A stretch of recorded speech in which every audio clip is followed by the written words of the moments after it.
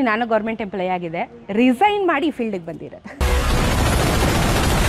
ನನ್ನ ಏಕೈಕ ಸಾರಥಿ ಇವನು ಭೀಮಾ.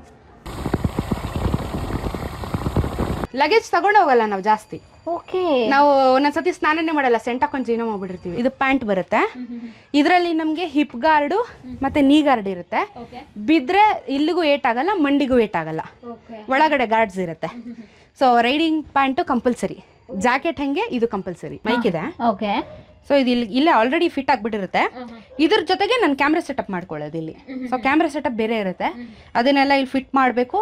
ಆಮೇಲೆ ಅದಕ್ಕೆ ಸಪ್ರೇಟ್ ಮೈಕ್ ಹಾಕೋತೀನಿ. ಆಮೇಲೆ ಮೋಟೋ ಬ್ಲಾಗಿಂಗ್ ಸೆಟಪ್ ಆಗುತ್ತಿದೆ, ಈ ಥರ ಬರುತ್ತೆ.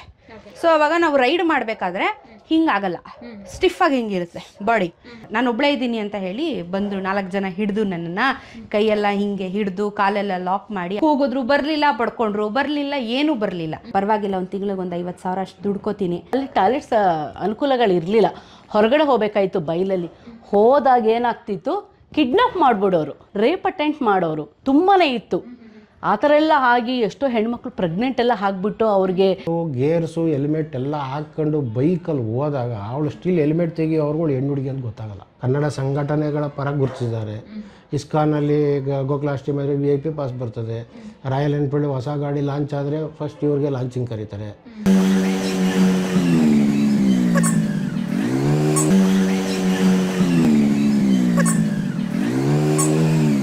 ಆತ್ಮೀಯರೇ, ನನ್ನಂತೆ ಒಬ್ಬರು ಬ್ಲಾಗರ್ನ ಇವತ್ತು ಮೀಟ್ ಮಾಡ್ಲಿಕ್ಕೆ ಬಂದಿದ್ದೀನಿ. ನಾನು ಕಾರಲ್ಲಿ ಟ್ರಾವೆಲಿಂಗ್ ಮಾಡ್ತೀನಿ, ಆದರೆ ಬರೀ ಕರ್ನಾಟಕದಾದ್ಯಂತ ಪ್ರವಾಸ ಮಾಡ್ತೀನಿ. ಆದರೆ ಇವರು ಇಂಟರ್ನ್ಯಾಷನಲ್ ಟ್ರಿಪ್ ಕೂಡ ಹೋಗಿದ್ದಾರೆ. ಕನ್ನಡದ ಪ್ರಥಮ ಮೋಟೋ ಬ್ಲಾಗರ್ ನಾನಿವತ್ತು ಸ್ವಾತಿ ಅವ್ರನ್ನ ನಿಮಗೆ ಪರಿಚಯ ಮಾಡ್ಕೊಡೋದಕ್ಕೆ ಬಂದಿದ್ದೀನಿ. ಸಾಮಾನ್ಯವಾಗಿ ಒಂದು ಹುಡುಗಿ ಮನೆ ಬಿಟ್ಟು ಹೋಗೋದೇ ದೊಡ್ಡ ವಿಷಯ, ಅದರಲ್ಲೂ ಕೂಡ ಇಂಟರ್ನ್ಯಾಷನಲ್ ಪ್ರವಾಸ ಮಾಡೋದಿದೆಯಲ್ಲ, ಅದರಲ್ಲೂ ಬೈಕಲ್ಲಿ it is a big task. ಅವರ ಹಿಂದೆ ಯಾವ ರೀತಿ ಸ್ಟ್ರಗಲ್ ಇತ್ತು, ಯಾವ ರೀತಿ ರೈಡ್ ಮಾಡ್ತಿದ್ರು, ಅವರ ಅನುಭವದ ಕಥೆಗಳನ್ನ ಕನ್ನಡದ ಮೊದಲ ಮೋಟೋ ಬ್ಲಾಗರ್ ಸ್ವಾತಿ ಅವರ ಬದುಕಿನ ಕಥೆಗೆ ಸ್ವಾಗತ, ಸುಸ್ವಾಗತ. ಬನ್ನಿ. ಅವ್ರ ಮನೆ ಬೆಂಗಳೂರಲ್ಲಿದೆ, ಬೆಂಗಳೂರಿಗೆ ಬಂದಿದ್ದೀವಿ. Hi Swati. Hi, how are you? ಹೇಗಿದ್ದೀರಾ? ಸೂಪರ್. ನೀವು? ಸಖತ್ತಾಗಿದೆ. ಹೆಮ್ಮೆಯ ಕನ್ನಡತಿ ಅಂತ ಟ್ಯಾಗ್ಲೈನ್ ಬೇರೆ ಶರ್ಟಲ್ಲಿ ಹಾಕ್ಕೊಂಡಿದ್ದೀರಾ. ಒಂದು ರೀತಿಯಾಗಿ ನಿಮ್ಮನ್ನು ನೋಡಿ ನನಗೆ ತುಂಬ ಖುಷಿ ಆಗುತ್ತೆ. ಯಾಕೆ ಗೊತ್ತಾ, ಒಂದು ಹೆಣ್ಣು ಮಗಳು ಮನೆಯಿಂದ ಹೊರಗಡೆ ಹೋಗೋದು ಇವತ್ತಿನ ಜನ್ರೇಷನ್ ತುಂಬ ದೊಡ್ಡ ಕಷ್ಟ. ಅದರಲ್ಲೂ ಕೂಡ ನೀವು ನ್ಯಾಷನಲ್ ಟ್ರಿಪ್ ಎಲ್ಲ ಮಾಡ್ತೀರೋ, ಅದರಲ್ಲೂ ನಿಮ್ಮಂಥ ಈ ರೀತಿಯಾದಂಥ ಒಂದು ಸಾರತೆ ಇಟ್ಕೊಂಡು, ಹಾಗಾಗಿ ನಿಮ್ಮನ್ನು ನಮ್ಮ ಕನ್ನಡ ಜನತೆಗೆ ಪರಿಚಯ ಮಾಡಿಕೊಡೋಣ. ನೆಕ್ಸ್ಟ್ ಯಾರಾದರೂ ಫ್ಯೂಚರಲ್ಲಿ ಮೋಟೋ ಬ್ಲಾಗರ್ ಆಗಿ ಹೊರಗಡೆ ಹೋಗ್ಬೇಕು ಅನ್ನೋರಿಗೆ ಯಾವ ರೀತಿ ಸ್ಟ್ರಗಲ್ ಇರುತ್ತೆ, ಯಾವ ರೀತಿ ಫೇಸ್ ಮಾಡಬೇಕಾಗುತ್ತೆ, ಏನೆಲ್ಲ ಪ್ರಾಬ್ಲಮ್ ಇರುತ್ತೆ, ಫ್ಯಾಮಿಲಿ ಸಪೋರ್ಟ್ ಅನ್ನೋದು ಎಷ್ಟು ಮುಖ್ಯ ಒಂದು ಹೆಣ್ಣು ಮಗಳಿಗೆ ಅನ್ನೋದನ್ನು ಒಂದು ರೀತಿಯಾಗಿ ಇನ್ಸ್ಪೈರ್ ಸ್ಟೋರಿ ಥರ ಈ ಕಥೆ ನಿಮ್ದಾಗುತ್ತೆ ಅಂತ ಅಂದ್ಕೊಳ್ತೀನಿ. ಡಿಜಿಟಲ್ ಮಾಧ್ಯಮಕ್ಕೆ ಸ್ವಾಗತ, ಸುಸ್ವಾಗತ. Thank you very much. Opportunity ಕೊಡೋದಕ್ಕೆ ಥ್ಯಾಂಕ್ ಯು, ಗುರುತಿಸಿ ಬಂದಿದ್ದಕ್ಕೆ ಥ್ಯಾಂಕ್ ಯು ವೆರಿ ಮಚ್. ನಾವು ಇಡೀ ಕರ್ನಾಟಕ ಸುತ್ತೀವಿ ಅಷ್ಟೇ, ಕಾರಲ್ಲಿ ಹೋಗ್ತಾ ಇರ್ತೀವಿ. ನಮ್ದೊಂದು ರೀತಿ ಸ್ಟ್ರಗಲ್ ಆದರೆ ನೀವು ಇಂಟರ್ನ್ಯಾಷನಲ್ ಮಟ್ಟಕ್ಕೆ ಹೋಗ್ತೀರಲ್ಲ, ಅದು ನಿಜವಾಗ್ಲೂ ದೊಡ್ಡ ಬಿಗ್ ಟಾಸ್ಕು. ಅದಕ್ಕೂ ಮುಂಚೆ ಯಾವುದ್ರಲ್ಲಿ ಹೋಗೋದು ನೀವು? ಗಾಡಿ ಯಾವುದು? ನನ್ನ ಏಕೈಕ ಸಾರಥಿ ಇವನು ಭೀಮಾ. ಓ, ಇದ್ರ ನೇಮ್ ಭೀಮಾ ಅಂತ ಕೊಟ್ಟಿದ್ದೀರಾ? ಯಾಕೆ ಭೀಮಾ ಅಂತ ಕೊಟ್ಟಿದ್ದು? ಈಗ ಭೀಮಾ ಅಂದರೆ ಅವನು ತುಂಬ ಬಲಿಷ್ಠವಾಗಿರ್ತಾನೆ, ಸ್ಟ್ರಾಂಗು. ನನ್ನನ್ನು ಸುಧಾರಿಸಿ ಕರ್ಕೊಂಡು ಹೋಗ್ಬೇಕು ಅಂದರೆ ಅವ್ನು ಬಲಿಷ್ಠವಾಗಿರ್ಬೇಕಲ್ಲ, ಅದಕ್ಕೆ ಅವನ ಹೆಸರು ಭೀಮಾ ಅಂತ. ಇಲ್ಲಿ ಹೆಸರು ಕೂಡ ಬರ್ಸಿದ್ದೀನಿ ನಾನು ಹಿಂದೆ, ಓಕೆ, ಭೀಮಾ ಅಂತ. ಓ ನೈಸ್ ನೇಮ್. ಜನ ನನ್ನ ಗಾಡಿ ನೋಡಿ ಗುರ್ತಿಡ್ದಿಲ್ಲ ಅಂದ್ರೂ ಹಿಂದೆ ಹೆಸರು ನೋಡಿ ಸ್ವಾತಿ ಮೇಡಮ್ ಅಂತಾರೆ ರೋಡಲ್ಲಿ. ಓ Bhima, because of Bhima. Okay. ಎಷ್ಟಾಯ್ತು ಗಾಡಿಗೆ? ಇದು ಆ್ಯಕ್ಚುಲಿ ನಮ್ಮ ತಂದೆದು ಗಿಫ್ಟು, ಬರ್ಡೇ ಗಿಫ್ಟ್ ಕೊಟ್ಟಿದ್ದು. ನಾನು ತಗೊಂಡಾಗ ಸುಮಾರು ಒಂದು 3.5 ಲಕ್ಷ ಆಗಿತ್ತು. ನಮ್ಮ ತಂದೆ ನನಗೆ ಕೊಡ್ಸಿದ್ದು. ಓಕೆ. ಎಷ್ಟು ವರ್ಷದ ಹಿಂದೆ? 2021 ಕೊಡ್ಸಿದ್ದು ನನಗೆ ಈ ಗಾಡಿನ. ಅದಕ್ಕಿಂತ ಮುಂಚೆ ಕ್ಲಾಸಿಕ್ ಇತ್ತು, ಅದು ಅಮ್ಮ ಕೊಡ್ಸಿದ್ರು. ಅದಾದ್ಮೇಲೆ ಅಪ್ಗ್ರೇಡ್ ಆಗು ಅಂತ ಹೇಳಿ ಅಪ್ಪ ಪುಷ್ ಮಾಡಿ ಈ ಗಾಡಿ ಕೊಡ್ಸಿದ್ರು. ಸೊ ಇದು ಅಪ್ಪ ಕೊಡ್ಸಿದ ಗಾಡಿ. 2021 ನನ್ನ ಜೊತೆ ಇದ್ದಾನೆ, ಲೈಫ್ ಟೈಮ್ ಇರ್ತಾನೆ. 2021 ಅಂದರೆ 3 ವರ್ಷಗಳಾಯ್ತು. 3 ವರ್ಷ ಆಯ್ತು. ಹಾಗಾದ್ರೆ ನಿಮಗೆ ಮುಂಚೆಯಿಂದಲೂ ಗಾಡಿ ಕ್ರೇಜ್ ಇತ್ತು? ಚಿಕ್ಕ ವಯಸ್ಸಿಂದಲೂ ಗಾಡಿ ಕ್ರೇಜ್? ಒಂದು ಹೈಸ್ಕೂಲ್ ಲೆವೆಲ್ ಬಂದ್ಮೇಲೆ ಶುರುವಾಯಿತು. ಯಾವಾಗ ಫಸ್ಟ್ ಗಾಡಿ ಕಲ್ತಿದ್ದು ನೀವು? ಕಾಲೇಜಲ್ಲಿ ಇದ್ದಾಗ. ಓಕೆ, ನಿಮ್ಮ ಗಾಡಿ ಕಲ್ತಿದ್ದು ಆಮೇಲೆ ಮಾತಾಡೋಣ. ಇವಾಗ ನಿಮ್ಮ ಗಾಡಿನ ಯಾವ ರೀತಿ ನಿಮಗೆ ಮಾಡಿಫೈಡ್ ಮಾಡ್ಕೊಂಡಿದ್ದೀರಾ, ಎಕ್ಸ್ಟ್ರಾ ಏನೆಲ್ಲ ಹಾಕ್ಕೊಂಡಿದ್ದೀರಾ, ನಿಮ್ಮ ಡ್ಯಾಡಿ ಕೊಟ್ಟಾಗ ಹೇಗಿತ್ತು, ಅದಕ್ಕೆ ಯಾವ ರೀತಿ ಅಲಂಕಾರ ಮಾಡಿದ್ದೀರಾ? ಎಸ್, ಅಪ್ಪ ಕೊಡಿಸಿದಾಗ ಇದು ಸ್ಟಾಕ್ ಗಾಡಿ. ಆ್ಯಕ್ಚುಲಿ ಇದು ಬ್ಲ್ಯಾಕ್ ಕಲರ್ ಇರೋದು, ಪೂರ್ತಿ ಮ್ಯಾಟ್ ಬ್ಲ್ಯಾಕಲ್ಲಿದೆ. ನನಗೆ ಸ್ವಲ್ಪ ಹೆಂಗೆ ಅಂತ ಹೇಳಿದ್ರೆ ನಾರ್ಮಲ್ ಆಗಿ ಇಡೋದಕ್ಕಿಂತ ಏನಾದರೂ ಸ್ವಲ್ಪ ಎಕ್ಸ್ಟ್ರಾ ಫಿಟ್ಟಿಂಗ್ ಮಾಡೋದು ಸ್ವಲ್ಪ ನನಗೆ ಅದು ಓಡ್ತಾ ಇರುತ್ತೆ. ಬಿಕಾಸ್ ನಮ್ಮ ಅಪ್ಪನೂ ಡ್ರೈವರ್ ಆಗಿರೋದ್ರಿಂದ ನಾನು ಇವಾಗ ರೈಡರ್ ಆಗಿದ್ದೀನಿ. ಸೊ ಅದೊಂದು ಲೈನು ಅವ್ರಿಗೂ ಅದೇ ಥರ ಏನಾದರೂ ಮಾಡಿಫೈ ಮಾಡಬೇಕು ಏನಾದರೂ ಮಾಡಬೇಕು ಅನ್ನೋದು ನನಗೂ ಹಂಗೆ ಬಂದ್ಬಿಟ್ಟಿದೆ. ಸೊ ಸುಮ್ಮನೆ ಇರಲ್ಲ, ನಾನು ಏನಾದರೂ ವರ್ಕ್ ಮಾಡಿಸ್ತೀನಿ. ಸ್ಪೆಷಲಿ ನನ್ನ ತಲೆಯಲ್ಲಿರೋದು ನಾನು ಜಾಸ್ತಿ ಕರ್ನಾಟಕ ಕನ್ನಡ ಆಮೇಲೆ ಮಹಿಳೆಯರಿಗೆ ಸ್ವಲ್ಪ ಜಾಸ್ತಿ ಫೋಕಸ್ ಇರೋದ್ರಿಂದ ಕರ್ನಾಟಕದ ಬಗ್ಗೆ ಸ್ವಲ್ಪ ಈ ಸತಿ ಫೋಕಸ್ ಮಾಡಿ ಸ್ಟಿಕರಿಂಗ್ ಮಾಡಿ ನೋಡ್ತಾ ಇದ್ದೀನಿ ಎಲ್ಲೆಲ್ಲೂ ಕನ್ನಡ, ನಿಮ್ಮ ಕಣಕಣದಲ್ಲೂ ಕನ್ನಡ ಇದೆ, ನಿಮ್ಮ ಹೃದಯದಲ್ಲೂ ಕನ್ನಡ, ಮತ್ತೆ ನಿಮ್ಮ ಗಾಡಿಯಲ್ಲೂ ಕನ್ನಡ ಫ್ಲಾಗ್ ಇದೆ, ಕನ್ನಡತಿ ಅಂತ ಬರ್ಸಿದ್ದೀರಾ. ಇರಬೇಕು, ನಾವು ಇದ್ದಂಥ ನೆಲಕ್ಕೆ ಮಾತೃಭೂಮಿಗೆ ರೆಸ್ಪೆಕ್ಟ್ ಕೊಡೋದು ಇದಕ್ಕಿಂತ ಮಿಗಿಲಾದ್ದು ಬೇರೆ ಏನಿಲ್ಲ. ಕೆಲವರಿಗೆ ಅದು ಏನು ಡವ್ ಹಂಗೆ ಅನ್ನಿಸ್ಬಹುದು, ಆದರೆ ನಮ್ಮ ಆತ್ಮತೃಪ್ತಿ ಅನ್ನೋದಿರುತ್ತಲ್ಲ, ಕನ್ನಡದ ಹೆಣ್ಣು ಮಕ್ಕಳಾಗಿ ನಾವು ಕನ್ನಡಕ್ಕೆ ಏನು ಕೊಡ್ತಾ ಇದ್ದೀವಿ ಇರಬೇಕಲ್ಲ, ನಮ್ಮ ನುಡಿ ನಾಡು ನುಡಿ ಬಗ್ಗೆ ಎಲ್ಲ. ಓಕೆ, ನೆಕ್ಸ್ಟ್ ಕನ್ನಡತಿ ಅಂತ ಬರ್ಸ್ಕೊಂಡಿದ್ದೀರಾ. ಈ ಕಡೆ ಕರ್ನಾಟಕ ಅಂತ ಇದೆ, ಈ ಕಡೆ ಇಲ್ಲೆಲ್ಲ ಫ್ಲಾಗ್ಸ್ ಇದೆ. ಇದು ಗರುಡ ಯಾಕೆ? ಗರುಡ ಒಂಥರ ಸ್ಟ್ರಾಂಗೆಸ್ಟ್ ಪಕ್ಷಿ ಅಲ್ವಾ? ಸೊ ಅದು ಒಂಥರ ಎಲ್ಲ ಪಾಸಿಟಿವ್, ಯಾವುದನ್ನು ನೆಗೆಟಿವ್ ತಗೊಳಕ್ ಹೋಗ್ಬಾರ್ದು.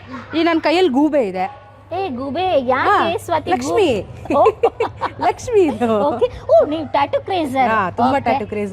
ಏನೇನು ಟ್ಯಾಟೂ ಹಾಕಿಸ್ಕೊಂಡಿದ್ದೀರಾ? ಇದು ಗೂಬೆ, ಇದು ರೆಡ್ ಇಂಡಿಯನ್ ವುಮೆನ್ ಅಂತ, ಇವಳು ಟ್ರೈಬಲ್. ಸೊ ಬ್ರೇವೆಸ್ಟ್ ಸ್ಟ್ರಾಂಗೆಸ್ಟ್ ಅಂತ ಹೇಳಿ. ಇದು ಡ್ರೀಮ್ ಕ್ಯಾಚರ್ ಪಾಸಿಟಿವ್ಗೆ. ಮತ್ತೆ ಇಲ್ಲೊಂದು ಮೈಕಲ್ ಜಾಕ್ಸನ್ ಇದೆ, ಮೈಕಲ್ ಜಾಕ್ಸನ್ ಫ್ಯಾನು. ಸೊ ಬೆನ್ನ ಹಿಂದೆ ಒಂದಿದೆ. ಸೊ ಟೋಟಲ್ ಒಂದು 5 ಟ್ಯಾಟೂ ಇದೆ ಟೋಟಲ್. ಇವಾಗ ಕ್ರೇಜಿಯಸ್ಟ್ ವುಮೆನ್ ಸ್ವಾತಿ ಮಾಡ್ಬೇಕಲ್ಲ. ಯಾ ಗ್ರೇಟ್. ಗಾಡಿ ಈ ಕಡೆ ನೀವು ನೋಡಿದ್ರೆ ಇಲ್ಲಿ ಕರ್ನಾಟಕ ಅಂತ ಬರ್ಸಿದ್ದೀನಿ. ಸೊ ಸ್ಟ್ಯಾಂಡ್ ಔಟ್ ಆಗಬೇಕು, ಎಲ್ಲಾದ್ರೂ ಹೋದಾಗ ಯಾರಾದ್ರೂ ನೋಡಿದಾಗ ಏನಿದು ಗಾಡಿ ಈ ಥರ ಇದೆಯಲ್ಲ ಅಂತ. ನಾರ್ಮಲ್ ಬೈಕ್ಗಳು ನೋಡೋದಕ್ಕೂ ಏನಾದರೂ ಮಾಡಿಫಿಕೇಶನ್ ಮಾಡಿಸಿದಾಗ ಅಟ್ರಾಕ್ಷನ್ ಜಾಸ್ತಿ ಆಗುತ್ತೆ. 205 kg ಹೇಗೆ ಹ್ಯಾಂಡಲ್ ಮಾಡ್ತೀರಾ? ಇದು ಜಸ್ಟ್ ಖಾಲಿ ಗಾಡಿ ಹೇಳಿದ್ದು. ನನ್ನ ಬಾಡಿ ವೆಯ್ಟು ಮತ್ತೆ ಲಗೇಜ್ ಎಲ್ಲ ಹಾಕೊಂಡ್ರೆ ಇನ್ನೂ ಡಬಲ್ ಆಗುತ್ತೆ ನನಗೆ. ಓಕೆ, ಸ್ಟ್ರಾಂಗೆಸ್ಟ್ ಲೈಡಿ ಆಗಾದ್ರೆ ಸ್ವಾತಿ. ಇವಾಗ ಹೋಗ್ಬೇಕಾದ್ರೆ ಇಲ್ಲೇನೋ ಇಟ್ಕೊಂಡಿದ್ದೀರಲ್ಲ, ಇದು ಮೊಬೈಲ್ ಹೋಲ್ಡರು. ಸೊ ನಮಗೆ ರೂಟ್ ಮ್ಯಾಪ್ ಹಾಕೊಳಕ್ ಬೇಕಾಗುತ್ತೆ. ಇದು 360 ಕ್ಯಾಮ್ರಾ ಹಾಕಕ್ಕೆ.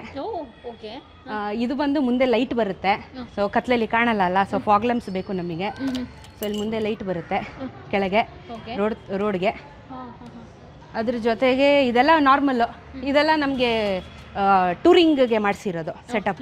ಬಾಕ್ಸು ಪ್ಯಾನಿಯರ್ಸ್ ಎಲ್ಲ ಹಾಕೋಕ್ಕೆ ಎಕ್ಸ್ಟ್ರಾ ಫಿಟ್ಟಿಂಗು. ಇನ್ನು ಮುಂದೆ ಅಂತೂ ನಾನು ಎಲ್ಲೆಲ್ಲಿ ಮೇಜರ್ ಆಗಿ ಟ್ರಾವೆಲ್ ಮಾಡ್ತೀನಲ್ಲ ಅಲ್ಲಿದು ಸ್ಟಿಕ್ಕರ್ಸ್ ಅಂಟಿಸ್ತೀನಿ ನಾನು. ಓಕೆ, ಇವಾಗ ಯಾವುದೇ ಕಂಟ್ರಿಗೆ ಯಾವುದೇ ಸ್ಟೇಟ್ಗೆ ಹೋಗಿದ್ದೀರಾ? ಇದು ನೇಪಾಳ, ಮುಸ್ತಾಂಗ್ ತನಕ ಹೋಗಿದ್ದೀನಿ. ಇದು ಲಡಾಖ್ 2 ಸತಿ ಆಯಿತು. ಇಲ್ಲಿ ಬೆಂಗಳೂರಿಂದ? ಇದು ಬೆಂಗಳೂರಿಂದಾನೇ ಮಾಡಿರೋದು. ಫಸ್ಟ್ ಹೋಗಿದ್ದು ನೇಪಾಳ? ಫಸ್ಟ್ ಇಂಟರ್ನ್ಯಾಷನಲ್ ಅದೇ ನಂದು ನೇಪಾಳ. ಅದಾದಮೇಲೆ ಲಡಾಖ್ 2 ಸತಿ ಮಾಡಿದೆ. ಒಂದ್ಸತಿ ಇಲ್ಲಿಂದ ಒಂದ್ಸತಿ ಶಿಪ್ ಮಾಡಿದ್ದೆ. ಒಂದ್ಸತಿ ಇಲ್ಲಿ ಡೈರೆಕ್ಟಾಗಿ ಲಾಸ್ಟ್ ಮಾರ್ಚ್ಗೆ ಹೋಗಿ ಬಂದೆ ನಾನು ಲಡಾಖು. ಸ್ಪಿಟಿ 3 ವರ್ಷದ ಹಿಂದೆ ಹೋದೆ, ಇವಾಗ ಮತ್ತೆ ನೆಕ್ಸ್ಟ್ ವೀಕ್ ಹೊರಟಿದ್ದೀನಿ. ಸೊ ಇದು ಒಂದು ಬೈಕರ್ ಗರ್ಲ್. ಸೊ ಇದು ಇದು ಒಂದಷ್ಟು ಕರ್ನಾಟಕದ್ದು. ಎಲ್ಲೆಲ್ಲಿ ಹೋಗ್ತೀನಿ ಅಲ್ಲಿ ಸ್ವಲ್ಪ ಸ್ಟಿಕ್ಕರ್ಸ್ ಅಂಟಿಸೋದು ನನ್ನ ಅಭ್ಯಾಸ. ಜೊತೆಗೆ ಸೆಲ್ಫ್ ಪ್ರಮೋಷನ್ ಅವಾಗ ಮಾಡ್ಕೊತಾ ಇರ್ತೀನಿ. ಅದಿರ್ಬೇಕು ಜೀವನದಲ್ಲಿ, ಮಾಡ್ತಾ ಇರ್ಬೇಕಲ್ಲ. ಅಂದ್ರೆ ನೀವು ಎಲ್ಲಾ ಕಡೆ ಹೋದಾಗ ಜನ ಎಲ್ಲ ಇವಾಗ ಗುರ್ತಿಸ್ತಾರೆ. ಸ್ಟಾರ್ಟಿಂಗ್ ಗುರ್ತಿಸಿದ್ದೆಲ್ಲಿ, ಹೇಗೆ, ಏನು? ತುಂಬಾ ಕಷ್ಟ ಇತ್ತು. ಹೇಳ್ತಾರಲ್ಲ, ಯಾರಾದ್ರೂ ಒಬ್ರು ಬೆಳೆಸಿದ್ರೆ ಸಪೋರ್ಟ್ ಸಿಸ್ಟಮ್ ಇಟ್ಕೊಂಡು ಬೇಗ ಬೆಳಿಬೋದು. ಬಟ್ ನಾನು ಸ್ವಂತವಾಗಿ ನಾನೇ ಹೋರಾಟ ಮಾಡಿಕೊಂಡು ಬೆಳೀತಾ ಇದ್ದೀನಿ ಅಂದರೆ it will take time. And also late success is good ಅಂತ ಹೇಳ್ತಾರಲ್ವಾ. ಸೊ ತುಂಬ ಕಷ್ಟಪಟ್ಟು ನಾನೊಬ್ಬಳೇ ಬೆಳೀತಾ ಇದ್ದೀನಿ ವಿತೌಟ್ ಸಪೋರ್ಟ್. ಪೇರೆಂಟ್ಸ್ ಸಪೋರ್ಟ್ ಬಿಟ್ಟು ಸೋಷಿಯಲ್ ಮೀಡಿಯಾಗಳಲ್ಲಿ ಮಾತಾಡೋದಾದರೆ ಅಷ್ಟಕ್ಕಷ್ಟೇ. ಸೊ ನಾನು ತುಂಬ ಶ್ರಮಪಟ್ಟು ಏನೋ ಒಂದು ಮಾಡಬೇಕು ಅಂತ ಹೇಳಿ ತುಂಬ ಫೈಟ್ ಮಾಡ್ಕೊಂಡು ಒಬ್ಬಳೇ ಬೆಳೀತಾ ಇದ್ದೀನಿ. ಛಲ ಇರಬೇಕು, ಹಠ ಇರಬೇಕು, ಅವಾಗಲೇ ಅಲ್ವಾ ಸ್ವಾತಿ ಮುಂದೆ ಬರ್ಲಿಕ್ಕೆ ಸಾಧ್ಯ. ಡಿಪೆಂಡ್ ಆಗಬಾರ್ದು ಅವ್ರು ನಾಳೆ ಬೆಳೆಸ್ತಾರೆ ಇವ್ರು ಬೆಳೆಸ್ತಾರೆ ಅಂತ. ಸ್ವಂತ ಕೋಡಿ ಕೈಯ ಇದು ನಮ್ಮ ಹೆಣ್ಮಕ್ಳು ಛಲ ಹಠ ಅಂತ ಹೇಳಿದ್ರೆ. ಸ್ವಾತಿ, ನೀವು ಹೇಳಿದ್ರಿ ಬೈಕ್ನ ಫಸ್ಟ್ ಟೈಮ್ ಕಲ್ತಿದ್ದು ಅಂತ ಹೇಳಿ. ಬೇಸಿಕಲಿ ನಿಮ್ದು ಯಾವ ಊರು? ಇದೇನಾ? ಬೆಂಗಳೂರಿನ? ಪಕ್ಕಾ local Bengaluru. Local Bengaluru local ಹುಡುಗಿ. ಅಪ್ಪ ಅಮ್ಮ ಏನ್ ಮಾಡ್ಕೊಂಡಿದ್ರು? ಅಪ್ಪ ಅಮ್ಮಂಗೆ ಅಮ್ಮ ಹೌಸ್ ವೈಫು, ಅಪ್ಪ ರೀಸೆಂಟ್ ಆಗಿ ಗೌರ್ಮೆಂಟ್ ಎಂಪ್ಲಾಯ್ ರಿಟೈರ್ಡ್ ಆದ್ರು. ಓಕೆ, ಅಂದ್ರೆ ಸರ್ಕಾರಿ ನೌಕರನ ಮಗಳು ಮೋಟೋ ಬ್ಲಾಗರ್ ಆಗಿರೋದು. ಓಕೆ, ಅಂದ್ರೆ ಅಪ್ಪ ಅಮ್ಮಂಗೆ ಸಖತ್ತು ಡ್ರೀಮ್ ಇರುತ್ತೆ. ಯಾಕೆಂದ್ರೆ ನಾನು ಒಬ್ಬ ಸರ್ಕಾರಿ ಎಂಪ್ಲಾಯ್ ಆಗಿ, ಗೌರ್ಮೆಂಟ್ ಎಂಪ್ಲಾಯ್ ಆಗಿ ನನ್ನ ಮಕ್ಕಳು ಕೂಡ ಗೌರ್ಮೆಂಟ್ ಸೆಕ್ಟರ್ ಅಲ್ಲಿ ಕೆಲಸ ಮಾಡ್ಲಿ ಅಂತ. ಅರೆ, ನಿಮ್ಮ ಅಪ್ಪ ಅಮ್ಮಂಗೆ ಏನ್ ಡ್ರೀಮ್ ಇತ್ತೋ ಏನೋ ನನಗಂತೂ ಗೊತ್ತಿಲ್ಲ, ಬಟ್ ನೀವು ಈ ಡ್ರೀಮಿಗೆ ಬಂದಿದ್ದೀರಾ. ಆಕ್ಚುಲಿ ನಾನು ಗೌರ್ಮೆಂಟ್ ಎಂಪ್ಲಾಯ್ ಆಗಿದೆ, ರಿಸೈನ್ ಮಾಡಿ ಫೀಲ್ಡಿಗೆ ಬಂದಿರೋದು. ಓ my god, what A statement. ಏನು ಮೇಡಮ್? ಹೌದಾ, ಥ್ಯಾಂಕ್ ಯು ಹಾಂ, ಥ್ಯಾಂಕ್ ಯು ಮೇಡಮ್. ಸ್ವಾತಿ, ನೀವು ಗೌರ್ಮೆಂಟ್ ಕೆಲಸನ ರಿಸೈನ್ ಮಾಡಿದ್ದು ವೈ? ಯಾಕೆ ಅಂತ ಹೇಳಿದ್ರೆ ಗೌರ್ಮೆಂಟ್ ಕೆಲಸ ತುಂಬ ಸೇಫ್ ಅಲ್ವಾ, ಸೇಫ್ಟಿಯೆಸ್ಟ್ ಜಾಬು. ಪ್ರತಿಯೊಂದು ಇಂಡಿಯನ್ ಅಂದರೆ ಒಂದು ಭಾರತೀಯ ಸಂಪ್ರದಾಯಸ್ಥ ಕುಟುಂಬದ ಮನೆಯವರ ಮೆಂಟಾಲಿಟಿ ಹೇಗಿರುತ್ತೆ ಅಂತ ಹೇಳಿದರೆ, ನನ್ನ ಮಗ ಆಗಲಿ ಮಗಳಾಗಲಿ ಓದಿದ ನಂತರ ಒಂದು ಸರ್ಕಾರಿ ನೌಕರಿ ತಗೊಳ್ಳಿ. ಯಾಕೆ ಅಂತ ಹೇಳಿದರೆ ತಿಂಗಳ ಸಂಬಳ ಬರುತ್ತೆ, ರಿಟೈರ್ಡ್ ಆದಮೇಲೆ ಪಿಂಚಣಿ ಬರುತ್ತೆ, ಒಳ್ಳೆ ಹುಡುಗ ಹುಡುಗಿ ಸಿಗ್ತಾರೆ. ಗೌರ್ಮೆಂಟ್ ಎಂಪ್ಲಾಯಿ ಅಂತ ಹೇಳಿದರೆ ಯಾವುದೇ ಜೀವನದಲ್ಲಿ ಒಂದು ರೀತಿಯಾಗಿ ಅರ್ಧ ರಿಸ್ಕ್ ತಪ್ಪು ನಾವು ಬೆಳೆಸಿದ್ಕೂ ಸಾರ್ಥಕ ಆಯಿತು ಅಂತ ಇರುತ್ತೆ. ಈಗೆಲ್ಲ ಇಷ್ಟೊಂದೆಲ್ಲ ಸೇಫೆಸ್ಟ್ ಝೋನ್ ಇದ್ಮೇಲೆ ನೀವು ಈ ಕಡೆ ಬಂದಿದ್ದು? ಸೇಫೆಸ್ಟ್ ಝೋನ್ ಅನ್ನೋದಕ್ಕಿಂತ ಒಂದು ಆಫೀಸ್ ಒಳಗಡೆ ಕೂತ್ಕೊಂಡಿರೋ ಸಿಸ್ಟಮಲ್ಲೇ ಕೂತ್ಕೊಂಡು ಬೆನ್ನೋಸ್ಕೊಂಡು ಮಾಡಿರೋ ಕೆಲಸನೇ 1000 ಸತಿ ಮಾಡೋದಕ್ಕಿಂತ ಈ ಥರ ಟ್ರಾವೆಲ್ ಮಾಡಿದಾಗ ನಮಗೆ ಬರೋ ನಾಲೆಡ್ಜ್ ಇದೆಯಲ್ಲ, ಅದು ಯಾವ ನಾಲೆಡ್ಜ್ಗೂ ಸರಿಸಾಟಿ ಇಲ್ಲ. ಅಂಥ ನಾಲೆಡ್ಜು ನಾವು ಟ್ರಾವೆಲಿಂಗಲ್ಲಿ ಗೇನ್ ಮಾಡ್ತೀವಿ. ಸೊ ಇದು ಆ್ಯಕ್ಚುಲಿ ಹೆಂಗೆ ಅಂತ ಹೇಳಿದ್ರೆ ನಮ್ಮ ಅಮ್ಮನ ಆಸೆ ಆಗಿತ್ತು. ಅವರು ಅಮ್ಮನಾಸೆ? ಹೌದು, ಓಕೆ. ಅಮ್ಮನ ಆಸೆ ಆಗಿತ್ತು. ಅವರು ದೇಶ ಸುತ್ತು ಕೋಶ ಓದು, ಆಫೀಸಲ್ಲೇ ಕುತ್ಕೊಂಡು ಏನು ಮಾಡ್ತೀಯ ಯಾವಾಗ್ಲೂ ಅಂತ ಹೇಳಿ ಒಂದು ಅವ್ರ ಗಾಡಿ ಕೊಡಿಸಿದ್ದೆ ನನಗೆ ಆ ಉದ್ದೇಶದಲ್ಲಿ. ನಂತರ ಕ್ಲಾಸಿಕ್ 350 ಇತ್ತು ಮೊದಲು, ಆ ಗಾಡಿ ಕೊಡಿಸಿದ್ದೆ ಅವ್ರು ಆ ಉದ್ದೇಶದಲ್ಲಿ. ಗಾಡಿ ಕೊಡಿಸಿದ್ಮೇಲೆ ಸುಮ್ಮನೆ ಕೂರೋಕ್ಕಾಗಲಿಲ್ಲ, ಅಲ್ಲಿಂದ ಶುರುವಾಯಿತು. ನಂತರ ಅಪ್ಪನೂ ಅದಕ್ಕೆ ಸಪೋರ್ಟ್ ಮಾಡಿದ್ರು. ಅವರು ಕೂಡ ರೂಟ್ ಮ್ಯಾಪ್ ಆಗಿರ್ಬೋದು ಅಥವಾ ನನಗೆ ಟ್ರಿಪ್ ಪ್ಲ್ಯಾನ್ ಆಗಿರ್ಬೋದು ಇವತ್ತು ಸಹ ನಮ್ಮ ತಂದೆನೇ ನನಗೆ ಹಾಕ್ಕೊಡೋದು. ಸೊ ಅಲ್ಲಿ ತನಕ ಪುಷ್ ಮಾಡಿ ಅವ್ರ ಕನಸನ್ನ ನನ್ಸು ಮಾಡೋ ಹಾದಿಯಲ್ಲಿ ನಾನು ಬೇಸಿಕಲಿ ಇದ್ದೀನಿ. ಏನು ಯಾವ ಸೆಕ್ಟರಲ್ಲಿದ್ರಿ? ಗೌರ್ಮೆಂಟ್ KSIIDC ಅಂತ ಖನಿಜ ಭವನಲ್ಲಿ, IDD ಇನ್ಫ್ರಾಸ್ಟ್ರಕ್ಚರ್ ಡೆವಲಪ್ಮೆಂಟ್ ಅಂತ ಏರ್ಪೋರ್ಟು ಮತ್ತು ರೈಲ್ವೇಸ್ ಡಿಪಾರ್ಟ್ಮೆಂಟ್ ಅಲ್ಲಿ ನಾನು ವರ್ಕ್ ಮಾಡಿ. State government. ಎಷ್ಟು ಸಂಬಳ ಬರ್ತಾ ಇತ್ತು?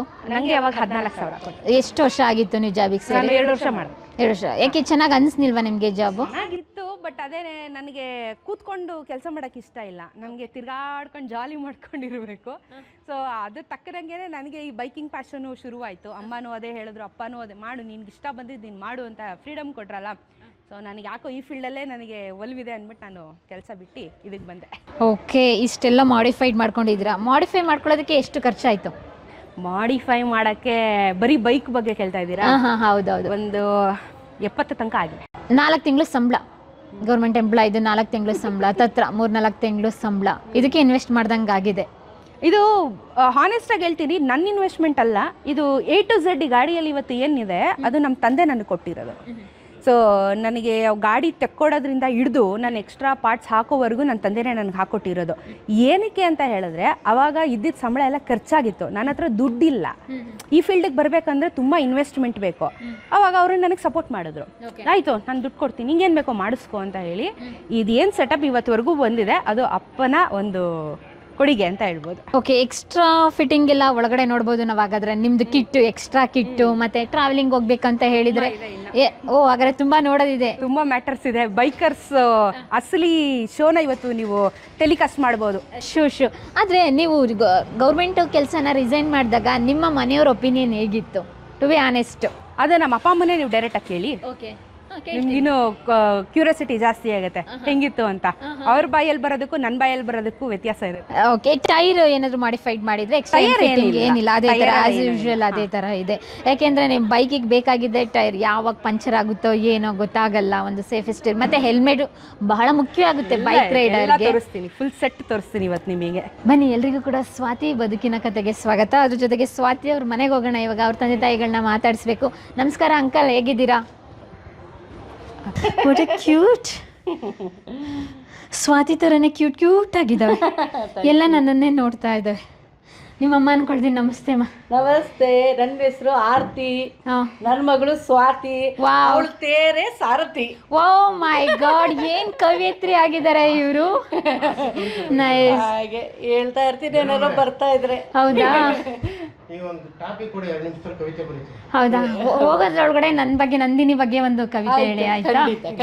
ಕವಿತೆ ಹೇಳಿದ್ರು, ನನ್ಗಿಂತ ಫುಲ್ ಇದಾಗೋಗಿದ್ದೀನಿ. ತುಂಬಾ ಹ್ಯಾಪಿ ಮೂಮೆಂಟ್ ಅಲ್ಲಿ ಇರ್ತಾರೆ ಅನ್ಸುತ್ತೆ. ಹ್ಯಾಪಿಯೆಸ್ಟ್ ಫ್ಯಾಮಿಲಿ ಅಂತ ನಾನು ಅನ್ಕೊಂಡಿದ್ದೀನಿ. ಎಷ್ಟು ಜನ ಮಕ್ಕಳು ನಿಮ್ಮ ತಂದೆ ತಾಯಿ ಅವ್ರಿಗೆ? ನಾನೊಬ್ಳೆ. ಓ ಅದಕ್ಕೆ ಸ್ವಾತಿ ತುಂಬಾ ಪ್ರೀತಿ, ಮುತ್ತು ತರ ಸ್ವಾತಿ ಮುತ್ತು ನೀವು ಅವರಿಗೆ. ಅಂದ್ರೆ ಹುಡುಗನ ತರ ಬೆಳೆಸಿದ್ದಾರೆ ನನ್ನ ಧೈರ್ಯವಾಗಿ. ಸೊ ಒಂದು ಹುಡುಗಿ ಅಂತ ಇಲ್ಲ, ಫುಲ್ ಸ್ಟ್ರಾಂಗ್ ಆಗಿ ಒಂದು ಚೆನ್ನಾಗಿ ಥಿಂಕ್ ಮಾಡೋಷ್ಟು ಸ್ಟ್ರಾಂಗ್ ಮೈಂಡ್ನ ನನಗೆ ಬಿಲ್ಡ್ ಮಾಡಿಸಿದ್ದಾರೆ. ಒಬ್ಬಳೆ ಮಗನೂ ನಾನೇ, ಮಗಳು ನಾನು. ಓ ಇಲ್ಲೆಲ್ಲ ಕೆಲವೊಂದು ನೋಡ್ತೀವಲ್ಲ ಅವಾರ್ಡ್ ಫೋಟೋಸ್. ಸೊ ಇದು ನಾನು first India book of record ಮಾಡಿದ್ದು. ಸೊ ಅದನ್ನು ನಾನು ಯಾವಾಗಲೂ ಅದನ್ನು ನೋಡಿ ನಾನು ಸ್ವಲ್ಪ ಎನ್ಕರೇಜ್ಮೆಂಟ್, ನನಗೆ ನಾನೇ ಮೋಟಿವೇಶನ್ ಆಗಬೇಕು. ಸೊ ಅದನ್ನು ಫೋಟೋ ಒಂದು ಪ್ರಿಂಟ್ಔಟ್ ತೆಗೆದು ಹಾಕ್ಸಿದ್ದೀನಿ. ಸೊ ಇದು ಸರ್ಟಿಫಿಕೇಟ್ ಬಂದಿದ್ದು, ಸೊ ಅದನ್ನು ಕೂಡ ಲ್ಯಾಮಿನೇಟ್ ಮಾಡಿ ಹಾಕ್ಸಿದ್ದೀನಿ. ಅದ್ರದ್ದೇ ಸರ್ಟಿಫಿಕೇಟ್. ಕೆಲವೊಂದು ಇಲ್ಲಿ ದಿ ಬ್ರೇವ್ ಲೇಡಿ ರೈಡರ್, ಓ ಹೇಗಿದೆ ಪಯಣ ವಿತ್ ಸ್ವಾತಿನ ನಿಮ್ದು ಪೇಜ್. ಓಕೆ, ಇಲ್ಲಿ ಕೆಲವೊಂದು ಸರ್ಟಿಫಿಕೇಟ್ ಇದೆ, ಯಾವ್ಯಾವ ಮೂಮೆಂಟು ಸ್ವಲ್ಪ ಎಕ್ಸ್ಪ್ಲೇನ್ ಮಾಡ್ಬೋದಾ? ಸೊ ಇದು ನನಗೆ ಮೈಸೂರಲ್ಲಿ ಲಾಸ್ಟ್ ಇಯರ್ ಯೂಟ್ಯೂಬರ್ಸ್ ಅವಾರ್ಡ್ ಅಂತ ಒಂದು ನಡೀತು. ಸೊ ಅದರಲ್ಲಿ ಗುರುತಿಸಿ ನನಗೆ ಪ್ರಶಸ್ತಿ ಕೊಟ್ಟರು.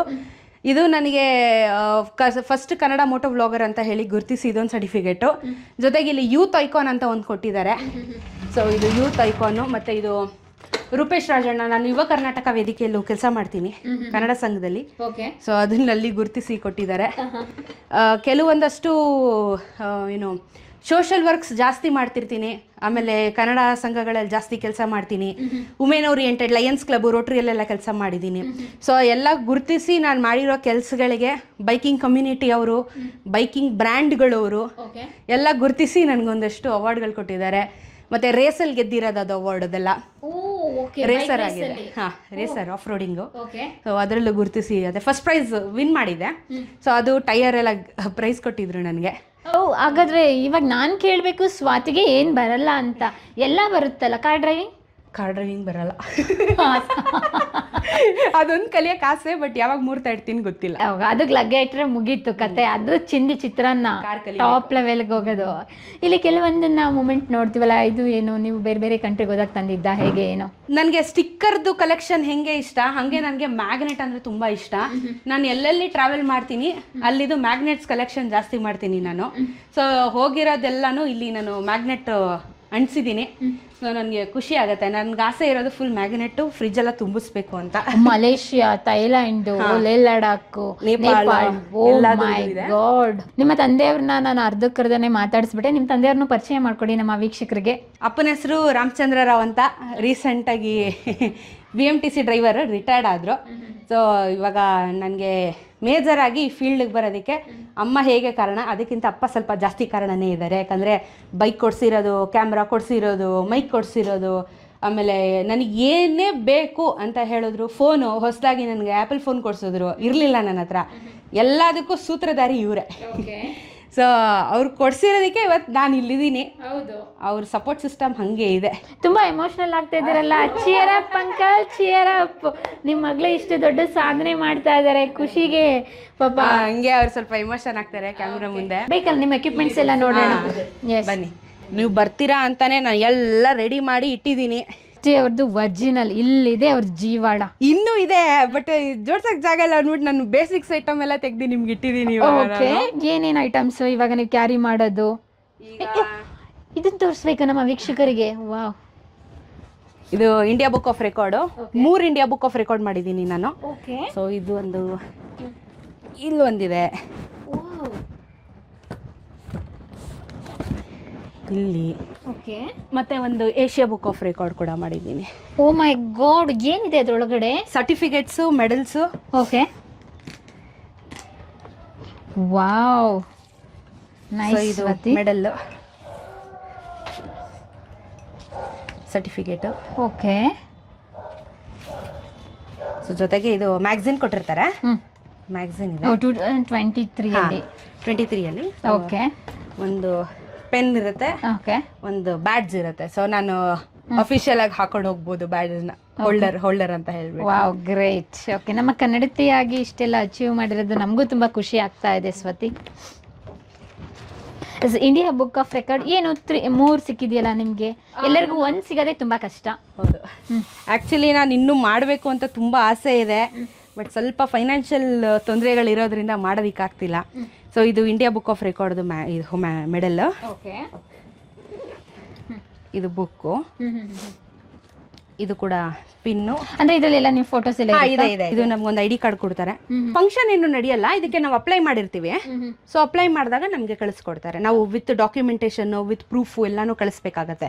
ಕೆಲವೊಂದು ರೂಲ್ಸ್ ಅಂಡ್ ರೆಗ್ಯುಲೇಷನ್ಸ್ ಇರುತ್ತೆ, ಅದನ್ನೆಲ್ಲ ಫಾಲೋ ಮಾಡಿದ್ಮೇಲೆ ನಮ್ಗೆ ಅಪ್ರೂವಲ್ ಆದ್ರೆ ಈ ತರ ಬರುತ್ತೆ.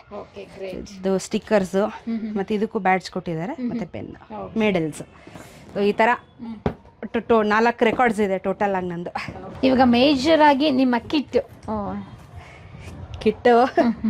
ಯಾವ್ದೆಲ್ಲ ಇರುತ್ತೆ, ನಿಮ್ಮ ಕಾಸ್ಟ್ಯೂಮ್ ಯಾವ ರೀತಿ ಇರುತ್ತೆ? ಪ್ರತಿಯೊಂದು ಫೋಟೋದಲ್ಲೂ ಕೂಡ ನೀವು ಜರ್ಕಿನ್ ವೇರ್ ಮಾಡಿರ್ತೀರಾ, ಜಾಕೆಟ್. ಇದು ರೈಡಿಂಗ್ ಜಾಕೆಟ್. ಓಕೆ, ಎಷ್ಟು ಇದಕ್ಕೆಲ್ಲ ಪ್ರೈಸ್? ಬೇಸಿಕ್ ಎಲ್ಲ 6,500 ಇಂದ ಶುರು ಆಗುತ್ತೆ. ಅಷ್ಟೊಂದು ಕಾಸ್ಟ್ಲಿನಾ? 6,500. ಓಕೆ. ಮೋಟೋ ಬ್ಲಾಗರ್ ಆಗ ತುಂಬಾ ಕಷ್ಟ ಇದೆ. ಹಾಗಾದ್ರೆ ಲಕ್ಷ ಇದ್ದವರಷ್ಟೇ ಮೋಟೋ ಬ್ಲಾಗರ್ ಆಗಕ್ಕೆ ಸಾಧ್ಯ. ತುಂಬಾ ಇನ್ವೆಸ್ಟ್ಮೆಂಟ್ ಇದೆ ಇದಕ್ಕೆಲ್ಲ. ಬಟ್ ಸೇಫ್ಟಿ ಇಂಪಾರ್ಟೆಂಟ್ ಅಲ್ವಾ? ಸೊ ಇದರಲ್ಲಿ ನಮಗೆ ಇಲ್ಲಿ ಗಾರ್ಡ್ ಬರುತ್ತೆ, ಇದು ಗಾರ್ಡು, ಆಮೇಲೆ ಬೆನ್ನಿಗೆ. ಸೊ ನಾವು ಬಿದ್ರೂ ಸಹ ನಮ್ಗೇನು ಇಂಪ್ಯಾಕ್ಟ್ ಆಗಬಾರ್ದು, ಆ ರೀತಿ ಇದನ್ನ ಮಾಡ್ತಾರೆ. ಇಲ್ಲೆಲ್ಲ ಇರುತ್ತೆಲ್ಲ ಗಾರ್ಡ್ ಇಲ್ಲಿದೆ, ಇದರಲ್ಲಿದೆ ನೋಡಿ ಗಾರ್ಡ್ಸ್. ಓ ಓಕೆ ಓಕೆ ಓಕೆ ಓಕೆ. ಹಾ, ಸೇಫ್ಟಿ ಮುಖ್ಯ. ಸೇಫ್ಟಿಗೋಸ್ಕರ ಏನ್ ಬಿದ್ರುನು ಆಕ್ಸಿಡೆಂಟ್ ಇಂಪ್ಯಾಕ್ಟ್ ಆಗಲ್ಲ ಬೋನಿಗೆ, ಇದು ಕೊಡಿಯುತ್ತೆ, ನಮಗೇನು ಇಂಪ್ಯಾಕ್ಟ್ ಆಗಲ್ಲ. ಸೊ ಈ ತರ ಜಾಕೆಟ್ಸ್ ಇದೆ. ಓಕೆ, ಎಷ್ಟಿದೆ ಜಾಕೆಟ್ಸ್? ನನ್ನ ಹತ್ರ 3 ಇದೆ. 3ಕ್ಕೂ ನಗರ. ಇದಕ್ಕೆ ಎಷ್ಟು? ಇದು ನಾನು ತಗೊಂಡಾಗ 5.5, ಇದು 7. ಓಕೆ, 8 ಆಯ್ತು. Oh my god. 3 ಜಾಕೆಟ್ ಸದ್ಯಕ್ಕಿದೆ. 1 ಗ್ರಾಮ್ ಗೋಲ್ಡ್ ಬರೋದಲ್ಲ? ಅಲ್ಲ, 1 ಗ್ರಾಮ್ ಕರೆಕ್ಟ್, 2 ಗ್ರಾಮೇ ಬರೋದು. ಬಟ್ ಇಂಪಾರ್ಟೆಂಟ್ ಅಲ್ಲ ನಮಗಿದು. ಎಸ್, ಅದು ಇಂಪಾರ್ಟೆಂಟ್. ಪ್ಯಾಷನ್ ಇರ್ಬೇಕಲ್ಲ, ಹಾಗಾಗಿ. ಓ, ಇದೊಂದು ಎಕ್ಸ್ಟ್ರಾ ಜರ್ಕಿನ್ ಇದೆ. ಇದು ಏನಕ್ಕೆ ಅಂದ್ರೆ ಇವಾಗ ಎಕ್ಸ್ಟ್ರೀಮ್ ವಿಂಟರ್ ರೈಡ್ಗೆ ಹೋಗ್ತಾ ಇದ್ದೀನಿ ನಾನು. ಲಡಾಖು ಸ್ಪಿಟಿಗೆಲ್ಲ ಹೋದ್ರೆ ನಮಗೆ -ಡಿಗ್ರೀಸ್ ಇರುತ್ತೆ, ಚಳಿ ತುಂಬಾ ಇರುತ್ತೆ, ತಡೆಯೋಕ್ಕಾಗಲ್ಲ. ಸೊ ಅದಕ್ಕೆ ಇದು ಒಂದು ಇನ್ವೆಸ್ಟ್ಮೆಂಟ್ ಮಾಡಲೇಬೇಕು ರೈಡರ್ಸ್. ಟ್ರಾವೆಲರ್ಸ್ ಯೂಶಲಿ ತಗೊಂತಾರೆ, ಬಟ್ ರೈಡರ್ಸು ಸ್ವಲ್ಪ ನಮಗೆ 2 in 1 ಆಗೋ ಥರ ಇನ್ವೆಸ್ಟ್ಮೆಂಟ್ ಮಾಡಿರ್ತೀವಿ. -15 ತನಕ ತಡ್ಕೊಳ್ಳುವಂಥ ಕೆಪಾಸಿಟಿ ಇರೋ ಜಾಕೆಟ್ ಇದು. ಸೊ ಇವಾಗ ಟ್ರಿಪ್ಸಿಗೆ ಇದನ್ನು ಕ್ಯಾರಿ ಮಾಡ್ತಾ ಇರ್ತೀನಿ. ಎಷ್ಟಿದೆ ಈ ಜಾಕೆಟ್ಗೆ? ಇದು 8,000 ಅನ್ಸುತ್ತೆ, ಡೆಕತ್ಲಾನ್ದು. ತುಂಬಾ ಕಾಸ್ಟ್ಲಿ ಸ್ವಾತಿ ನೀವು. ನೈಸ್. ಸೇಫ್ಟಿ ಮುಖ್ಯ ಎಲ್ಲದಕ್ಕಿಂತ, ದುಡ್ಡಿನ್ಕಿಂತ ಜೀವ ಮುಖ್ಯ, ಜೀವನ ಮುಖ್ಯ. ನಿಜ. ಇದು ರೈಡಿಂಗ್ ಪ್ಯಾಂಟ್. ಓಕೆ, ಇದು ಪ್ಯಾಂಟ್ ಬರುತ್ತೆ. ಇದರಲ್ಲಿ ನಮಗೆ ಹಿಪ್ ಗಾರ್ಡು ಮತ್ತೆ ನೀ ಗಾರ್ಡ್ ಇರುತ್ತೆ. ಬಿದ್ರೆ ಇಲ್ಲಿಗೂ ಏಟ್ ಆಗಲ್ಲ, ಮಂಡಿಗೂ ಏಟ್ ಆಗಲ್ಲ, ಒಳಗಡೆ ಗಾರ್ಡ್ಸ್ ಇರುತ್ತೆ. So riding pant compulsory, jacket ಹಂಗೆ ಇದು ಕಂಪಲ್ಸರಿ. ಓಕೆ, ಎಷ್ಟು ಪ್ಯಾಂಟ್ ಸೆಟಪ್? ಇದು 8.5. ಅಲ್ಲ, ಎಷ್ಟು ಇಟ್ಕೊಂಡಿದ್ದೀರಾ? 2 ಇದೆ ನನ್ನ ಹತ್ರ. ಓಕೆ. ಸೊ ಆಲ್ಟರ್ನೇಟ್ ಆಗಿ ಲಾಂಗ್ ಹೋದ್ರೆ ಒಂದು, ಶಾರ್ಟಿಗೆ ಹೋದ್ರೆ ಒಂದು, ಆ ತರ ಆಲ್ಟರ್ನೇಟ್ ಪ್ಯಾಂಟ್ಸ್ ಇಟ್ಟು. ನೀವು ಎಷ್ಟೇ ದಿನ ನೀವು ಜರ್ನಿ ಮಾಡಿದ್ರು 2 ಕ್ಯಾರಿ ಮಾಡ್ತೀರಾ? 2 ಬ್ಯಾಲೆನ್ಸ್ ಇಲ್ಲ, ಒಂದೇ ಕ್ಯಾರಿ ಮಾಡೋದು. ಲಗೇಜ್ ತಗೊಂಡು ಹೋಗಲ್ಲ ನಾವು ಜಾಸ್ತಿ.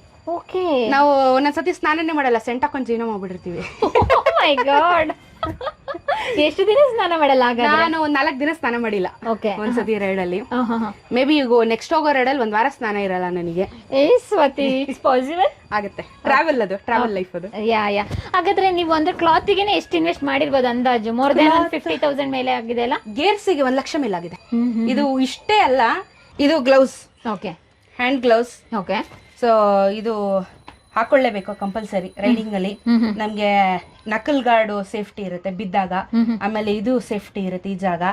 ಸೊ ಇದೆಲ್ಲಾನು ಮಿನಿಮಮ್ ಅಂದ್ರೂ ಒಂದು 8,000-9,000 ಸಾವಿರ ಆಗುತ್ತೆ. ಓಕೆ. ಸೊ ಈ ತರದ್ ಒಂದು 4 ಇಟ್ಕೊಂಡಿದ್ದೀನಿ. ಅಂದ್ರೆ ಬೈಕ್ ರೈಡರ್ ಆದವ್ರಿಗೆ ಗೊತ್ತಿರುತ್ತೆ ಬಾಡಿ ಪಾರ್ಟ್ ಎಷ್ಟು ಇಂಪಾರ್ಟೆಂಟ್ ಅಂತ ಹೇಳಿ. ಒಂದೊಂದ್ ಪಾರ್ಟ್ಸ್ ಸೇಫ್ಟಿ ಮಾಡಿರ್ತೀವಿ ನಾವು ಬಾಡಿಯಲ್ಲಿ, ಕೆಳಗಿನ ಮೇಲ್ ತನಕ. ಓ ಗ್ರೇಟ್. ಹಾಗಾದ್ರೆ ಇವಾಗ ಮಾಮೂಲಿ ಯೂಶಲಿ ಕೂಡ ಬೈಕ್ ರೈಡ್ ಮಾಡೋರು ವೇರ್ ಮಾಡಿದ್ರೆ ಏನ್ ತಪ್ಪೇನೂ ತಪ್ಪಿಲ್ಲ, ಆರಾಮಾಗಿ ಯೂಸ್ ಮಾಡಬಹುದು. ಟ್ರಾವೆಲರ್ ಮತ್ತೆ ಟ್ರಕ್ಕರ್ ಯೂಸ್ ಮಾಡ್ಬೇಕು ಅಂತ ಏನಿಲ್ಲ. ಆದ್ರೆ ನೀವಂದ್ರೆ ಲಾಂಗ್ ಜರ್ನಿ ಇರುತ್ತಲ್ಲ, ಮಸ್ಟ್ ಅಂಡ್ ಶುಡ್ ಎಷ್ಟು ಕ್ಯಾರಿ ಮಾಡ್ಲೇಬೇಕು. ಕ್ಲಾತ್ ಇದೆ ತುಂಬಾ ಇದೆ ಅಂದ್ರೆ ಒಳಗಡೆ ವಾರ್ಮರ್ಸ್ ಎಲ್ಲ ಹಾಕೋತೀವಿ ನಾವು ಚಳಿಗೆ. ಥರ್ಮಲ್ಸ್ ಬರುತ್ತೆ, ಡೆಕತ್ಲಾನ್ ಎಲ್ಲ ಥರ್ಮಲ್ಸ್ ಬರುತ್ತೆ, ಅದನ್ನ ಹಾಕೋತೀವಿ. ಇಲ್ಲ ಅಂದ್ರೆ ಶಾರ್ಟ್ಸ್ ಹಾಕೊಂಡ್ ಬಿಡ್ತೀವಿ, ಶಾರ್ಟ್ಸ್ ಹಾಕೊಂಡು ರೈಡಿಂಗ್ ಗೇರ್ಸ್ ಹಾಕೊಂಡ್ ಬಿಡ್ತೀವಿ ನಾವು, ಅಷ್ಟೇ ಮುಗೀತು. ಬಟ್ಟೆ ಜಾಸ್ತಿ ಕ್ಯಾರಿ ಮಾಡಲ್ಲ ನಾವು. ಇರೋದ್ರಲ್ಲೇ ರಾತ್ರಿ ವಾಶ್ ಮಾಡ್ತೀವಿ, ಒಣಗಿದ್ರು ಒಣಗಿಲ್ಲ ಅಂದ್ರೆ ನೆಕ್ಸ್ಟ್ ಡೇ ಅದನ್ನ ಹಾಕೊಂಡು ಹೋಗ್ತೀವಿ, ಗಾಳಿಗೆ ಹೊಂದ್ಕೊಳ್ಳುತ್ತೆ. ಆ ತರ ಮಾಡಿದ್ದು ಉಂಟು, ತುಂಬಾ ಸತಿ ಮಾಡಿದೀವಿ. ಇದೆಲ್ಲ ರೈನ್ ಗೇರ್ಸ್, ಮಳೆಗಾಲಕ್ಕೆ ಕಂಪಲ್ಸರಿ ಇಟ್ಕೋತೀವಿ. ಅಂದ್ರೆ ಎಲ್ಲಾ ಸೀಸನ್ ಆಗೋದನ್ನು ನೀವು ಕ್ಯಾರಿ ಇದೆ ನಿಮ್ಮ ಹತ್ರ? ಇಟ್ಕೋತೀವಿ ನಾವು. ಓಕೆ. ಇದು ನಮಗೆ ವಿಂಟರ್ ರೈಡ್ಸ್ ಅಲ್ಲಿ ತುಂಬಾ ಹೆಲ್ಪ್ ಮಾಡುತ್ತೆ, ಮಳೆಗಿಂತ ಜಾಸ್ತಿ ಚಳಿಗೆ ಹೆಲ್ಪ್ ಮಾಡುತ್ತೆ ಇದು. ಯಾಕಂದ್ರೆ ನಾವು ಎಷ್ಟೇ ಬೆಚ್ಚಗೆ ಮಾಡಿದ್ರು ನಾವು ಓಡಿಸೋ ಸ್ಪೀಡಿಗೆ ಚಳಿ ತಡಿಯಲ್ಲ ಬಾಡಿ, ನಮಗೆ ಅಭ್ಯಾಸ ಇರಲ್ಲ ಈ ಟೆಂಪ್ರೇಚರ್ ಆ ಟೆಂಪ್ರೇಚರು. ಸೊ ನಾವು ಏನ್ ಮಾಡ್ತೀವಿ, ಜಾಕೆಟ್ ಮೇಲೆ ರೈನ್ ಗೇರ್ಸ್ ಹಾಕೊಂಡ್ಬಿಡ್ತೀವಿ. ಸೊ ಫುಲ್ ವಾರ್ಮ್ ಆಗಿರುತ್ತೆ ನಮಗೆ. ಓಕೆ. ಇದು ರೈನ್ ಕೋಟ್? ರೈನ್ ಕೋಟ್ಸ್, ಇವೆಲ್ಲ ರೈನ್ ಕೋಟ್ಸ್ಗಳು. ಓಕೆ. ಇದು ಎಲ್ಲ ಡಬಲ್ ಸೆಟ್ ಇರುತ್ತೆ. ಓಕೆ. ಇದು ಹೈಡ್ರೇಷನ್ ಬ್ಯಾಗ್ ಅಂತ ಕರೀತಾರೆ. ಸೊ ಇದು ಹೈಡ್ರೇಷನ್ ಬ್ಯಾಗು. ಇದು ನೀರು ಕುಡಿಯೋಕೆ ಯೂಸ್ ಮಾಡ್ತೀವಿ ನಾವು. ವಾಟರ್ ಬಾಟಲ್ ಎಲ್ಲ ಜಾಸ್ತಿ ಕ್ಯಾರಿ ಮಾಡಲ್ಲ, ಪ್ಲಾಸ್ಟಿಕ್ ಅಂತಾನೂ ಹೌದು, ಪ್ಲಸ್ ನಮಗೆ ಹೆಲ್ಮೆಟ್ ಹಾಕೊಂಡಿರ್ತೀವಿ, ಯಾವಾಗಲೂ ತೆಗ್ದು ಕುಡಿಯೋ ಪೇಷನ್ಸ್ ನಮಗಿರಲ್ಲ. ಇದು 2 ಲೀಟ್ರ್ ನೀರು ಇಡ್ಸುತ್ತೆ ಇದ್ರೊಳಗಡೆ. ನೀರು ಹಾಕೊಂಡು ಜಾಕೆಟ್ ಒಳಗೆ ಹಾಕೋತೀವಿ, ಇಲ್ಲಾಂದ್ರೆ ಈ ಬ್ಯಾಗ್ ಒಳಗೇನೆ ಹಿಂಗೆ ಫಿಟ್ ಮಾಡ್ಕೊಂಡು ಹಿಂದೆ ಹಾಕೊಂಡ್ಬಿಟ್ರೆ ಇಲ್ಲಿಂದ ಫಿಟ್ಟಿಂಗ್ ಬಟ್ಟೆ ಹಚ್ಚಿಕೊಂಡು ನೀರು ಕುಡ್ಕೊಂಡು ಹೋಗ್ತಾ ಇರ್ತೀವಿ. ಓಕೆ. ಈ ಬಾಟಲ್ಗೆ ಎಷ್ಟು? ಇದಕ್ಕೆ ಇದೊಂದಕ್ಕೇನೆ 800 ರೂಪಾಯಿ. ಸೊ ಈ ಬ್ಯಾಗ್ಗೆ 1,500 ಡೆಕತ್ಲಾನ್. ಓಕೆ. ಎಲ್ಲ ಡೆಕತ್ಲಾನ್? ಆಲ್ಮೋಸ್ಟ್ ಕೆಲವೊಂದು ಡೆಕತ್ಲಾನ್ ಇರುತ್ತೆ, ಕೆಲವೊಂದು ಆನ್ಲೈನು, ಎಲ್ಲ ಮಿಕ್ಸ್ ಮ್ಯಾಚ್ ನಮ್ದು. ಯಾವಾಗ ಎಲ್ಲ ಹೆಂಗ್ ಸಿಗುತ್ತೋ ಹಂಗ್ ಮಾಡ್ತೀವಿ. ಸೊ ಬೈಕರ್ಸ್ ಜಾಸ್ತಿ ಈ ತರ ನೀವು ನೋಡಿರ್ತೀರಾ, ಇದನ್ನ ಹಿಂಗೆ ತೈಸ್ ಬ್ಯಾಗ್ ಅಂತ ಕರಿತೀವಿ. ಮೊಬೈಲು, ಲೈಸೆನ್ಸ್, DL ಅದು ಇದು ಏನಾದರೂ ಇದ್ರೆ ಎಲ್ಲ ಇದ್ರೆ ಇಟ್ಕೊಂಡ್ಬಿಡ್ತೀವಿ. ರೈಡಿಂಗಲ್ಲಿ ಟಕ್ ಅಂತ ಸಿಕ್ಬೇಕು ನಮಗೆ ಅಂತ ಹೇಳ್ಬಿಟ್ಟು. ಸೊ ಈಸಿ ಆಕ್ಸೆಸ್ಗೆ. ಸೊ ಇದು ಟ್ಯಾಂಕ್ ಬ್ಯಾಗ್ ಅಂತ ಕರೀತಾರೆ. ಈ ತರ ಬ್ಯಾಗ್ ಇರುತ್ತೆ. ಇದು ಒಳಗಡೆ ಫುಲ್ಲು ಕ್ಯಾಮ್ರಾ ಇಟ್ಟಿರ್ತೀನಿ ನಾನು. ಕ್ಯಾಮ್ರಾ ಮಾಡ್ತೀನಿ, ಗೋಪ್ರೋ ಮಾಡ್ಲೇಬೇಕಲ್ಲ ನಂದು ಫುಟೇಜಸ್ ಎಲ್ಲ ತಕ್ಕೊಳ್ಳೋಕೆ. ಆಮೇಲೆ ರೈನ್ ಕೋಟ್ಗಳು, ಡಾಕ್ಯುಮೆಂಟೇಶನ್ಸ್ಗಳು ಏನಾದ್ರು ಬೇಕು ಅಂತ ಹೇಳಿದ್ರೆ ಇದು ಮುಂದೆ ಟ್ಯಾಂಕ್ ಇದೆಯಲ್ವಾ, ಟ್ಯಾಂಕ್ ಮೇಲೆ ಇದು ಮ್ಯಾಗ್ನೆಟ್, ಇದನ್ನ ಅಂಟಿಸಿದ್ರೆ ಆಯ್ತು. ಸೊ ಇದು 2 in 1. ಬ್ಯಾಗ್ ಹಿಂದೆನೂ ಹಾಕೋಬಹುದು, ಗಾಡಿಗೆ ಅಂಟಿಸ್ಲೂಬಹುದು. ಇವಾಗ ಗಾಡಿ ರೈಡ್ ಗಾಡಿ ಹತ್ರ ಇರುತ್ತೆ, ನೀವು ಗಾಡಿ ಬಿಟ್ಟು ಹೋಗ್ಬೇಕಾದ್ರೆ ಕ್ಯಾರಿ ಮಾಡ್ಬೇಕಾದ್ರೆ ಹೋಗ್ಬೋದು. ಅದೇ ಮಳೆಗಾಲದಲ್ಲೆಲ್ಲ ಹೇಗೆ? ಇದು ರೈನ್ ಕವರ್ ಇದೆ ಇದಕ್ಕೆ. ಸೊ ರೈನ್ ಕವರ್ ಇಷ್ಟೇ ಇದು. ಇದರಲ್ಲಿ 3 days ಬಟ್ಟೆ ಇಡ್ಸುತ್ತೆ ನಮಗೆ. ಓಕೆ. ಇದೇ ನಿಮ್ದು ಕ್ಯಾರಿ ಬ್ಯಾಗ್ ಅಂತ ಹೇಳಿದ್ರೆ ಇಷ್ಟೇ ನಮ್ದು. ಎಷ್ಟು ಪುಟಾಣಿ ಇದು. ಇದು ಮುಂದೆ ಇಟ್ಕೊಳಕ್ಕೆ, ಅಂದ್ರೆ ಇದು ಕ್ಯಾಮ್ರಾ ಇಟ್ಕೊಳಕ್ಕೆ, ಲಗೇಜ್ ಇಟ್ಕೊಳಕ್ಕೆ ನಿಮ್ ಹಿಂದೆ ಇದೆ ನೋಡಿ ಇಲ್ಲಿ. ಇಷ್ಟೊತ್ತು ಕೆಳಗಿಂದ ಮೇಲೆ ಡ್ರೆಸ್ ನೋಡಿದೀರಾ, ಇದು ಫುಲ್ ಬೂಟ್ಸ್ಗಳು, ರೈಡಿಂಗ್ ಬೂಟ್ಸ್ ಇವೆಲ್ಲ. ಸೊ ಈ ಬೂಟ್ಸು ಕಂಪಲ್ಸರಿ. ಯಾಕೆ ಅಂದ್ರೆ ಸುಮಾರು ಸತಿ ನಾನೇನೆ ಬಿದ್ದು ಇಂಜುರೀಸ್ ಮಾಡ್ಕೊಂಡಿದ್ದೀನಿ. ಈ ತರ ಇದ್ರೆ ಏನಾಗುತ್ತೆ, ನಮ್ಗೆ ಇಲ್ಲಿ ತನಕ ಬೂಟ್ಸ್ ಬರುತ್ತೆ. ಬಿದ್ರೆ ನಮ್ಗೆ ಈ ಗಂಟೆ ಗೇಟ್ ಆಗಲ್ಲ, ಆ ಗಂಟು ಫ್ರಾಕ್ಚರ್ ಆದ್ರೆ ಕಾಲು ಹೋಗುತ್ತೆ. ಸೊ ಸೇಫ್ಟಿಗೋಸ್ಕರ ನಾವು ಈ ತರ ಬೂಟ್ಸ್ಗಳು ಹಾಕ್ತೀವಿ. ಇದಕ್ಕಿಂತ ಹೈ ಎಂಡ್ ಬೂಟ್ಸು ಬರುತ್ತೆ, ಬೇಸಿಕ್ ನಮಗೆ ಸಾಕು, ತೊಂದರೆ ಇಲ್ಲ. ಇದು ಅಫೋರ್ಡಬಲ್ ಆಗಿರುತ್ತೆ. ಸೊ ಈ ಥರದ್ದು 2 ಇಟ್ಟಿರ್ತೀನಿ. ಡೆಕತ್ಲಾನ್ದೊಂದು ಡಿಫಾಲ್ಟ್ ಇಟ್ಟಿರ್ತೀನಿ, ಬಿಕಾಸ್ ಇದು ನನ್ನ comfort shoes. Trekking, riding, walking ಎಲ್ಲದಕ್ಕೂ ಯೂಸ್ ಆಗುತ್ತೆ. ರನ್ನಿಂಗು, ಸ್ನೋಗಂತೂ ಪರ್ಫೆಕ್ಟ್ ಅಂತ ಹೇಳ್ಬೋದು ಇದು ಶೂಸು. ಸೊ ಸ್ನೋ ಅಲ್ಲಿ ಜಾರೋದು ಅದೆಲ್ಲ ಇದರಿಂದ ಅವಾಯ್ಡ್ ಆಗುತ್ತೆ. ಎಷ್ಟು ಅದಕ್ಕೆ ಇದಕ್ಕೆ ಎಷ್ಟು ಡಿಫ್ರೆನ್ಸ್ ಇರುತ್ತೆ ಕಾಸ್ಟ್ ವೈಸ್? ಇದು 7,500, ಅದು 9,000 ಮೇಲೆ ಆಗುತ್ತೆ. ಅದೇ ಕಾಸ್ಟ್ಲಿ. ಅದು ಕಾಸ್ಟ್ಲಿ. ಓಕೆ. ಸೇಫೆಸ್ಟ್ ಇರುತ್ತಲ್ಲ ಇವಾಗ? ಎಲ್ಲಾನು ಸೇಫೇನೆ. ಸ್ನೇಕ್ ಬೈಟ್ ಇಂದ ಹಿಡಿದು ಪ್ರತಿಯೊಂದು ಸೇಫ್ ಆಗುತ್ತೆ, ಎಲ್ಲ ಸೇಫ್ಟಿ ಇರುತ್ತೆ. ಬಿದ್ರೂ ಮೂಳೆ ಮುರಿಯಲ್ಲ ಬೇಸಿಕಲಿ. ಇದೇನು ಬೋರ್ಡು ಇಲ್ಲೇ ರೂಮಲ್ಲೂ ಕೂಡ ಗೋಡೆ ಮೇಲೂ ಬೈಕ್ ತಂದಿಟ್ಟಿದ್ದೀರಲ್ಲ ಸ್ವಾತಿ? ಇರ್ಬೇಕಲ್ಲ, ಬೆಳಗ್ಗೆ ಎದ್ದ ತಕ್ಷಣ ನಮ್ ಬಾಸ್ ಹೆಂಗೆ ದರ್ಶನ ಆಗುತ್ತೆ ಹಂಗೆ ನನ್ನ ಬೈಕ್ ದರ್ಶನ ಆಗ್ಬೇಕು. ಓಕೆ. ಮೈಕಲ್ ಜಾಕ್ಸನ್ ನಿಮ್ ಫೇವ್ರೇಟಾ? ಹೌದು. ಯಾಕೆ? ಒಂಥರ ಇನ್ಸ್ಪೈರಿಂಗ್ ಅನ್ನಿಸ್ತಾರೆ ನನಗೆ. ಚಿಕ್ಕ ವಯಸ್ಸಿಂದನೂ MTV ಇದ್ದಾಗಿಂದನೂ ನಾನು ಅವ್ರನ್ನ ಫಾಲೋ ಮಾಡ್ಕೊಂಡು ಬಂದಿದ್ದೀನಿ. ನಂಗೆ ತುಂಬ ಖುಷಿ. ಸ್ಪೆಷಲಿ ಅಮ್ಮ ತುಂಬ ದೊಡ್ಡ ಫ್ಯಾನು ಮೈಕಲ್ ಜಾಕ್ಸನ್ ಅವ್ರಿಗೆ. ಸೊ ನಾನು ಒಂಥರ ಗಾಡ್ ಫಾದರ್ ಥರ ಟ್ರೀಟ್ ಮಾಡ್ತೀನಿ. ಅವ್ರ ಬರ್ಡೇಯಿಂದ ಹಿಡಿದು ಡೆತ್ ಆ್ಯನಿವರ್ಸರಿಯಿಂದ ಹಿಡಿದು ಪ್ರತಿಯೊಂದು ನಾನು ಸೆಲೆಬ್ರೇಟ್ ಮಾಡ್ತೀನಿ. ಅನ್ನದಾನ ಮಾಡ್ತೀನಿ ಅವತ್ತಿನ ದಿನ, ಒಂದು ಸ್ಪೆಷಲ್ ಒಕೇಶನ್ಸ್ ಅಂತ ಹೇಳಿ. ಸೊ ನಾನು ಒಂಥರ ಗಾಡ್ ಫಾದರ್ ಥರ ಟ್ರೀಟ್ ಮಾಡ್ತೀನಿ. ಅಲ್ಲ ಸ್ವತಿ, ಎಲ್ಲರೂ ಎದ್ದ ತಕ್ಷಣ ದೇವರ ಫೋಟೋ ನೋಡ್ತಾರೆ, ಸೂರ್ಯನ ನೋಡ್ತಾರೆ, ಆದ್ರೆ ನೀವು ಬೈಕ್ ಮತ್ತೆ ಮೈಕಲ್ ಜಾಕ್ಸನ್ ನೋಡ್ತಾ ಇದ್ರಲ್ಲ, ಯಾಕೆಂದ್ರೆ ನಿಮ್ ಡ್ರೀಮ್ ಅದೇ ಆಗಿರೋದ್ರಿಂದ ಬೈಕ್ ನೋಡ್ತೀರಾ ಅಂತ ನಾನು ಅನ್ಕೊಳ್ತೀನಿ. ಸ್ಟಿಕ್ಕರ್ ತರ್ಸಿ ಅಂಟಿಸ್ಕೊಂಡಿದ್ದೀನಿ. ನನ್ಗೊಂಥರ ನಾನು ಬೈಕರ್ ರೂಮ್ ಅಂದಮೇಲೆ ಇರೋದ್ರಲ್ಲಿ ಚೊಕ್ಕದಾಗಿ ಇರೋ ಮನೆಯಲ್ಲಿ ನಾನು ಸ್ವಲ್ಪ ಏನೋ ಒಂದು ಬೈಕದಲ್ವಾ, ಸೊ ಇರ್ಲಿ ಅಂತ ಹೇಳಿ ಒಂದು ಹಾಕೊಂಡಿದ್ದೀನಿ ಅಷ್ಟೇ. ಓಕೆ. ಇದು ನಿಮ್ಮ kit, travelling kit, travelling bag. So ಇದು ಟಾಪ್ ಬಾಕ್ಸು. ಓಕೆ. ಗಾಡಿ ಹಿಂದೆಗಡೆ ಬರುತ್ತೆ. ಸೊ ಇದು ಹಾಕಿದ್ರೆ ಹಿಂದೆ ಕೂತ್ಕೊಳ್ಳೋಕೆ ಕಷ್ಟ ಆಗುತ್ತೆ. ಯಾರನ್ನೂ ಕೂರ್ಸಲ್ಲ ನಾನು, ಯೂಶಲಿ ನಾನು ಒಬ್ಳೇ ಇರ್ತೀನಿ, ನಾನು ಯಾರನ್ನೂ ಕೂರ್ಸಲ್ಲ, ಸೋಲೋ. ಓಕೆ. ಸೊ ಇಲ್ಲೆಲ್ಲ ಸ್ವಲ್ಪ ಸೆಲ್ಫ್ ಪ್ರಮೋಷನ್ ಮಾಡ್ಕೊತಾ ಇರ್ತೀನಿ. Okay, great. ಇದು ಬಾಕ್ಸು 14 ಲೀಟರ್ಸ್ ಇರುತ್ತೆ, 45 ಲೀಟರ್ಸ್ ಇರುತ್ತೆ. ಇದ್ರ ಒಳಗೆ ಬಟ್ಟೆ ಏನು ಬೇಕೋ ತುಂಬಿಸ್ಬೋದು. ಚಪ್ಪಲಿ ಏನೇನು ಬೇಕು ನಮಗೆ, ಶೂಸು, ಬುಟ್ಸು, ಈ ಡಾಕ್ಯುಮೆಂಟ್ಸು, ಕೈಗೆ ಸಿಗಂಗೆ ಚಾಕ್ಲೇಟ್ಸ್ಗಳು ಏನು ಬೇಕೋ ಹಿಡ್ಕೋತೀವಿ. ಇದು ಟಾಪ್ ಬಾಕ್ಸು. ಅಂದರೆ ನಾವು ಯಾವಾಗ ತಿಂಗಳಾನ್ಗಟ್ಲೆ ರೈಡ್ ಹೋಗೋದಕ್ಕೆ ಶುರು ಮಾಡ್ತೀನಲ್ವಾ ಆ ಟೈಮಲ್ಲಿ ಇದನ್ನೆಲ್ಲ ಎತ್ತೀನಿ ನಾನು. ಇಲ್ಲ ಅಂತ ಹೇಳಿದ್ರೆ ಟ್ರಕ್ಕಿಂಗ್ ಬ್ಯಾಗಲ್ಲಿ ಪ್ಯಾಕ್ ಮಾಡಿ ಬಂಜಿ ಕಟ್ಬಿಡ್ತೀನಿ. ಸೊ ಕನ್ನಡ ಮಾತಾಡಿ ಕನ್ನಡ ಉಳಿಸಿ ರಾಯಲ್ ಎನ್ಫೀಲ್ಡ್. ಓಕೆ, ಪಯಣ ವಿತ್ ಸ್ವಾತಿ ನಿಮ್ದು ಚಾನಲ್. ಹಾಂ. ಸೊ ಇದು ಪ್ಯಾನಿಯರ್ಸ್ ಹೇಳಿದ್ನಲ್ಲ, ಕನ್ನಡದ ಬಗ್ಗೆ ಸ್ವಲ್ಪ ಜಾಸ್ತಿ ಒಲವು ಅಂತ ಎಲ್ಲ ಕಡೆ ಕನ್ನಡ ಪ್ರಮೋಟ್ ಮಾಡ್ತಿರ್ತೀನಿ. ಇದರಲ್ಲಿ ಏನು ಕ್ಯಾರಿ ಮಾಡ್ತೀರಾ? ಇದರಲ್ಲೂ ಬಟ್ಟೆ. ಓಕೆ. ಇದು 7 ಲೀಟರ್ಸ್ ಅಷ್ಟೇ. ಓಕೆ. ನಾವು ಯಾವ ಥರ ಕ್ಯಾರಿ ಮಾಡ್ತೀವಿ ಅಂದರೆ ಹಾಕೊಂಡಿರೋ ಬಟ್ಟೆನೇ ಹಾಕೋತೀವಿ. ಫಸ್ಟ್ ಆಫ್ ಆಲ್ ನಾವು ಫುಲ್ ಗೇರಪ್ಪಲ್ಲಿ ಜಾಕೆಟಲ್ಲಿ ಇರ್ತೀವಲ್ವಾ, ನಾವು ಏನು ಹಾಕೊಂಡಿದ್ದೀವಿ ಒಳಗೆ ಅಂತ ಯಾರಿಗೂ ಗೊತ್ತಾಗಲ್ಲ. ಸೊ ಒಂದೆರಡು ಸ್ವೆಟ್ ಟಿ ಶರ್ಟ್ಸ್ಗಳು ತೊಗೊಂಡು ಹೋಗ್ತೀವಿ. ಕಾಟನ್ ಜಾಸ್ತಿ ಪ್ರಿಫರ್ ಮಾಡಲ್ಲ, ಸ್ಮೆಲ್ ಬರುತ್ತೆ ಅಂತ. ಜೆರ್ಸಿ ಮೆಟೀರಿಯಲ್ ಕ್ಯಾರಿ ಮಾಡ್ತೀವಿ. ವಾಶ್ ಮಾಡಿದ್ರು ಕ್ವಿಕ್ಕಾಗಿ ಡ್ರೈ ಆಗಬೇಕು ಅದು ಅಂತ ಹೇಳಿ ಆ ಥರ ಮೆಟೀರಿಯಲ್ಸು. ವೆಯ್ಟ್ ಇರಲ್ಲ ನಮಗೆ. ನೀಟಾಗಿ ಫೋಲ್ಡ್ ಮಾಡ್ಬಿಟ್ಟು ಎಲ್ಲ ಜೋಡಿಸ್ಬಿಡ್ತೀವಿ.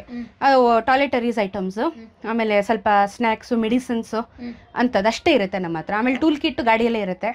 ಸೊ ಇದಿಷ್ಟೇ ನಮ್ಮದು, ಜಾಸ್ತಿ ಏನೂ ಇರಲ್ಲ. 2 ತಿಂಗಳ ತನಕನೂ ನಾನು ಇಷ್ಟರಲ್ಲೇ ಕ್ಯಾರಿ ಮಾಡಿಬಿಟ್ಟಿದ್ದೀನಿ. ಏನು ಬಟ್ಟೆ ಯೂಸ್ ಮಾಡಲ್ಲ, ಹಾಕೊಂಡು ಪರ್ಫ್ಯೂಮ್ ಹಾಕೊಂಡು ಹೋಗ್ತಾ ಇರ್ತೀವಿ. ಓಕೆ, ಯೂಶುವಲಿ ಅದರಲ್ಲೂ ಸೇಮ್? ಅದೇ ಸೇಮೇ. ಅದನ್ನು 2 ಬಾಕ್ಸು ಸೈಡಿಗೆ ಬರುತ್ತೆ, ಇದು ಹಿಂದೆ ಬರುತ್ತೆ. ಸೊ ಇದು ಟೂರಿಂಗ್ ಸೆಟಪ್ ಅಂತ ಕರೀತಾರೆ. ಸೊ ಇದು ಬೈಕಿಂಗ್ ಸೆಟಪ್ ಆಗಿರುತ್ತೆ. ಯಾವೆಲ್ಲ ಹೆಲ್ಮೆಟ್ ಯೂಸ್ ಮಾಡ್ತೀರಾ? ಯಾವ ಥರ ಇದೆ ನಿಮ್ಮ ಹೆಲ್ಮೆಟ್ಟು? ಸೊ ಇದು ಆಕ್ಸಾರ್ದು ಲಿಮಿಟೆಡ್ ಎಡಿಷನ್ ಹೆಲ್ಮೆಟು. ನನ್ನ ಹತ್ರ 2 ಹೆಲ್ಮೆಟ್ ಇದೆ. 2 ಸಹ ಲಿಮಿಟೆಡ್ ಎಡಿಷನ್ ಹೆಲ್ಮೆಟ್ಸು. ನನಗೆ ಫಂಕಿ ಆಗಿರಬೇಕು, ಅಟ್ರಾಕ್ಟಿವ್ ಆಗಿರಬೇಕು, ಜಾತ್ರೆ ಕಲರ್ಸ್ ಇರಬೇಕು. ಅದೇ ಸ್ಟ್ಯಾಂಡ್ ಔಟ್ ಆಗಬೇಕಲ್ವಾ. ನಾರ್ಮಲ್ ಬ್ಲ್ಯಾಕು, ವೈಟು, ಸಿಲ್ವರ್ ಹಾಕೊಂಡೋದ್ರೆ ಮಜಾ ಇರಲ್ಲ. ಏನೋ ಡಿಫ್ರೆಂಟ್ ಆಗಿದೆಯಲ್ಲ ಅಂದ್ಬಿಟ್ಟು ಜನ ನೋಡ್ಬೇಕು. ಸೊ ಆ ಥರ ಚೂಸ್ ಮಾಡ್ತೀನಿ. ಇದು ಮೊದಲನೇ ಹೆಲ್ಮೆಟ್ ನಂದು, ದೆವ್ವದ ಕಾನ್ಸೆಪ್ಟ್. ನನಗಿಷ್ಟ ಇವೆಲ್ಲ. ನಾನೊಂದು ಸ್ವಲ್ಪ ಈ ಥರ ದೆವ್ವ, ಈ ಟ್ಯಾಟೂಗಳು, ಈ ಥರ ನಂದೊಂಥರ ಡಿಫ್ರೆಂಟ್ ಥಿಂಕಿಂಗ್ ನಂದು. ನಂಗೆ ಸ್ಟ್ಯಾಂಡ್ ಔಟ್ ಆಗಬೇಕು ಒಟ್ಟಿನಲ್ಲಿ. ಸೊ ಒಂದು ಡಿಫ್ರೆಂಟ್ ಆಗಿರಲಿ. ಯೂಶಲಿ ಜಾಸ್ತಿ ನೋಡಿರಲ್ಲ ನೀವು ಈ ಥರ ಹೆಲ್ಮೆಟ್ಸ್ನ.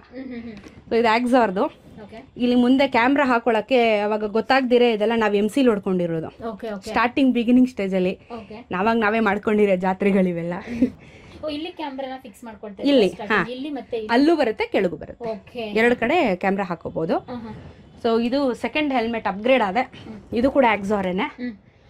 ಇದರಲ್ಲಿ ಇದಕ್ಕೆ ಸ್ಟ್ರಾಪ್ ಬಂತು, ಇಲ್ಲ ಸಪ್ರೇಟ್ ತಗೊಳ್ಳೇಬೇಕು ಇದಕ್ಕೆಲ್ಲ. ನಾವು ತಗೊಂಡು ಇದಕ್ಕೂ ನೀಟಾಗಿ MC ಹಾಕಿ ಸ್ಟ್ರಾಪ್ ಮಾಡಿದ್ದೀನಿ. ಏನು ಮಾಡೋದು ಇದು ಬಿದೋಗಲ್ಲ, ಫುಲ್ ಗಟ್ಟಿಯಾಗಿ ಕೂತ್ಕೊಂಡ್ಬಿಟ್ಟಿರುತ್ತೆ. ಇಲ್ಲಿ ಇಂಟರ್ಕಾಮ್ ಬರುತ್ತೆ. ಇಂಟರ್ಕಾಮ್ ತೋರಿಸ್ತೀನಿ ನಿಮಗೆ. ಇದು ಬ್ಲೂಟೂತ್ ಇರುತ್ತೆ. ಇಲ್ಲಿ ಕನೆಕ್ಟ್ ಮಾಡಿದ್ರೆ 1 to 1 ಮಾತಾಡ್ಬೋದು. ಇವಾಗ ನೀವು ಒಂದು ಬೈಕ್ ಓಡಿಸ್ತಾ ಇದ್ದೀರಾ, ನಾನು ಒಂದು ಬೈಕ್ ಓಡಿಸ್ತಾ ಇದ್ದೀನಿ, ನಾವಿಬ್ರು ಮಾತಾಡ್ಬೋದು. ಓಕೆ, ಜೊತೆ ಗುಂಪು ಏನಾದ್ರು ಇದ್ದಾಗ ಮಾತಾಡ್ಕೊಂಡು ರೈಡ್ ಮಾಡ್ಬೋದು. ಇಲ್ಲಾಂದ್ರೆ ಮ್ಯೂಸಿಕ್ ಕೇಳ್ಬೋದು, ಇಲ್ಲ ಕಾಲ್ಸ್ ಅಟೆಂಡ್ ಮಾಡ್ಬೋದು. ನಿಮ್ಗೆ ಹೆಂಗ್ ಅನ್ಸುತ್ತೆ ಹಂಗೆ. ಯಾಕಂದ್ರೆ ರೈಡರ್ಸ್ ಅಂತೂ ಸೈಲೆಂಟ್ ಆಗಿ ಯಾರು ಓಡಿಸಲ್ಲ, ಏನಾದ್ರು ಹಾಡಕೊಂಡೆ ಓಡಿಸೋದು. ಆನೆಸ್ಟ್ ಇಲ್ಲ, ಮಾತಾಡ್ಕೊಂಡು ಓಡಿಸ್ತೀವಿ. 1 to 1 ಕನೆಕ್ಟ್ ಮಾಡ್ಕೊಂಡು ಟೈಮ್ ಪಾಸ್ ಆಗುತ್ತೆ. ರೈಡಲ್ಲಿ ಆಕ್ಟಿವ್ ಆಗಿರ್ತೀವಿ. ಫಸ್ಟ್ ಆಕ್ಟಿವ್ ಆಗಿರ್ತೀವಿ ನಾವು. ರೋಡ್ ಮೇಲೆ ಜ್ಞಾನ ಇರುತ್ತೆ ನಮಗೆ. ನಿದ್ದೆ ಮಾಡ್ತೀವಿ, ಕೆಲವೊಂದ್ಸತಿ ನಿದ್ದೆ ಬಂದ್ಬಿಡುತ್ತೆ. ಹೈವೇಲಿ ಗಾಳಿ ಬಿಡ್ತಕ್ಕೆ ನಿದ್ದೆ ಬರುತ್ತೆ. ಆ ಟೈಮಲ್ಲಿ ಮಾತಾಡ್ಕೊಂಡು ಓಡಿಸಿದ್ರೆ ನಮಗೆ ನಾವು ಆಕ್ಟಿವ್ ಆಗಿದ್ದೀವಿ, ಗಾಡಿ ಓಡಿಸ್ಬೇಕು ಅಂತ ಮೈಂಡ್ ರಿಫ್ರೆಶ್ ಆಗ್ತಾ ಇರುತ್ತೆ. ಓಕೆ, ಅದ್ರ ಜೊತೆಗೆ ಮೈಕ್ ಏನಾದರೂ ಯೂಸ್ ಮಾಡ್ತೀರಾ? ಮೈಕು ಇದಕ್ಕೆ ಕನೆಕ್ಟಿವಿಟಿ ಮೈಕ್ ಆಲ್ರೆಡಿ ಇದೆ. ಇಲ್ಲ ತೋರಿಸಿ. ಕನೆಕ್ಟಿವಿಟಿ ಇಲ್ಲೇ ಇದೆ, ಕೊಟ್ಟಿದ್ದಾರೆ. ಇಲ್ಲೇ ಬರುತ್ತೆ. ಓಕೆ, ಮೈಕ್ ಇದೆ. ಓಕೆ. ಸೊ ಇದು ಇಲ್ಲೇ ಆಲ್ರೆಡಿ ಫಿಟ್ ಆಗಿಬಿಟ್ಟಿರುತ್ತೆ. ಇದ್ರ ಜೊತೆಗೆ ನಾನು ಕ್ಯಾಮ್ರಾ ಸೆಟಪ್ ಮಾಡ್ಕೊಳ್ಳೋದು ಇಲ್ಲಿ.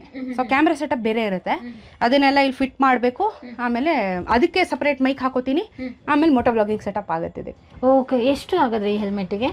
ಇದು 5.5 ಅನ್ಸುತ್ತೆ ನಾನು ತಗೊಂಡಾಗ. ಮೇ ಬಿ 5.5 6.5 ಆಗಿತ್ತು. ಸೊ ಇದು ಆಗಿತ್ತು ಸ್ಟಾರ್ಟಿಂಗ್ ಅಲ್ಲಿ.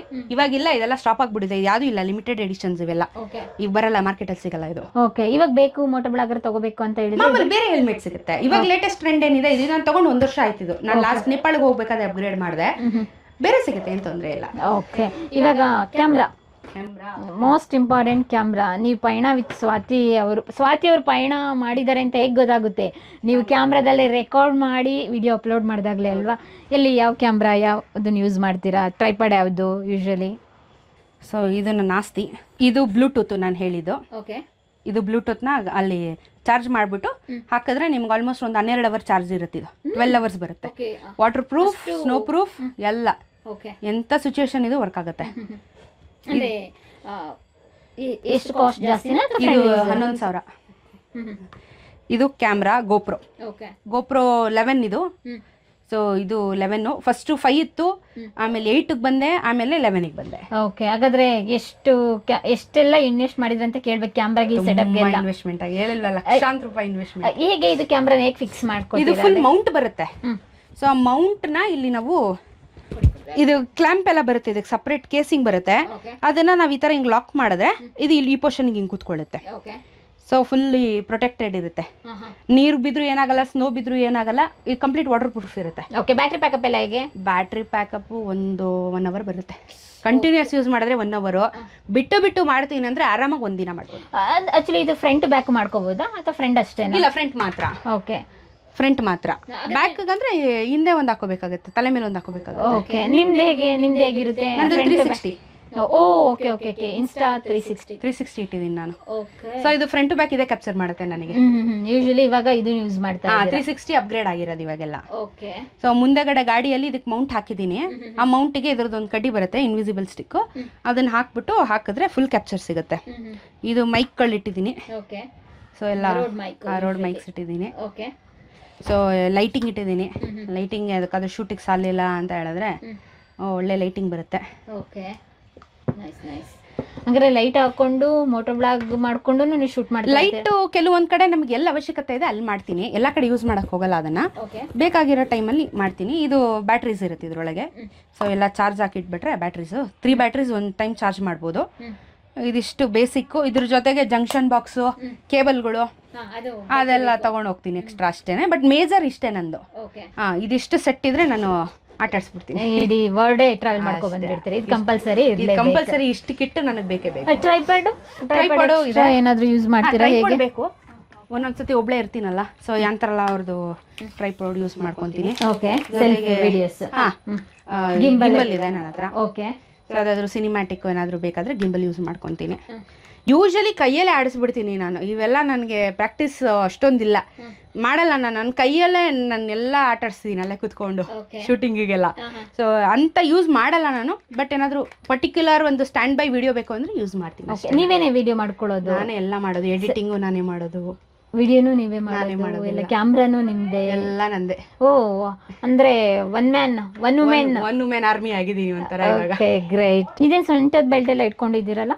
ಸೊಂಟದ ಬೆಲ್ಟು ಏನಕ್ಕೆ ಅಂತ ಹೇಳಿದ್ರೆ ನನಗೆ ಆಲ್ರೆಡಿ ಸರ್ಜರಿ ಆಗಿ ಬೆನ್ನಲ್ಲಿ L4 and 5 ಅಲ್ಲಿ ರಾಡ್ ಇದೆ. ನನಗೆ ಬೆನ್ನು ಆಪರೇಷನ್ ಆಗಿ ರಾಡ್ ಇದೆ. So for the safety purpose long rides ಹೋದಾಗ ಬೆನ್ನೋವು ಬರುತ್ತೆ ಅಂತ ಕೇಳ್ತೀರಾ ಅಲ್ವಾ ನೀವು? ಇವಾಗ ಬೆನ್ನೋವು ಖಂಡಿತವಾಗ್ಲೂ 100. ಯೂಶಲಿ 1 ಅವರೇ ಬೈಕಲ್ಲಿ ಇಲ್ಲಿ ಸ್ಕೂಟಿಲಿ ಕೂತಾಗ್ಲೇನೆ ಬೆನ್ನೋ ಬಂದಿರುತ್ತೆ. ನೀವು ಅಷ್ಟು ಲಾಂಗ್ ಡ್ರೈವ್ ಹೋಗ್ಬೇಕಂತ ಹೇಳಿದ್ರು ಅದ್ರ ಲೇಡೀಸ್ ಕಂಪಲ್ಸರಿ ಬಂದೇ ಬರುತ್ತೆ. ತುಂಬಾ ಬ್ಯಾಕ್ ಪೇನ್ ಇದೆ, ನನಗೆ ಸರ್ಜರಿ ಆಗಿರೋದ್ರಿಂದ ಡಬಲ್ ಪೇನ್ ಇರುತ್ತೆ. ಸೊ ಇದನ್ನ ನಾನು ಹಾಕೊಂಡ್ಬಿಟ್ರೆ ನನಗೆ ಹಳ್ಳಕ್ಕೆ ಹಾಕಿದ್ರು ಹಂಪಿಗೆ ಹಾಕಿದ್ರು ಏನು ಇಂಪ್ಯಾಕ್ಟ್ ಆಗಲ್ಲ. ಸೊ ಸ್ಟಿಫ್ ಆಗಿ ಕುತ್ಕೊಂಡ್ ಬಿಡುತ್ತಲ್ಲ, ನಾನು ಅವಾಗ ಬೆನ್ನಿಂಗ್ ಮಾಡಕ್ ಚಾನ್ಸ್ ಇರಲ್ಲ. ಸ್ಟಿಫ್ ಆಗಿ ಹಿಂಗೆ ಕುತ್ಕೋತೀನಿ ನಾನು ಗಾಡಿಯಲ್ಲಿ. ಸೊ ನನಗೆ ಪ್ರೊಟೆಕ್ಷನ್ ಇರುತ್ತೆ. ಇದ್ರ ಜೊತೆಗೆ ಇದು ಸರ್ಜರಿ ಆಗಿರೋರು ಹಾಕೋಬೇಕು ಅಂತೇನಿಲ್ಲ. ಎಲ್ಲ ಬೈಕರ್ಸ್ ಇವಾಗ ಯೂಸ್ ಮಾಡಕ್ ಶುರು ಮಾಡಿದ್ದಾರೆ ಇದನ್ನ ಸೇಫ್ಟಿಗೋಸ್ಕರ, ಬೆನ್ನೆ ನೋವು ಬರಬಾರ್ದು ಅಂತ ಹೇಳಿ. ಇದು ಪೋಸ್ಚರ್ ಕರೆಕ್ಟರ್ ಅಂತ ಹೇಳ್ತಾರೆ. ಇದು ತುಂಬಾ ಹೆಲ್ಪ್ ಮಾಡುತ್ತೆ. ಯಾವುದಕ್ಕೆ ಅಂತ ಹೇಳಿದ್ರೆ ಲಾಂಗ್ ರೈಡ್ಸ್ ಹೋದಾಗ ಶೋಲ್ಡರ್ ಪೈನ್ ಬರುತ್ತೆ, ಕತ್ತು ನೋವು ಬರುತ್ತೆ. ಹೆಲ್ಮೆಟ್ ಹಾಕಿ ನಮಗಿಲ್ಲಿ ಇಂಪ್ಯಾಕ್ಟ್ ಆಗೋಕ್ಕೆ ಶುರುವಾಗುತ್ತೆ. ಭಾರ 2.5 kg ಇದೆ ಅದು ಹೆಲ್ಮೆಟ್. ಅದ್ರ ಮೇಲೆ ಕ್ಯಾಮ್ರಾ 1 kg ಜಾಸ್ತಿ, 1 kg ಜಾಸ್ತಿ ಬೀಳುತ್ತೆ. ಸೊ ಇದು ಹೆಂಗೆ ಅಂದರೆ ಇದನ್ನ ಈ ಥರ ಹಿಂಗೆ ಹಿಂದೆಗಡೆಯಿಂದ ಹಾಕ್ಕೊಂಡ್ರೆ, ಹಿಂಗೆ ಹಾಕ್ಕೊಂಡು ಫುಲ್ ಟೈಟ್ ಮಾಡ್ಕೊಂಡು ಫಿಟ್ ಮಾಡಿಕೊಂಡ್ರೆ ನಾವು ಈ ಥರ ಬರುತ್ತೆ. ಫುಲ್ ಟೈಟಾಗಿ ಹಿಂಗೆ ಬರುತ್ತೆ, ಈ ಥರ ಬರುತ್ತೆ. ಸೊ ಅವಾಗ ನಾವು ರೈಡ್ ಮಾಡಬೇಕಾದ್ರೆ ಹಿಂಗಾಗಲ್ಲ, ಸ್ಟಿಫಾಗಿ ಹಿಂಗಿರುತ್ತೆ ಬಾಡಿ. ಆವಾಗ ನಮಗೆ ಇಲ್ಲ, ಆ್ಯಕ್ಚುಲಿ ನನಗೆ ಬೋನ್ ಬಲ್ಜ್ ಆಗಿದೆ ಆಲ್ರೆಡಿ. ಯಾಕಂದರೆ ಹೆವಿ ಗೇರ್ಸ್ ಹಾಕ್ತೀನಿ, ಹೆವಿ ಹೆಲ್ಮೆಟ್ಟು 10 to 12 hours ಅದೇ ಹೆಲ್ಮೆಟಲ್ಲಿ ಇರ್ತೀನಿ ನಾನು. ವೆಯ್ಟ್ ತಡೆಯೋಕ್ಕಾಗದೇ ನನಗಿಲ್ಲಿ ಇಂಪ್ರೆಷನ್ ಆಗೋಗ್ಬಿಟ್ಟಿದೆ. ಸೊ ಏನಾಗುತ್ತೆ, ನಂಗೆ ಈ ಥರ ಪೋಸ್ಚರ್ ಕರೆಕ್ಟರ್ನ ಡಾಕ್ಟ್ರು ಹೇಳಿದ್ದಾರೆ ಯೂಸ್ ಮಾಡಬೇಕು ನೀನು ಅಂತ.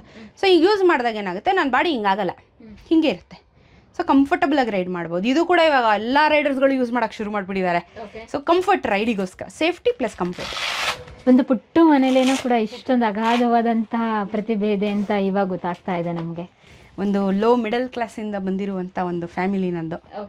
ಕಷ್ಟ ಸುಖ ಆದರೂ ನಾವು 3 ಜನನೇ ಹಂಚ್ಕೋತೀವಿ. 3 ಜನನೇ ಸಪೋರ್ಟ್ ಸಿಸ್ಟಮ್ ನಿಂತಿರೋ ತಂದೆ ತಾಯಿ ಬಿಟ್ರೆ ಯಾರಿಲ್ಲ. ಜೊತೆಗೆ ಮಂಜು ಅಂತ ಹೇಳಿ ಒಬ್ಬರಿದ್ದಾರೆ, ಅವರು ಸಹ ಯೂಟ್ಯೂಬರ್ರೇನೆ. ಅವರೊಬ್ಬರು ನನಗೆ ತುಂಬ ಸ್ಟ್ರಾಂಗ್ ಆಗಿ ನಿಂತಿದ್ದಾರೆ.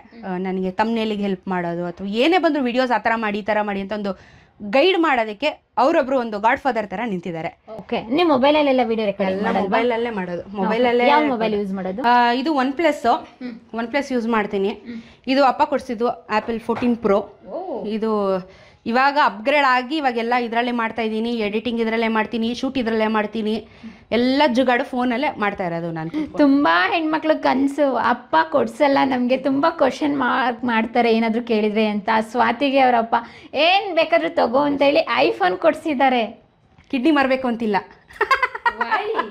ಹೇಳ್ತಾರಲ್ಲ ಐಫೋನ್ ತಗೋಬೇಕಂದ್ರೆ ಕಿಡ್ನಿ ಮರಬೇಕು ಅಂತ. ಬೇಡ, ಅಪ್ಪ ಅಮ್ಮನ್ನ ನಾವು ಚೆನ್ನಾಗಿ ಇಟ್ಕೊಂಡು ಅವ್ರ ಮೇಲೆ ಒಂದು ನಂಬಿಕೆ ನಾವು ಬರೆಸ್ಕೊಂಡ್ರೆ ನಮಗೆ ಇಷ್ಟ ಇರೋ ಫೀಲ್ಡಲ್ಲಿ ಅವ್ರು ಯಾವತ್ತಿದ್ರೂ ಸಪೋರ್ಟ್ ಮಾಡೇ ಮಾಡ್ತಾರೆ. ಆ ನಂಬಿಕೆ ಉಳಿಸ್ಕೋಬೇಕಷ್ಟೇ. ಓಕೆ, ಖಂಡಿತ. ಅದ್ರ ಜೊತೆಗೆ ಇದರಲ್ಲಿ ಅಂದರೆ ಸ್ಟಾರ್ಟಿಂಗ್ ನೀವು ವಿಡಿಯೋ ಮಾಡ್ತಾ ಇದ್ರಲ್ಲ, ಸ್ಟಾರ್ಟಿಂಗ್ ಆ ದಿನಗಳು ಹೇಗಿತ್ತು, ಹೇಗೆ ಯಾವಾಗ ಫಸ್ಟ್ ಟೈಮು ಬೈಕ್ ರೈಡಿಂಗ್ ಎಲ್ಲ ಕಲ್ತಿದ್ದು, ಹೆಂಗೆ ಕಲ್ತ್ಕೊಂಡ್ರಿ? ನಿಮ್ಮ ಹತ್ರ ಬೈಕೇ ಇಲ್ಲದೆ ಇದ್ದಿದ್ದ ಕಾಲದಲ್ಲಿ ಕಾಲೇಜ್ ಬಂಕ್ ಹಾಕ್ಬಿಟ್ಟು ಫ್ರೆಂಡ್ಸ್ ಜೊತೆ ಹೋಗ್ತಿದ್ದೆ. ಸೊ ಅವಾಗ ಫ್ರೆಂಡ್ಸ್ ಎಲ್ಲ ಅಪಾಚಿ RTR ಅಂತ, ಜಗ್ಗು ಅಂತ ಒಬ್ಬ ಇದ್ದ ನನ್ನ ಫ್ರೆಂಡ್ ಜಗದೀಶ್ ಅಂತ, ಅವನದು ಅಪಾಚಿ RTR ಅಲ್ಲಿ ಫಸ್ಟು ಅವ್ನು ನನಗೆ ಹೇಳ್ಕೊಟ್ಟ ಗಾಡಿ ಓಡಿಸೋದು ಹೆಂಗೆ ಅಂತ. ಸೊ ಅವಾಗವಾಗ ಬಂಕ್ ಹಾಕಿ ಗಾಡಿ ಕಲ್ತ್ಕೊಂಡು ನಾನಿದ್ದು ಧರ್ಮಸ್ಥಳದಲ್ಲಿ ಓದಿದ್ದು. ಸೊ ರಜಾ ಎಲ್ಲ ಹಾಕ್ಕೊಂಡು ಮಂಗಳೂರು ತನಕ ಹೋಗ್ತಿದ್ವಿ ಅವಾಗಲೇ. ಅವಾಗಿಂದ ಸ್ವಲ್ಪ ಗಾಡಿ ಓಡಿಸೋದಕ್ಕೆ ಟಚ್ ಬಂತು ನನಗೆ, ಅಲ್ಲಿಂದ ಶುರುವಾಯಿತು ಓಡಿಸೋದಕ್ಕೆ. ಸೊ ಅದಾದಮೇಲೆ ಬೆಂಗಳೂರಿಗೆ ಹಾಸ್ಟೆಲ್ ಎಲ್ಲ ಜೀವನ ಮುಗಿಸಿ ಇಲ್ಲಿಗೆ ಬಂದ ಮೇಲೆ ಮತ್ತೆ ಫ್ರೆಂಡ್ಸ್ದು ಅವ್ರದ್ದು ಓಡಿಸಿ ಸ್ವಲ್ಪ ಟ್ರೈನ್ ತಗೊಂಡು. ಏನು ಓದಿದ್ದು Swati? Diploma in computer science. Okay, ಓದಿದ ತಕ್ಷಣನೇ ಜಾಬು? ಓದಿದ ತಕ್ಷಣನೇ ಜಾಬ್ ಆಯಿತು. ಸ್ಪೋರ್ಟ್ಸ್ ಕೋಟಲ್ಲೂ ಇದ್ದೆ ನಾನು, ಟೇಬಲ್ ಟೆನ್ನಿಸ್ ಸಿಲ್ವರ್ ಮೆಡಲಿಸ್ಟು ಸ್ಟೇಟಲ್ಲಿ. ಸೊ ಸ್ಪೋರ್ಟ್ಸ್ ಕೋಟ ಪ್ಲಸ್ ಅಪ್ಪಂದು ಇನ್ಫ್ಲೂಯೆನ್ಸ್ ಇಂದ ನನಗೆ ಕೆಲಸ ಆಗಿ. ಓಕೆ, ಕೆಲಸನೂ ಆಯಿತು. ಅಮ್ಮನ ಹತ್ರನೂ ಕೂಡ ಗಾಡಿ ತೆಗಿಸ್ಕೊಂಡ್ರಿ, ಕದ್ದು ಮುಚ್ಚಿ ಕೊಟ್ಟರು ಅಂತ ಕತೆಗಳನ್ನೂ ಕೂಡ ಹೇಳ್ಕೊಂಡ್ರಿ. ಫಸ್ಟು ರೈಡು ಎಲ್ಲೋಗ್ಬೇಕಂತ ಪ್ಲ್ಯಾನ್ ಮಾಡಿದ್ರಿ? ಹೇಗೆ ಪ್ಲ್ಯಾನ್ ಆಗಿದ್ದು ಫಸ್ಟ್ ರೈಡ್ದು? ಎಲ್ಲೋದ್ರಿ ಫಸ್ಟ್ ಟೈಮ್? ಫಸ್ಟ್ ನಾನು ಹೋಗಿ ಧರ್ಮಸ್ಥಳಕ್ಕೆ, ಯಾಕಂದರೆ ಓದಿ ಬಂದಿದ್ದ ಜಾಗ ಅಲ್ಲೇ ಅಂತ ಹೇಳಿ. ಯಾಕಂದರೆ ಚಾರ್ಮಡಿ ಘಾಟು, ಶಿರಡಿ ಘಾಟು ಟ್ರಾವೆಲ್ ಮಾಡೋದು ಬಿಗ್ ಟಾಸ್ಕ್ ಇತ್ತು. ಯಾಕಂದರೆ ಈಸಿ ಅಲ್ಲ, ಕರ್ವಸಲ್ಲಿ ಹೆಂಗೆ ಏನು ಅನ್ನೋದೇ ಐಡಿಯಾ ಇಲ್ಲ ನನಗೆ. ಓಡಿಸ್ಬೇಕು ಅನ್ನೋದೊಂದು ಚಾಲೆಂಜ್ ಇತ್ತು. ಸೊ ಹೋಗ್ತಾ ಶಿರಡಿ ಘಾಟ್ ಮೇಲೆ ಬಂದೆ, ಇಳಿತಾ ಚಾರ್ಮಡಿ ಘಾಟ್ ಮೇಲೆ ಇಳಿದೆ. ಸೊ ಫಸ್ಟ್ ರೈಡ್ ಅದೇ ಮಾಡಿ ಧರ್ಮಸ್ಥಳಕ್ಕೆ ಹೋಗಿ. ಯಾವ ಸೀಸನ್ ಇತ್ತು? ಮಾನ್ಸೂನ್, ಮಳೆಗಾಲ. ಓ ಮೈ ಗಾಡ್, ಮಾನ್ಸೂನ್ ಅಲ್ಲ ಆದ್ರೆ ಕೆಲವೊಮ್ಮೆ ರೋಡೇ ಬ್ಲಾಕ್ ಆಗಿರುತ್ತೆ, ಸ್ಕಿಡ್ ಆಗಿ ಬೀಳೋ ಚಾನ್ಸಸ್ ಇರುತ್ತೆ, ಲ್ಯಾಂಡ್ ಸ್ಲೈಡ್ ಆಗುತ್ತೆ. ಓಕೆ, ಆ ತರ ಏನು ಚಾನ್ಸಸ್ ಏನೋ ಆಗಿಲ್ಲ? ನನಗೇನು ಆಗಿಲ್ಲ. ಯಾರ್ಯಾರು ಹೋಗಿದ್ರಿ? ಒಬ್ಳೆ ಹೋಗಿದ್ದೆ, ಸೋಲೋ. ಫಸ್ಟ್ ಹೋಗಿದ್ದೆ ಧರ್ಮಸ್ಥಳ. ಓಕೆ, ಅವಾಗ ಫಸ್ಟ್ ಸ್ಟಾರ್ಟಿಂಗ್ ಅಲ್ಲಿ ಅಷ್ಟೊಂದು ಇನ್ವೆಸ್ಟ್ ಮಾಡಿದ್ರ ಜರ್ಕಿನ್ಗೆ ಎಲ್ಲ? ಅವಾಗ ಇರ್ಲಿಲ್ಲ ನನ್ನ ಹತ್ರ. ನಾರ್ಮಲ್ ಜಾಕೆಟ್ಟು ಅದು ಇದು ಪ್ಯಾಂಟ್ ಶರ್ಟ್ ಹಾಕೊಂಡು ಹೋಗಿದ್ದಷ್ಟೇನೆ. ಅಲ್ಲಿಂದ ಬಂದ ಮೇಲೆ ರಿಯಲೈಸ್ ಆಯ್ತು ಈ ಥರನೂ ಇನ್ವೆಸ್ಟ್ ಮಾಡಬೇಕು ಅಂತ ಹೇಳಿ. ಕ್ಯಾಮ್ರಾ ಸಮೇತ ಇರಲಿಲ್ಲ ನನ್ನ ಹತ್ರ. ಆ ಧರ್ಮಸ್ಥಳಕ್ಕೆ ಹೋಗಿ ಬಂದ ಮೇಲೆ ನನಗೆ ಓಕೆ ಧೈರ್ಯ ಇದೆ, ನಾನು ಹೋಗ್ತೀನಿ ಅನ್ನೋ ಕೆಪಾಸಿಟಿ ನನಗಿದೆ. ಯಾಕಂದರೆ ಹೋಗೋಕ್ಕೆ 350 ಕಿಲೋಮೀಟ್ರು, ಬರೋಕ್ಕಾಚೆ 350 ಕಿಲೋಮೀಟ್ರು. ಅಲ್ಲಿ ಎಕ್ಸ್ಪೀರಿಯನ್ಸ್ ಆದಮೇಲೆ ತಾನೇ ವಾಟ್ ನೆಕ್ಸ್ಟ್ ಅನ್ನೋ ನನ್ನ ಮೇಲೆ ನಾನು ಕಾನ್ಫಿಡೆನ್ಸ್ ಬರಬೇಕಲ್ಲ. ಅಲ್ಲಿ ಹೋಗಿ ಬಂದಮೇಲೆ ಕಾನ್ಫಿಡೆನ್ಸ್ ಬಂದ ಮೇಲೆ ಗೇರ್ಸು ಕ್ಯಾಮ್ರಾ ಮೇಲೆ ಇನ್ವೆಸ್ಟ್ಮೆಂಟ್ ಮಾಡಿ ಕೇರಳ ಹೋದೆ. ಎಷ್ಟು ದಿನ? ಅದು 1 ವಾರ ಹೋದೆ ಕೇರಳ. ಹೇಗಿತ್ತು ಕೇರಳ ಜರ್ನಿ? ಚೆನ್ನಾಗಿತ್ತು. ಓಕೆ, ಒಂದೇ ಮಾತಲ್ಲಿ ಹೇಳಿದ್ರೆ ಹೆಂಗೆ ಎಲಾಬ್ರೇಟ್ ಮಾಡಿ? ವೈನಾಡ್ ಹೋಗಿದ್ದು. ಸೊ ಫಸ್ಟ್ ಟೈಮ್ ನಾನು ವೈನಾಡ್ನ ನೋಡಿದ್ದು ಆ್ಯಕ್ಚುಲಿ. ತುಂಬ ಬ್ಯೂಟಿಫುಲ್ ಪ್ಲೇಸು, ಒಂದೊಳ್ಳೆ ಎಕ್ಸ್ಪೀರಿಯನ್ಸ್ ಆಯಿತು ನನಗೆ. ಸೋಲೋನೇ ಹೋಗಿದ್ದು ನಾನು. ಹೊಸ ಭಾಷೆ ಗೊತ್ತಿಲ್ಲ, ಮಲಯಾಳಿ ಭಾಷೆ, ಹಿಂದಿ ಅಲಗ್ ಬುಲಕ್ ಹಿಂದಿ ಗೊತ್ತಿಲ್ಲ, ಇಂಗ್ಲೀಷ್ ಮ್ಯಾನೇಜಬಲ್, ಕನ್ನಡ ಬಿಟ್ಟರೆ ನಮಗೆ ಅಷ್ಟೊಂದು ಬೇರೆ ಭಾಷೆ ಬರೋದಿಲ್ಲ ಭಾಷೆ. ಏನೋ ಮ್ಯಾನೇಜ್ ಮಾಡಿಕೊಂಡು ವೆಜಿಟೇರಿಯನ್ ಆಗಿರೋದ್ರಿಂದ ಫುಡ್ಗೂ ಸಮಸ್ಯೆ ಆಯಿತು ನನಗೆ ಟ್ರಾವೆಲಲ್ಲಿ. ತುಂಬ ಫುಡ್ ಸಮಸ್ಯೆ ಆಗುತ್ತೆ ನನಗೆ ಟ್ರಾವೆಲಲ್ಲಿ, ನಾನ್ ವೆಜ್ ಆಗದೆ ಇಲ್ದಿರೋದ್ರಿಂದ. ಸೊ ಏನೋ ಮಾಡ್ಕೊಂಡು 1 ವಾರ ನನಗೆ ನಾನೇ ಚಾಲೆಂಜ್ ತೊಗೊಂಡು ಆ ರೈಡ್ನ ಮಾಡಿದ್ದು. ನಾನು ಸರ್ವೈವ್ ಆಗಬೇಕು ಅನ್ನೋದು. ಅಷ್ಟೊಂದು ರಿಸ್ಕ್ ಏನಕ್ಕೆ ತೊಗೊಂಡ್ರಿ? ಅಲ್ಲೆಲ್ಲ ಉಳ್ಕೊಳಕ್ಕೆ ವ್ಯವಸ್ಥೆ ಮಾಡ್ಕೊಂಡೆ ಹೋದೆ. ಹೋಟೆಲ್ಗಳಿತ್ತು ಆವಾಗ, ಆನ್ಲೈನಲ್ಲೆಲ್ಲ ರೆಸಾರ್ಟ್ ಅದೆಲ್ಲ ಇತ್ತು ಅವಾಗೆಲ್ಲ. ಬುಕ್ ಇದ್ರಿ? ದುಡ್ಡು ಒಂದು 10,000 ಏನೋ ಕೊಟ್ಟಿದ್ರು ಅನ್ಸುತ್ತೆ ನನಗೆ ಅವಾಗ ಆ ಟ್ರಿಪ್ಪಿಗೆ. ಯಾಕಂದರೆ ಆ್ಯಾವ್ರೇಜ್ ಐಡಿಯಾ ಇಲ್ಲ ನಮಗೆ ಎಷ್ಟಾಗುತ್ತೆ ಏನಾಗುತ್ತೆ ಏನೋ ABCD ಗೊತ್ತಿಲ್ಲ. ಏನೋ ಓದೆ, ಒಟ್ರಾಸಿ ಓದೆ, ಮಾಡ್ಕೊಂಡು ಬಂದೆ. ಅದಾದ್ಮೇಲೆ ಫುಲ್ ಧೈರ್ಯ ಬಂದ್ಬಿಟ್ಟು. ಎಕ್ಸ್ಪೆರಿಮೆಂಟಲ್ಲೂ ನನ್ನ ಮೇಲೆ ನನಗೆ ಫಸ್ಟು ಕಾನ್ಫಿಡೆನ್ಸ್ ಬರಬೇಕಿತ್ತು. 1 ವಾರ ನಾನು ಹಾಸ್ಟೆಲಲ್ಲಿದ್ದು ಅಪ್ಪ ಅಮ್ಮಂದು ಅಟ್ಯಾಚ್ಮೆಂಟಿಂದ ನಂಗೆ ದೂರದ ಅಭ್ಯಾಸ ಇದೆ. ಯಾಕೆ ಹಾಸ್ಟೆಲಲ್ಲಿ ಇದ್ದವಳು ನಾನು. ಸೊ ಅಷ್ಟೊಂದು ಎಮೋಷನ್ ಅಟ್ಯಾಚ್ಮೆಂಟ್ ಇಲ್ಲ. ಇರ್ತೀನಿ 1 ತಿಂಗಳು 2 ತಿಂಗಳು ಬಿಟ್ಟು ಇರ್ತೀನಿ, ಆ ಥರ ಇಲ್ಲ ನನಗೆ. ಸೊ ನನಗೆ ಧೈರ್ಯ ಬರಬೇಕಿತ್ತು. ನಾನು ಯಾರು ಅಂತ ನಾನು ಫಸ್ಟು ಅರ್ಥ ಮಾಡ್ಕೊಳ್ಳೋಕೆ ಅದೊಂದು ಒಳ್ಳೆ ಟೈಮ್ ಆಗಿತ್ತು ನನಗೆ. ಸೊ ಸೆಕೆಂಡ್ ಕೇರಳ ಎಕ್ಸ್ಪ್ಲೋರ್ ಮಾಡಿದೆ. ಓಕೆ, ನೀವೇ ಅಂತಲ್ಲ ಫಸ್ಟ್ ನಿಮ್ಮ ಮಗಳು ಗೌರ್ಮೆಂಟ್ ಎಂಪ್ಲಾಯ್ ಆದರೂ ಕೂಡ ಇದನ್ನ ಮಾಡುವಂಥ ಬೈಕ್ ಕಳಿಸಿದೆ. ಹೆಂಗೆ ಆ ಧೈರ್ಯ, ಹೆಂಗೆ ಲೇಡೀಸ್ ಆಗಿ? ಅಂದರೆ ನಾನು ಹಳ್ಳಿ ವಾತಾವರಣದಲ್ಲಿ ಬೆಳೆದಿದ್ದು, ನಮಗೆ ಪ್ರಪಂಚ ಏನು ಅನ್ನೋದೇ ಗೊತ್ತಿಲ್ಲ. ಸಿಟಿ ಅಂದರೆ ಏನೋ ದೊಡ್ಡ, ನಾವು ಬೆಂಗಳೂರಿಗೆ ಬರೋದು ಅಂದರೆ ಒಂದು ಹೊಸ ಸಾಮ್ರಾಜ್ಯಕ್ಕೆ ಬರ್ತೀವಿ ಅನ್ನೋ ಥರ ಇತ್ತು ಒಂದು ಕಾಲದಲ್ಲಿ. ಹಾಗಾಗಿ ನನಗೂ ಒಂದೊಂದ್ಸಲ ಅನ್ನಿಸ್ತಿತ್ತು, ನಾವು ಅದೇ ಜೀವನ ಮಾಡಿದ್ವಿ, ನನ್ನ ಮಗಳು ಯಾಕೆ ಆ ಥರ ಜೀವನ ಮಾಡಬೇಕು, ಅದು ಸಿಟಿಲಿದ್ದೀವಿ ಇವಾಗ, ಒಲ್ಟೂರ್ ಮಾಡಲಿ, ಮನೇಲೇ ಕೂತ್ರೆ ಆಗಲ್ಲ, 4 ಗೋಡೆ ಮಧ್ಯದಲ್ಲಿ ಕೆಲಸ ಮಾಡಿದ್ರು ಅವಳು ಏನು ಅಚೀವ್ ಮಾಡೋಕ್ಕಾಗಲ್ಲ.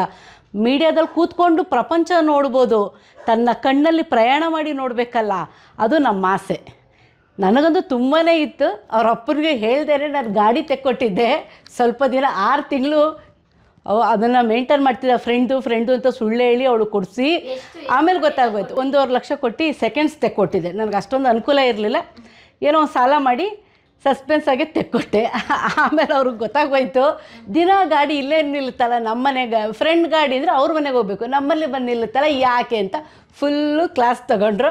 ಆವಾಗ ಹೇಳಿದೆ ಸೆಕೆಂಡ್ಸ್ ಗಾಡಿ ತೆಕ್ಕೊಟ್ಟಿದ್ದೀನಿ ಮಗಳಿಗೆ ಅಂತ. ಯಾಕೆ ಅಂತ ಕೇಳಿದಾಗ ಅವಳಿಗೆ ಆ ಜಾಬ್ ಬೇಡ, ನನಗಿಷ್ಟ ಇಲ್ಲ, ಹೊಸ ಪ್ರಪಂಚನ ಅವಳು ನೋಡಲಿ ಅಂತ. ನೀವು ಆ ಕಾಲದಲ್ಲಿ ಇಷ್ಟಪಟ್ಟು ನಮ್ಮ ಯಜಮಾನ್ರನ್ನ ಮದುವೆ ಮಾಡಿದ್ದೆ ಗೌರ್ಮೆಂಟ್ ಜಾಬ್ ಅವ್ರಿಗೆ.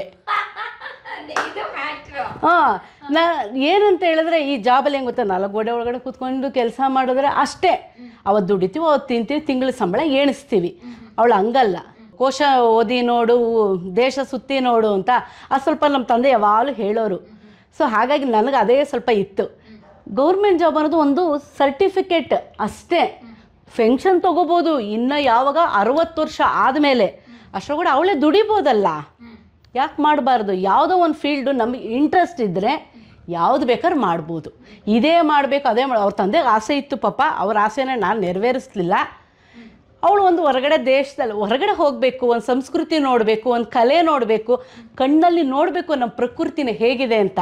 ಯಾಕೆಂದರೆ ನಾವು ಬೆಳೆದಿದ್ದ ಜಾಗ ವೀರಪ್ಪನ್ನು ಗೊತ್ತಲ್ಲ ನಿಮಗೆ, ದಂತಚೋರ ವೀರಪ್ಪನ ಅಲ್ಲಿ ನಾವು ಬೆಳೆದಿದ್ದು. ಕೂಡ್ಲೂರು ಅಂತ ಗ್ರಾಮ, ರಾಮಾಪುರದ ಹತ್ರ ಇದೆ. ಅವರ ಫ್ಯೂಚರ್ ಅವ್ರದ್ದು ಆ ಲೊಕೇಶನಲ್ಲಿ ಇದ್ದು ಭಯ ಆಗಿ ಹೆಣ್ಮಕ್ಳಿಗೆ ಸೇಫ್ಟಿ ಇಲ್ಲ ಅನ್ನೋ ಜಾಗದಲ್ಲಿ ಆವಾಗ ನಮ್ಮ ಫ್ಯಾಮಿಲಿ ಎಲ್ಲ ನಾವು ಶಿಫ್ಟ್ ಆಗಿದ್ದು ಬೆಂಗಳೂರಿಗೆ. ತುಂಬ ಕಷ್ಟಪಟ್ಟಿದ್ದೀವಿ ಅಲ್ಲಿ. ಒಂದು ಒಳ್ಳೆ ಹೆಣ್ಣುಮಕ್ಕಳು ಅಂತಲ್ಲ, ಹೆಣ್ಣುಮಕ್ಕಳೇ ಆಗಲ್ಲ ಅಲ್ಲಿ, ಇರಬಾರ್ದು. ಆ ಥರ ಸಿಚುವೇಷನಲ್ಲಿ ನಾವು ತುಂಬ ಫೇಸ್ ಮಾಡಿದ್ದೀವಿ. ಆ ವೀರಪ್ಪನ ಆ ವ್ಯಕ್ತಿ ಒಳ್ಳೆಯವನಾಗಿದ್ದರೂ ಅವನ ಸಹಚರರು ಒಳ್ಳೆಯವ್ರು ಆಗ್ತಿರ್ಲಿಲ್ಲ, ನಾವು ಫ್ರೀಡಮ್ ಇರ್ತಿರಲಿಲ್ಲ ಹೆಣ್ಣುಮಕ್ಳು. ಸೊ ಹಾಗಾಗಿ ನಾವು ಅಲ್ಲಿಂದ ಬೆಂಗಳೂರು ಸೆಟ್ಲ್ ಆದ್ವಿ. ನಾನು 10ನೇ ಕ್ಲಾಸ್ ತನಕ ಅಲ್ಲೇ ಓದಿದ್ದು. ಅಂತ ಹೇಳಿದ್ರೆ ಅಲ್ಲಿ ಗ್ರಾಮದಲ್ಲಿಂದರೆ 6 ಗಂಟೆಗೆ ಸ್ಟ್ರೀಟ್ ಲೈಟ್ ಆಫ್ ಮಾಡೋರು. ಸ್ಟ್ರೀಟ್ ಲೈಟ್ ಆಫ್ ಮಾಡಿಬಿಟ್ರೆ ಮನೆ ಒಳಗಡೆ ಸೇರ್ಕೊಳ್ಳಿ ಅಂತ. ರೈತರ ಫ್ಯಾಮಿಲಿ ಅಲ್ಲೆಲ್ಲ ಇರೋದು, ಒಂಥರ ಬುಡಕಟ್ಟು ವರ್ಗದ ಜನಗಳಿದ್ರು ಅಲ್ಲಿ. 6ರಿಂದ 7 ಒಳಗಡೆ ಸೇರ್ಕೊಂಬಿಟ್ರೆ ಹೊರಗೆ ಬರೋಂಗಿಲ್ಲ. ಬೈ ಚಾನ್ಸ್ ನೀರು ತರೋಕ್ಕಾಗಲಿ ಬೈಲಿಗಾಗಲಿ, ಅಲ್ಲಿ ಟಾಯ್ಲೆಟ್ಸ್ ಅನುಕೂಲಗಳಿರಲಿಲ್ಲ, ಹೊರಗಡೆ ಹೋಗಬೇಕಾಯ್ತು ಬೈಲಲ್ಲಿ. ಹೋದಾಗ ಏನಾಗ್ತಿತ್ತು, ಕಿಡ್ನಾಪ್ ಮಾಡಿಬಿಡೋರು, ಇಲ್ಲ ಅಂದರೆ ರೇಪ್ ಅಟೆಂಪ್ಟ್ ಮಾಡೋರು ತುಂಬಾ ಇತ್ತು. ಆ ಥರ ಎಲ್ಲ ಆಗಿ ಎಷ್ಟೋ ಹೆಣ್ಮಕ್ಳು ಪ್ರೆಗ್ನೆಂಟ್ ಎಲ್ಲ ಆಗಿಬಿಟ್ಟು ಅವ್ರಿಗೆ ಏನು ವಿಟ್ನೆಸ್ಸೇ ಸಿಗ್ತಾರಲ್ಲ, ಆ ರೀತಿ ಅವ್ರನ್ನ ಒಂದು ಇದು ಮಾಡು. ಅದಕ್ಕೋಸ್ಕರ ನಮಗೆ ಆ ಭಯದಿಂದ ನಮ್ಮ ತಂದೆ ಮಲೇರಿಯಾ ಡಾಕ್ಟರ್ ಆಗಿದ್ದರು. ಸೊ ಹಾಗೆ ನಮ್ಮ ತಾಯಿ ಸ್ಟಾಫ್ ನರ್ಸ್ ಆಗಿದ್ದರು. ಅವರಿದ್ದರೂ ಕೂಡ ನಮಗೆ ಅಲ್ಲಿ ಹೆಣ್ಮಕ್ಳು ಆ ಊರಲ್ಲಿ 16-17 ವಯಸ್ಸಿಗೆ ಮದುವೆ ಮಾಡಿ ಕಳಿಸ್ಬಿಡೋರು, ಇಲ್ಲ 12 ವರ್ಷಕ್ಕೂ ಮದುವೆ ಮಾಡಿ ಕಳಿಸ್ಬಿಡೋರು. ಹಾಗಾಗಿ ಅಲ್ಲಿ ಸೇಫ್ಟಿ ಇಲ್ಲ ಅಂಥೇಳಿ ನಾವು ಅಲ್ಲಿಂದ ಆ ಪ್ರಪಂಚದಿಂದ ಈ ಪ್ರಪಂಚಕ್ಕೆ ಹೋದ್ವಿ. ಮನೆ ಇತ್ತು, ಒಳ್ಳೆ ಮನೆ ಇತ್ತು, 3 ಬೆಡ್ರೂಮ್ ಎಲ್ಲ. ಜಮೀನು ಇರಲಿಲ್ಲ, ಮನೆ ಇತ್ತು. ನಮಗೆ ಕ್ವಾರ್ಟರ್ಸ್ ಕೊಟ್ಟಿದ್ರು ಇದರಿಂದ, ಡಿಪಾರ್ಟ್ಮೆಂಟಿಂದ. ನಾವು ಒಂದು ಮನೆನೇ ಮಾಡ್ಕೊಂಡಿದ್ವಿ, ಆರಾಮಾಗಿದ್ವಿ. ಸೇಫ್ಟಿ ಇಲ್ಲ ಅಂತ ಹೇಳಿ ನಾವು ಬಂದ್ವಿ ಅಷ್ಟೇ. ಇಲ್ಲಿ ಬಂದಾದ್ಮೇಲೆ ನಿಮ್ಮ ತಂದೆಯವರು ಜಾಬ್ ಅಂತ ಹೇಳಿ ಮದುವೆ ಮಾಡಿಕೊಟ್ರು. ಗೌರ್ಮೆಂಟ್ ಜಾಬೇ ಬೇಕು, ಅವ್ರು ಯಾವ ಕ್ಯಾಟಗರಿ ಆದರೂ ಸರಿ, ಪೊಲೀಸ್ ಆಗಿರಲಿ, ಒಂದು ಯಾವ್ದಾರ ಒಂದು ಡಿಪಾರ್ಟ್ಮೆಂಟ್ಲಿ ಒಬ್ಬರು ಗೌರ್ಮೆಂಟ್ ಸರ್ಕಾರಿ ನೌಕರ ಆದರೆ ನಿನಗೆ ಫ್ಯೂಚರಲ್ಲಿ ಸೇಫ್ಟಿ ಅಂತ ಹೇಳಿ ಮಾಡಿಕೊಟ್ರು. ನಮಗೆ ಅವಾಗ ಇಂಥದ್ನೇ ಆಯಿಸ್ಬೇಕು, ಅವ್ರು ಹೇಳಿದ್ನ ಕೇಳದೆ ಇರಬಾರ್ದು ಅನ್ನೋದು ಭಯ. ದೊಡ್ಡವ್ರು ಹೇಳ್ತಾ ಇದ್ದಾರೆ, ಆ ನಡತೆಲ್ಲೇ ನಡ್ಕೊಂಡು ಹೋಗಬೇಕು ಅನ್ನೋದು. ಸೊ ಹಾಗೆ ನನ್ನ ಲೈಫ್ ಪಾರ್ಟ್ನರು ಒಳ್ಳೆಯವರೇ ಸಿಕ್ಕಿದ್ದಾರೆ. ತುಂಬ ಶಾಂತಮೂರ್ತಿ, ನಾನೇ ಬಡ ಅನ್ನೋದು ಸ್ವಲ್ಪ. ಫಸ್ಟ್ ಟೈಮ್ ತೆಕ್ಕೊಟ್ಟಿದ್ದೆ. ಹೌದು. ಇಲ್ಲ, ನಾನೇ ಒಂದು 3 ತಿಂಗಳು ಮುಂಚೆನೇ ಹೇಳಬೇಕಾಗಿತ್ತು. ಅಲ್ಲೆಲ್ಲ ಸ್ವಲ್ಪ ಅಪೋಸೇ ಮಾಡಿದ್ರು, ಬೇಡ ಅಂತಲೇ ಹೇಳಿದ್ರು. ಬಟ್ ಅವರು ಮಾಡಬೇಕಲ್ಲ ಇಂಡಿವಿಜುವಲ್ ಆಗಿ, ಬೇಡ ಅಂತಲೇ ಹೇಳಿದ್ಮೇಲೆ ಅದು ಅವ್ರಿಗೆ ಅಲ್ಲಿ ಇಂಟ್ರೆಸ್ಟ್ ಬರೋದಾಗ ನಾವೇ ಮೋಟಿವೇಶನ್ ಮಾಡಿಬಿಟ್ರಿ, ಮಾಡಬೇಡ ಅಂದಾಗ ಅವಳು ಲೀವ್ ಹಾಕೊಳ್ಳೋದು ಬೇಡ ಅಂತ ಹೇಳಿ ಅಲ್ಲಿಗೇ ಅವಳು ಬಿಟ್ಬಿಟ್ಲು. ಸರಿ ಸೆಟ್ಲ್ಮೆಂಟಲ್ಲಿ ಸ್ವಲ್ಪ ಎಷ್ಟನೇ ವರ್ಷಕ್ಕೆ ಜಾಬ್ ಸಿಕ್ತು ಮಗಳಿಗೆ? ಅವಳಿಗೆ ಆಗಲೇ 3 ವರ್ಷ ಒಂದೂವರೆ ವರ್ಷ ಮಾಡಿದ್ವಿ. ಸ್ವಾತಿಗೆ ಅವಳು 19 ಇಯರ್ಸಲ್ಲೇ ಜಾಬ್ ಸಿಕ್ತು. ಯಾಕಂದರೆ ಇವ್ರಿಗೆ ಸ್ವಲ್ಪ ಅದೇ ಡಿಪಾರ್ಟ್ಮೆಂಟಲ್ಲಿ ವಿಧಾನಸೌಧದಲ್ಲಿ ಕೆಲಸ ಮಾಡ್ತಾಯಿದ್ರು. ಸೊ ಹಾಗಾಗಿ ಸ್ವಲ್ಪ ಹೋಗ್ತಾ ಬರ್ತಾ ಎಲ್ಲ ಆಫೀಸರ್ಸ್ ಎಲ್ಲ ಗೊತ್ತಿರೋದ್ರಿಂದ ಸ್ವಲ್ಪ ಬೇಗನೆ ಆಯಿತು ಅವಳಿಗೂ ಕೆಲಸ. ಬಟ್ ಅವಳು SDM ಕಾಲೇಜ್ ಧರ್ಮಸ್ಥಳದಲ್ಲಿ ಓದಿದ್ದು, ಚೆನ್ನಾಗಿ ಓದಿ ಬಂದಳು. ಕೊನೆಗಲ್ಲಿ ಜಾಬು ಆಯಿತು. ಬೇಡ ಅಂಥೇಳಿ ನಾವೇ ಕ್ವಿಟ್ ಮಾಡಿಸಿದ್ವಿ. ಅಲ್ಲೆಲ್ಲ ಬೈದರು ಕೈ ಹಿಡಿಯುತ್ತೆ ಅಂತ. ನಮಗೇನು ಅದ್ರ ಬಗ್ಗೆ ನಂಬಿಕೆ ಇಲ್ಲದೆ ಅವ್ರ ಕ್ಯಾಟಗರಿನೇ ಚೇಂಜ್ ಮಾಡಿಸ್ಬಿಟ್ವಿ. ಬೈಕರಾಗಿ ಬರಬೇಕು ಅಂತ ನಮ್ಗೆ ಆಸೆ ಇತ್ತು. ಇವಾಗ ಬೈಕರ್ ಆಗೇ ಇದಾರಲ್ಲ, ತುಂಬ ಹೆಮ್ಮೆ ನಮ್ಗೆ ಇವಾಗ. ನೀವು ನಿಮ್ಮ ಮಗಳ ಜೊತೆ ಎಲ್ಲೆಲ್ಲ ಹೋಗಿದ್ದೀರಾ? ನಾನಪ್ಪ ಇಲ್ಲ ಜಾಸ್ತಿ ಹೋಗಿಲ್ಲಪ್ಪ. ನನಗಾಗಲ್ಲ ಟ್ರಾವೆಲ್ ಮಾಡೋಕ್ಕೆ, ಹಿಂಸೆ ನನಗೆ ಆಗಲ್ಲ. ಹೋಗೋದಕ್ಕೆ ಎಂಕರೇಜ್ ಮಾಡ್ತೀವಿ, ಪುಷ್ ಮಾಡ್ತೀವಿ, ಕೆಳಗಡೆ ತನಕ ಹೋಗ್ಬಿಟ್ಟು ಆಟ ಮಾಡ್ತೀವಿ. ಅದು ಬಿಟ್ಟು ನನ್ನ ಕೈಲಿ ಆಗಲ್ಲ.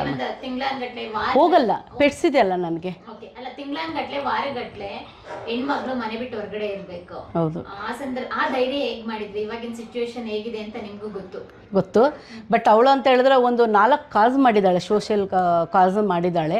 ಅದ್ರಲ್ಲೇ ಅವಳಿಗೆ ಮೋಟಿವೇಶನ್ ಆಗಿದೆ. ನಾವು ಲೇಡೀಸ್ 12 ಗಂಟೆ ಮೇಲೆ ಹೋಗಲಿ, 2 ಗಂಟೆ ಹೋಗಲಿ, ಮಧ್ಯರಾತ್ರಿ ಹೋಗಲಿ, ನಮಗೆ ಸೇಫ್ ಇದೆ. ಯಾವ ರೀತಿ ಸೇಫ್ ಮಾಡ್ಕೊಳ್ಬೇಕು ಅನ್ನೋದನ್ನ ನಾವು ಇಲ್ಲಿಂದ ಕಲಿಸಿರ್ತೀವಿ. ಮನೆಯೇ ಮೊದಲ ಪಾಠ ಶಾಲೆ. ಹಾಗಾಗಿ ಅವಳಿಗೆ ನಾವು ಫುಲ್ ಪ್ರಿಪೇರ್ ಮಾಡಿರ್ತೀವಿ. ಕೊನೆಗೆ ಸೋಷಿಯಲಲ್ಲಿ ಸಿಗ್ತಾರಲ್ಲ ಫ್ರೆಂಡ್ಸ್ಗಳು, ಒಂದು 4 ಜನ ಲೇಡೀಸ್ ಹೋದರು. ಪ್ರತಿಯೊಬ್ಬರೂ ಪೂರ್ ಇದರಲ್ಲೇ ಹೋದ್ರು, ಏನು ರಿಚ್ ಅವ್ರು ಯಾರೂ ಹೋಗಿಲ್ಲ. ಅದನ್ನು ನಾವು ಎಕ್ಸ್ಪೀರಿಯೆನ್ಸ್ ಮಾಡಬೇಕು ಅಂತಲೇ ಹೋದರು. ಒಳ್ಳೆ ಎಕ್ಸ್ಪೀರಿಯೆನ್ಸ್ ಆಯಿತು ಅವ್ರಿಗೆ, ಯಾವುದು ಬ್ಯಾಡ್ ಎಕ್ಸ್ಪೀರಿಯೆನ್ಸ್ ಆಗಿಲ್ಲ. ಸೊ ಹಾಗಾಗಿ ನಮಗೆ ಒಂದು ಮೋಟಿವೇಶನ್ ಆಯಿತು. ಇವಳು ಗಂಡಲ್ಲ, ಹೆಣ್ಣಾಗಿ ನಾವು ಮಾಡ್ಕೊಂಡಿದ್ವಿ. ಆದರೂ ಅವಳಿಗೆ ಗಂಡಿನ ಗುಂಡಿಗೆ ಇದೆ. ಸೊ ಹಾಗಾಗಿ ನಮಗದೊಂದು ತುಂಬ ಧೈರ್ಯ ಇತ್ತು. ಅವಳಿಗಂತೂ ನಮಗಿಂತ ಡಬಲ್ ಗುಂಡಿಗೆನೆ. ನಮಗೆ ಅವಳು ಹೌದು, ಲಡಾಖ್ ಸ್ಪೀಟಿಗೆಲ್ಲ 10 ಗಂಡು ಮಕ್ಕಳ ಜೊತೆ ಒಬ್ಬಳೇ ಹೋಗಿ ಬಂದಿದ್ದಾಳೆ. 10 ಮಕ್ಕಳಲ್ಲಿ ಗಂಡು ಮಕ್ಕಳಲ್ಲಿ ಒಬ್ಬಳೇ ಹೋಗಿ ಗ್ರೂಪಲ್ಲಿ ಹೋಗಿ ಬಂದಿದ್ದಾಳೆ. ನಮ್ಗೆ ಅದಂತೂ ಇನ್ನೂ ಧೈರ್ಯ, ಒಂದು ನಂಬಿಕೆ ಬೇಕು, ನಮ್ಗಳಿಗೆ ಧೈರ್ಯ ಬೇಕು. ಅದಿಬ್ಬರು ನಾವು ಕೊಡ್ತೀವಿ ಅವಳಿಗೆ. ನಂಬಿಕೆ ಧೈರ್ಯ ನಾವಿಬ್ಬರು ಕೊಡ್ತೀವಿ. ಸಾಧನೆ ಮಾಡೋದು ಅವಳದು, ಮಾಡ್ಕೊಂಡು ಬರ್ತಾಳೆ ಅನ್ನೋದು ನಮಗೆ ನಂಬಿಕೆ ಇದೆ. ಸ್ಟಾರ್ಟಿಂಗಲ್ಲಿ ಎಲ್ಲರದು ಕಷ್ಟನೇ. ಎಲ್ಲ ಪೇರೆಂಟ್ಸು ಮಕ್ಕಳಿಗೆ ಮೋಟಿವೇಟ್ ಮಾಡೋದೇ ಫೈನಾನ್ಷಿಯಲಿ, ಮೆಂಟಲಿ. ನಾವು ಎರಡೂ ಕೊಟ್ಟಿರ್ತೀವಿ, ಪ್ಲಸ್ ಎಜುಕೇಷನಲ್ಲೂ ಕೊಟ್ಟಿರ್ತೀವಿ. ನೀವು ಯೂಟ್ಯೂಬರ್ ಅಂತ ಹೇಳಿದ್ರೆ ಸುಮ್ಮನೆ ಆಗಲ್ಲ. ಯೂಟ್ಯೂಬಲ್ಲಿ 1000 ಥರ ಸ್ಟೆಪ್ಸ್ ಇರುತ್ತೆ. ಅದರಿಂದ ಅವರು ಎಲ್ಲ ರೀತಿಯೂ ಮಾಡ್ಕೊಳ್ಬೇಕು. ಯೂಟ್ಯೂಬ್ ಅಂದರೆ ಬೈಕ್ ಅಂದರೆ ನಮಗೆ ಬೈಕದ ನಮ್ಮ ಪಾರ್ಟ್ಸ್ ಆಫ್ ದ ಬಾಡಿ ಅಂತಾರಲ್ಲ, ಹಾಗೆ ಗಾಡಿದು ಪಾರ್ಟ್ಸ್ ಆಫ್ ದ ಎಲ್ಲ ಗೊತ್ತಿರಬೇಕು ಇವ್ರಿಗೆ. ಒಂದು ಕಡೆ ರಿಪೇರಿ ಆಗಿರಲಿ, ಒಂದು ಕಡೆ ಕರ್ಕೊಂಡು ಹೋಗ್ತೀನಿ, ಒಂದು ಟೋಯಿಂಗ್ ಮಾಡಬೇಕು, ಒಂದು ಏನು ತಿಳ್ಕೊಬೇಕು, ಒಂದು ನೇಚರಲ್ಲಿ ಯಾವ ಥರ ಟ್ರಾವೆಲ್ ಮಾಡಬೇಕು, ಏನು ವಿಡಿಯೋಗ್ರಫಿ ತೆಗಿಬೇಕು, ಜನಗಳಿಗೆ ಯಾವ ರೀತಿ ಮೋಟಿವೇಟ್ ಮಾಡಬೇಕು, ಜನಗಳಿಗೆ ಯಾವ ರೀತಿ ಕೊಡಬೇಕು ವಿಡಿಯೋ ಅನ್ನೋದನ್ನ ಪ್ರತಿಯೊಂದು ಅವಳು ಇಲ್ಲಿಂದ ಕಲಿತು ಹೋಗಿರ್ತಾಳೆ. ಅವಳ ಮೇಲೆ ಅವಾಗ ನಂಬಿಕೆ ಇರುತ್ತೆ ನಮಗೆ. ಮಾಡ್ಕೊಂಡು ಬರ್ತಾಳೆ, ಒಂದು ಸಾಧನೆ ಮಾಡ್ಕೊಂಡು ಬರ್ತಾಳೆ ಅಂತ 4 ಚಾಲೆಂಜ್ ತೊಗೊಂಡಿದ್ದಾಳೆ ಅವಳು. ಇನ್ನು ನಾವು ಆ ಚಾಲೆಂಜನ್ನ ನಾವು ಮತ್ತೆ ಚಾಲೆಂಜ್ ಕೊಡೋಕ್ಕಾಗಲ್ಲ. ಗುರಿ ತಲುಪ್ತಾಳೆ. ಹಾಗಾಗಿ ಯಾವ ಸೀಸನ್ ಆದರೂ ಹೋಗ್ತೀನಿ ಅಂತಾಳೆ, ಎಲ್ಲದಕ್ಕೂ ಕಳಿಸ್ಕೊಡ್ತೀವಿ ಇಲ್ಲಿಂದ. ಹೌದು, ಸೆಟಪ್ಗಾಗಿರ್ಬೋದು, ಅದನ್ನ ಮಾಡಿಫೈಡ್ ಮಾಡೋದಕ್ಕಾಗಿರ್ಬೋದು ಎಲ್ಲ. ನಿಮಗೆ ಯಾವತ್ತೂ ಗಿಲ್ಟಿ ಫೀಲ್ ಕಾಡಿಲ್ಲ? ಅಷ್ಟೊಂದು ಇನ್ವೆಸ್ಟ್ ಮಾಡಿದ್ದಾಳೆ, ರಿಟರ್ನ್ ಇನ್ನೂ ಬಂದಿಲ್ಲ ಅಂತ. ಆಲ್ರೆಡಿ ಬಂದಿದೆಯಾ ಅಷ್ಟು ರಿಟರ್ನು? ಇಲ್ಲ, ಬಂದಿಲ್ಲ. ಯಾಕಂದರೆ ನಾನು ಇವಾಗಲೂ ಒಂದು 7 ರಿಂದ 8 ಲಕ್ಷ ಖರ್ಚು ಮಾಡಿರ್ಬೋದು.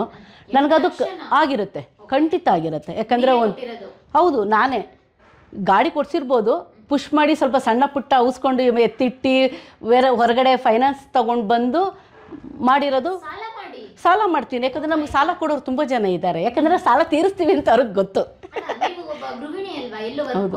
ವರ್ಕ್ ಹೋಗಲ್ಲ ನಾನು. ಯಜಮಾನ ಕೊಡೋ ದುಡ್ಡನ್ನ ಸ್ವಲ್ಪ ಉಳಿಸಿ, ಕಾಣ್ತಿದ್ದಂಗೆ ಅದೇ ಹೇಳ್ತಾರಲ್ಲ, ಸಾಸಿವೆ ಡಬ್ಬಿ ಕಡಲೆಬೇಳೆ ಡಬ್ಬಿ ಅಂತ, ಉಳಿಸಿ ಸಾಲ ತೀರಿಸಿ ಇವತ್ತು ನಾನು ಸಾಲ ಮುಕ್ತಳಾಗಿದ್ದೀನಿ. ನನ್ನ ಮಗಳು ನನಗೆ ಬೇಕಾದ ಕೊಡಿಸಿದಾಳೆ. ಅವಳಿಂದ ನಾನು ಸ್ವಲ್ಪ ದುಡ್ಡು ಎಲ್ಲ ಕಳ್ಕೊಂಡಿದ್ದೆ. ಇವತ್ತು ಅವಳು ಅಮ್ಮ ನಿನಗೇನು ಬೇಕು ನಾನು ಕೊಡಿಸ್ತೀನಿ ನನ್ನ ಲೆವೆಲ್ಗೆ ಬಂದುಬಿಟ್ಟಿದ್ದಾಳೆ. ಇನ್ನೊಂದು 2 ವರ್ಷದಲ್ಲಿ ಅವಳು ಇನ್ನೂ ಟಾಪಾಗಿ ಬೆಳೀತಾಳೆ. ನಂಗೆ ತುಂಬ ಇಷ್ಟ. ಅಷ್ಟೇ ಸಾಕು. ನಮಗೆ ದುಡ್ಡು ಕಳ್ಕೊಂಡ್ವಿ ಅಂತ ಹೇಳಿಲ್ಲ, ನನ್ನ ಮಗಳು ಏನು ಬೆಳೆದ್ಲು ಅನ್ನೋದು ನಮಗೆ ಬೇಕು. ಇವತ್ತು ಅವಳು ಬೆಳೆದಿದ್ದಾಳೆ. ಪ್ರೌಡ್ ಆಫ್ ಮೈ ಡಾಟರ್ ಅಂತ ಹೇಳ್ಬೋದು. 10 ಮುತ್ತು ಕಟ್ಟೋದಕ್ಕಿಂತ 1 ಮುತ್ತು ಕಟ್ತೀನಿ, ಅದೇ ನನ್ನ ಸ್ವಾತಿ ಮುತ್ತು. ಸಾಕಲ್ವಾ? ಎಲ್ಲ ಹೆಣ್ಮಕ್ಳು ಸಾಮಾನ್ಯವಾಗಿ ಹೆಂಗಿರುತ್ತೆ ಅಂತ ಹೇಳಿದ್ರೆ, ಆ ತಾಯಂದಿರಿಗೆ ಮಗಳನ್ನ ಮದುವೆ ಮಾಡಬೇಕು, ಒಂದಿಷ್ಟು ಚಿನ್ನಕ್ಕೆ ಇಷ್ಟು ದುಡ್ಡು ಇಡಬೇಕು, ಬಟ್ಟೆಗೆ ಮದುವೆಗಾದ್ರೆ ಇಷ್ಟು ಬೇಕಾಗುತ್ತೆ, ಒಳ್ಳೆ ಹುಡುಗಂಗೆ ಆದ್ರೆ ಇಷ್ಟೊಂದೆಲ್ಲ ಕೊಡ್ಬೇಕಾಗುತ್ತೆ, ಚಿನ್ನ ಒಡವೆಗಳಿಗೆಲ್ಲ ದುಡ್ಡು ಇನ್ವೆಸ್ಟ್ ಮಾಡಿದ್ರೆ ನೀವು ಮಗಳಿಗೆ ಬೈಕ್ ಓಡಿಸು ಸಾಲ ಮಾಡೋದು ಸರಿ ಅಂತ ಕೊಡ್ತಾ ಇದ್ದೀರಲ್ಲ. ಎಲ್ಲ ಥರ ತಾಯಿ ಆಗಿಬಿಟ್ರೆ ನಾನು ಡಿಫ್ರೆಂಟಾಗೇ ಇದ್ದೀನಿ, ಸ್ವಲ್ಪ ಸಿಕ್ಕಾಪಟ್ಟೆ ಸೋಷಿಯಲ್ ಆಗಿದ್ದೀನಿ. ಅವಳ ಜೊತೆ ನಾನು ಆ್ಯಸ್ ಅ ಮದರ್ ಥರನೇ ಇಲ್ಲ, ಫ್ರೆಂಡ್ಲಿಯಾಗೇ ಇದ್ದೀನಿ. ದುಡ್ಡು ಇವತ್ತು ಖರ್ಚು ಮಾಡ್ಬೋದು, ನಾಳೆ ಪಡ್ಕೋಬೋದು. ಆ ಮಗುಗೆ ಒಂದು ಸ್ಥಾನ ಕಳಿಸ್ಬಿಡ್ಬೇಕ, ಒಂದು ಸ್ಟೇಜ್ ಬೇಕು ಅವಳಿಗೆ. ಮದುವೆ ಮಾಡಿಬಿಟ್ರೆ ಅವಳದು ಒಂದು ಲೈಫ್ ಸಪ್ರೇಟ್ ಆಗಿಬಿಡತ್ತೆ. ಇನ್ನೊಬ್ಬರ ಮನೆ ಪಾತ್ರೆ ತೊಳೆದು ಇನ್ನೊಬ್ಬರು ಮದುವೆ ಮಾಡಿ ಮಗು ಆಗಿ ಅವ್ರದ್ದೇ ಒಂದು ಕಟ್ಟುಪಾಡಲ್ಲಿ ಇರುತ್ತೆ. ಸೊ ನಾವಾಗಿ ನಾವು ಪೇರೆಂಟ್ಸ್ ಆಗಿ ಅವಳಿಗೆ ನಾವು ಏನು ಮಾಡಿದ್ವಿ? ಮನೆ ಇಲ್ಲ, ಬಾಡಿಗೆ ಮನೇಲೇ ಇದ್ದೀವಿ ಇವತ್ತು. ಹೌದು, ಬಾಡಿಗೆ ಮನೇಲಿ ಸಂತೋಷವಾಗಿದ್ದೀವಿ. ಅವರಪ್ಪ ಯಾವಾಗಲೂ ಹೇಳ್ತಾರೆ, ಅಪ್ಪ ನನಗೇನು ಮಾಡಿದೆ ಅಂತ ಅವಳು ಕೇಳಬೇಡ, ಯಾಕೆಂದರೆ ನೀನೇನು ಮಾಡ್ದು ನಮಗೆ ಮಾಡ್ತಾ ಇದೆಯಾ ಅಂತ ಕೇಳ್ತಾ ಇದ್ದಾರೆ ಅವರಪ್ಪ. ಯಾಕಂದ್ರೆ ನನ್ನ ತಾತನ ಆಸ್ತಿ ನೀನು ಕೇಳಬೇಡ, ನಾನು ನಮ್ಮ ತಾತನ ಆಸ್ತಿ ನಾನು ಕೇಳಿಲ್ಲ, ನಾನು ಆಸ್ತಿ ಇಡಲ್ಲ, ನಿನಗೆ ಬೇಕಾ ನೀನು ಆಸ್ತಿ ಮಾಡ್ಕೊಂಡು ನೀನು ತಗೋ, ನನಗೆ ಆಸ್ತಿ ಮೇಲೆ ವ್ಯಾಮೋಹ ಇಲ್ಲ ಅಂತ ಹೇಳ್ತಾರೆ. ಅದೇನೇ ಅವಳಿಗೂ ಬಂದ್ಬಿಟ್ಟಿದೆ. ಆಸ್ತಿ ಬೇಡ, ಇರೋದ್ರಲ್ಲಿ ಆರಾಮಾಗಿರ್ತೀನಿ, ನಾನು ಮದುವೆ ಆಗಲ್ಲ, ಪೆಟ್ಸ್ನ ಅಡಾಪ್ಷನ್ ಮಾಡ್ಕೊಂಡು ನಾನು ಅವ್ರಿಗೆ ಲೈಫ್ ಕೊಡ್ತೀನಿ ಅನ್ನೋ ಮೆಂಟಾಲಿಟಿಗೆ ಬಂದುಬಿಟ್ಟಿದ್ದಾಳೆ. ನಮಗೆ ಪ್ರಾಣಿ ಅಂದರೆ ಭಾರಿ ಇಷ್ಟ. ನಿಮ್ಮದು ನಾನು ಬನ್ನರ್ಘಟ್ಟ ಸೀರಿಯಸ್ ಅಂತ ಮಿಸ್ಸೇ ಮಾಡಿಲ್ಲ, ಆವಾಗ ಫುಲ್ ನೋಡ್ತಾ ಇದ್ದೆ. ನನಗೆ ಅನಿಮಲ್ಸ್ ಅಂದರೆ ತುಂಬಾ ಇಷ್ಟ. ಸೊ ಹಾಗಾಗಿ ಇವತ್ತು ಮಗಳು ಒಬ್ಬಳಾಗಿರ್ಬೋದು, ಮಕ್ಕಳು ಮನೆ ತುಂಬ ಇದ್ದಾರೆ ನಮ್ಮ ಮನೇಲಿ.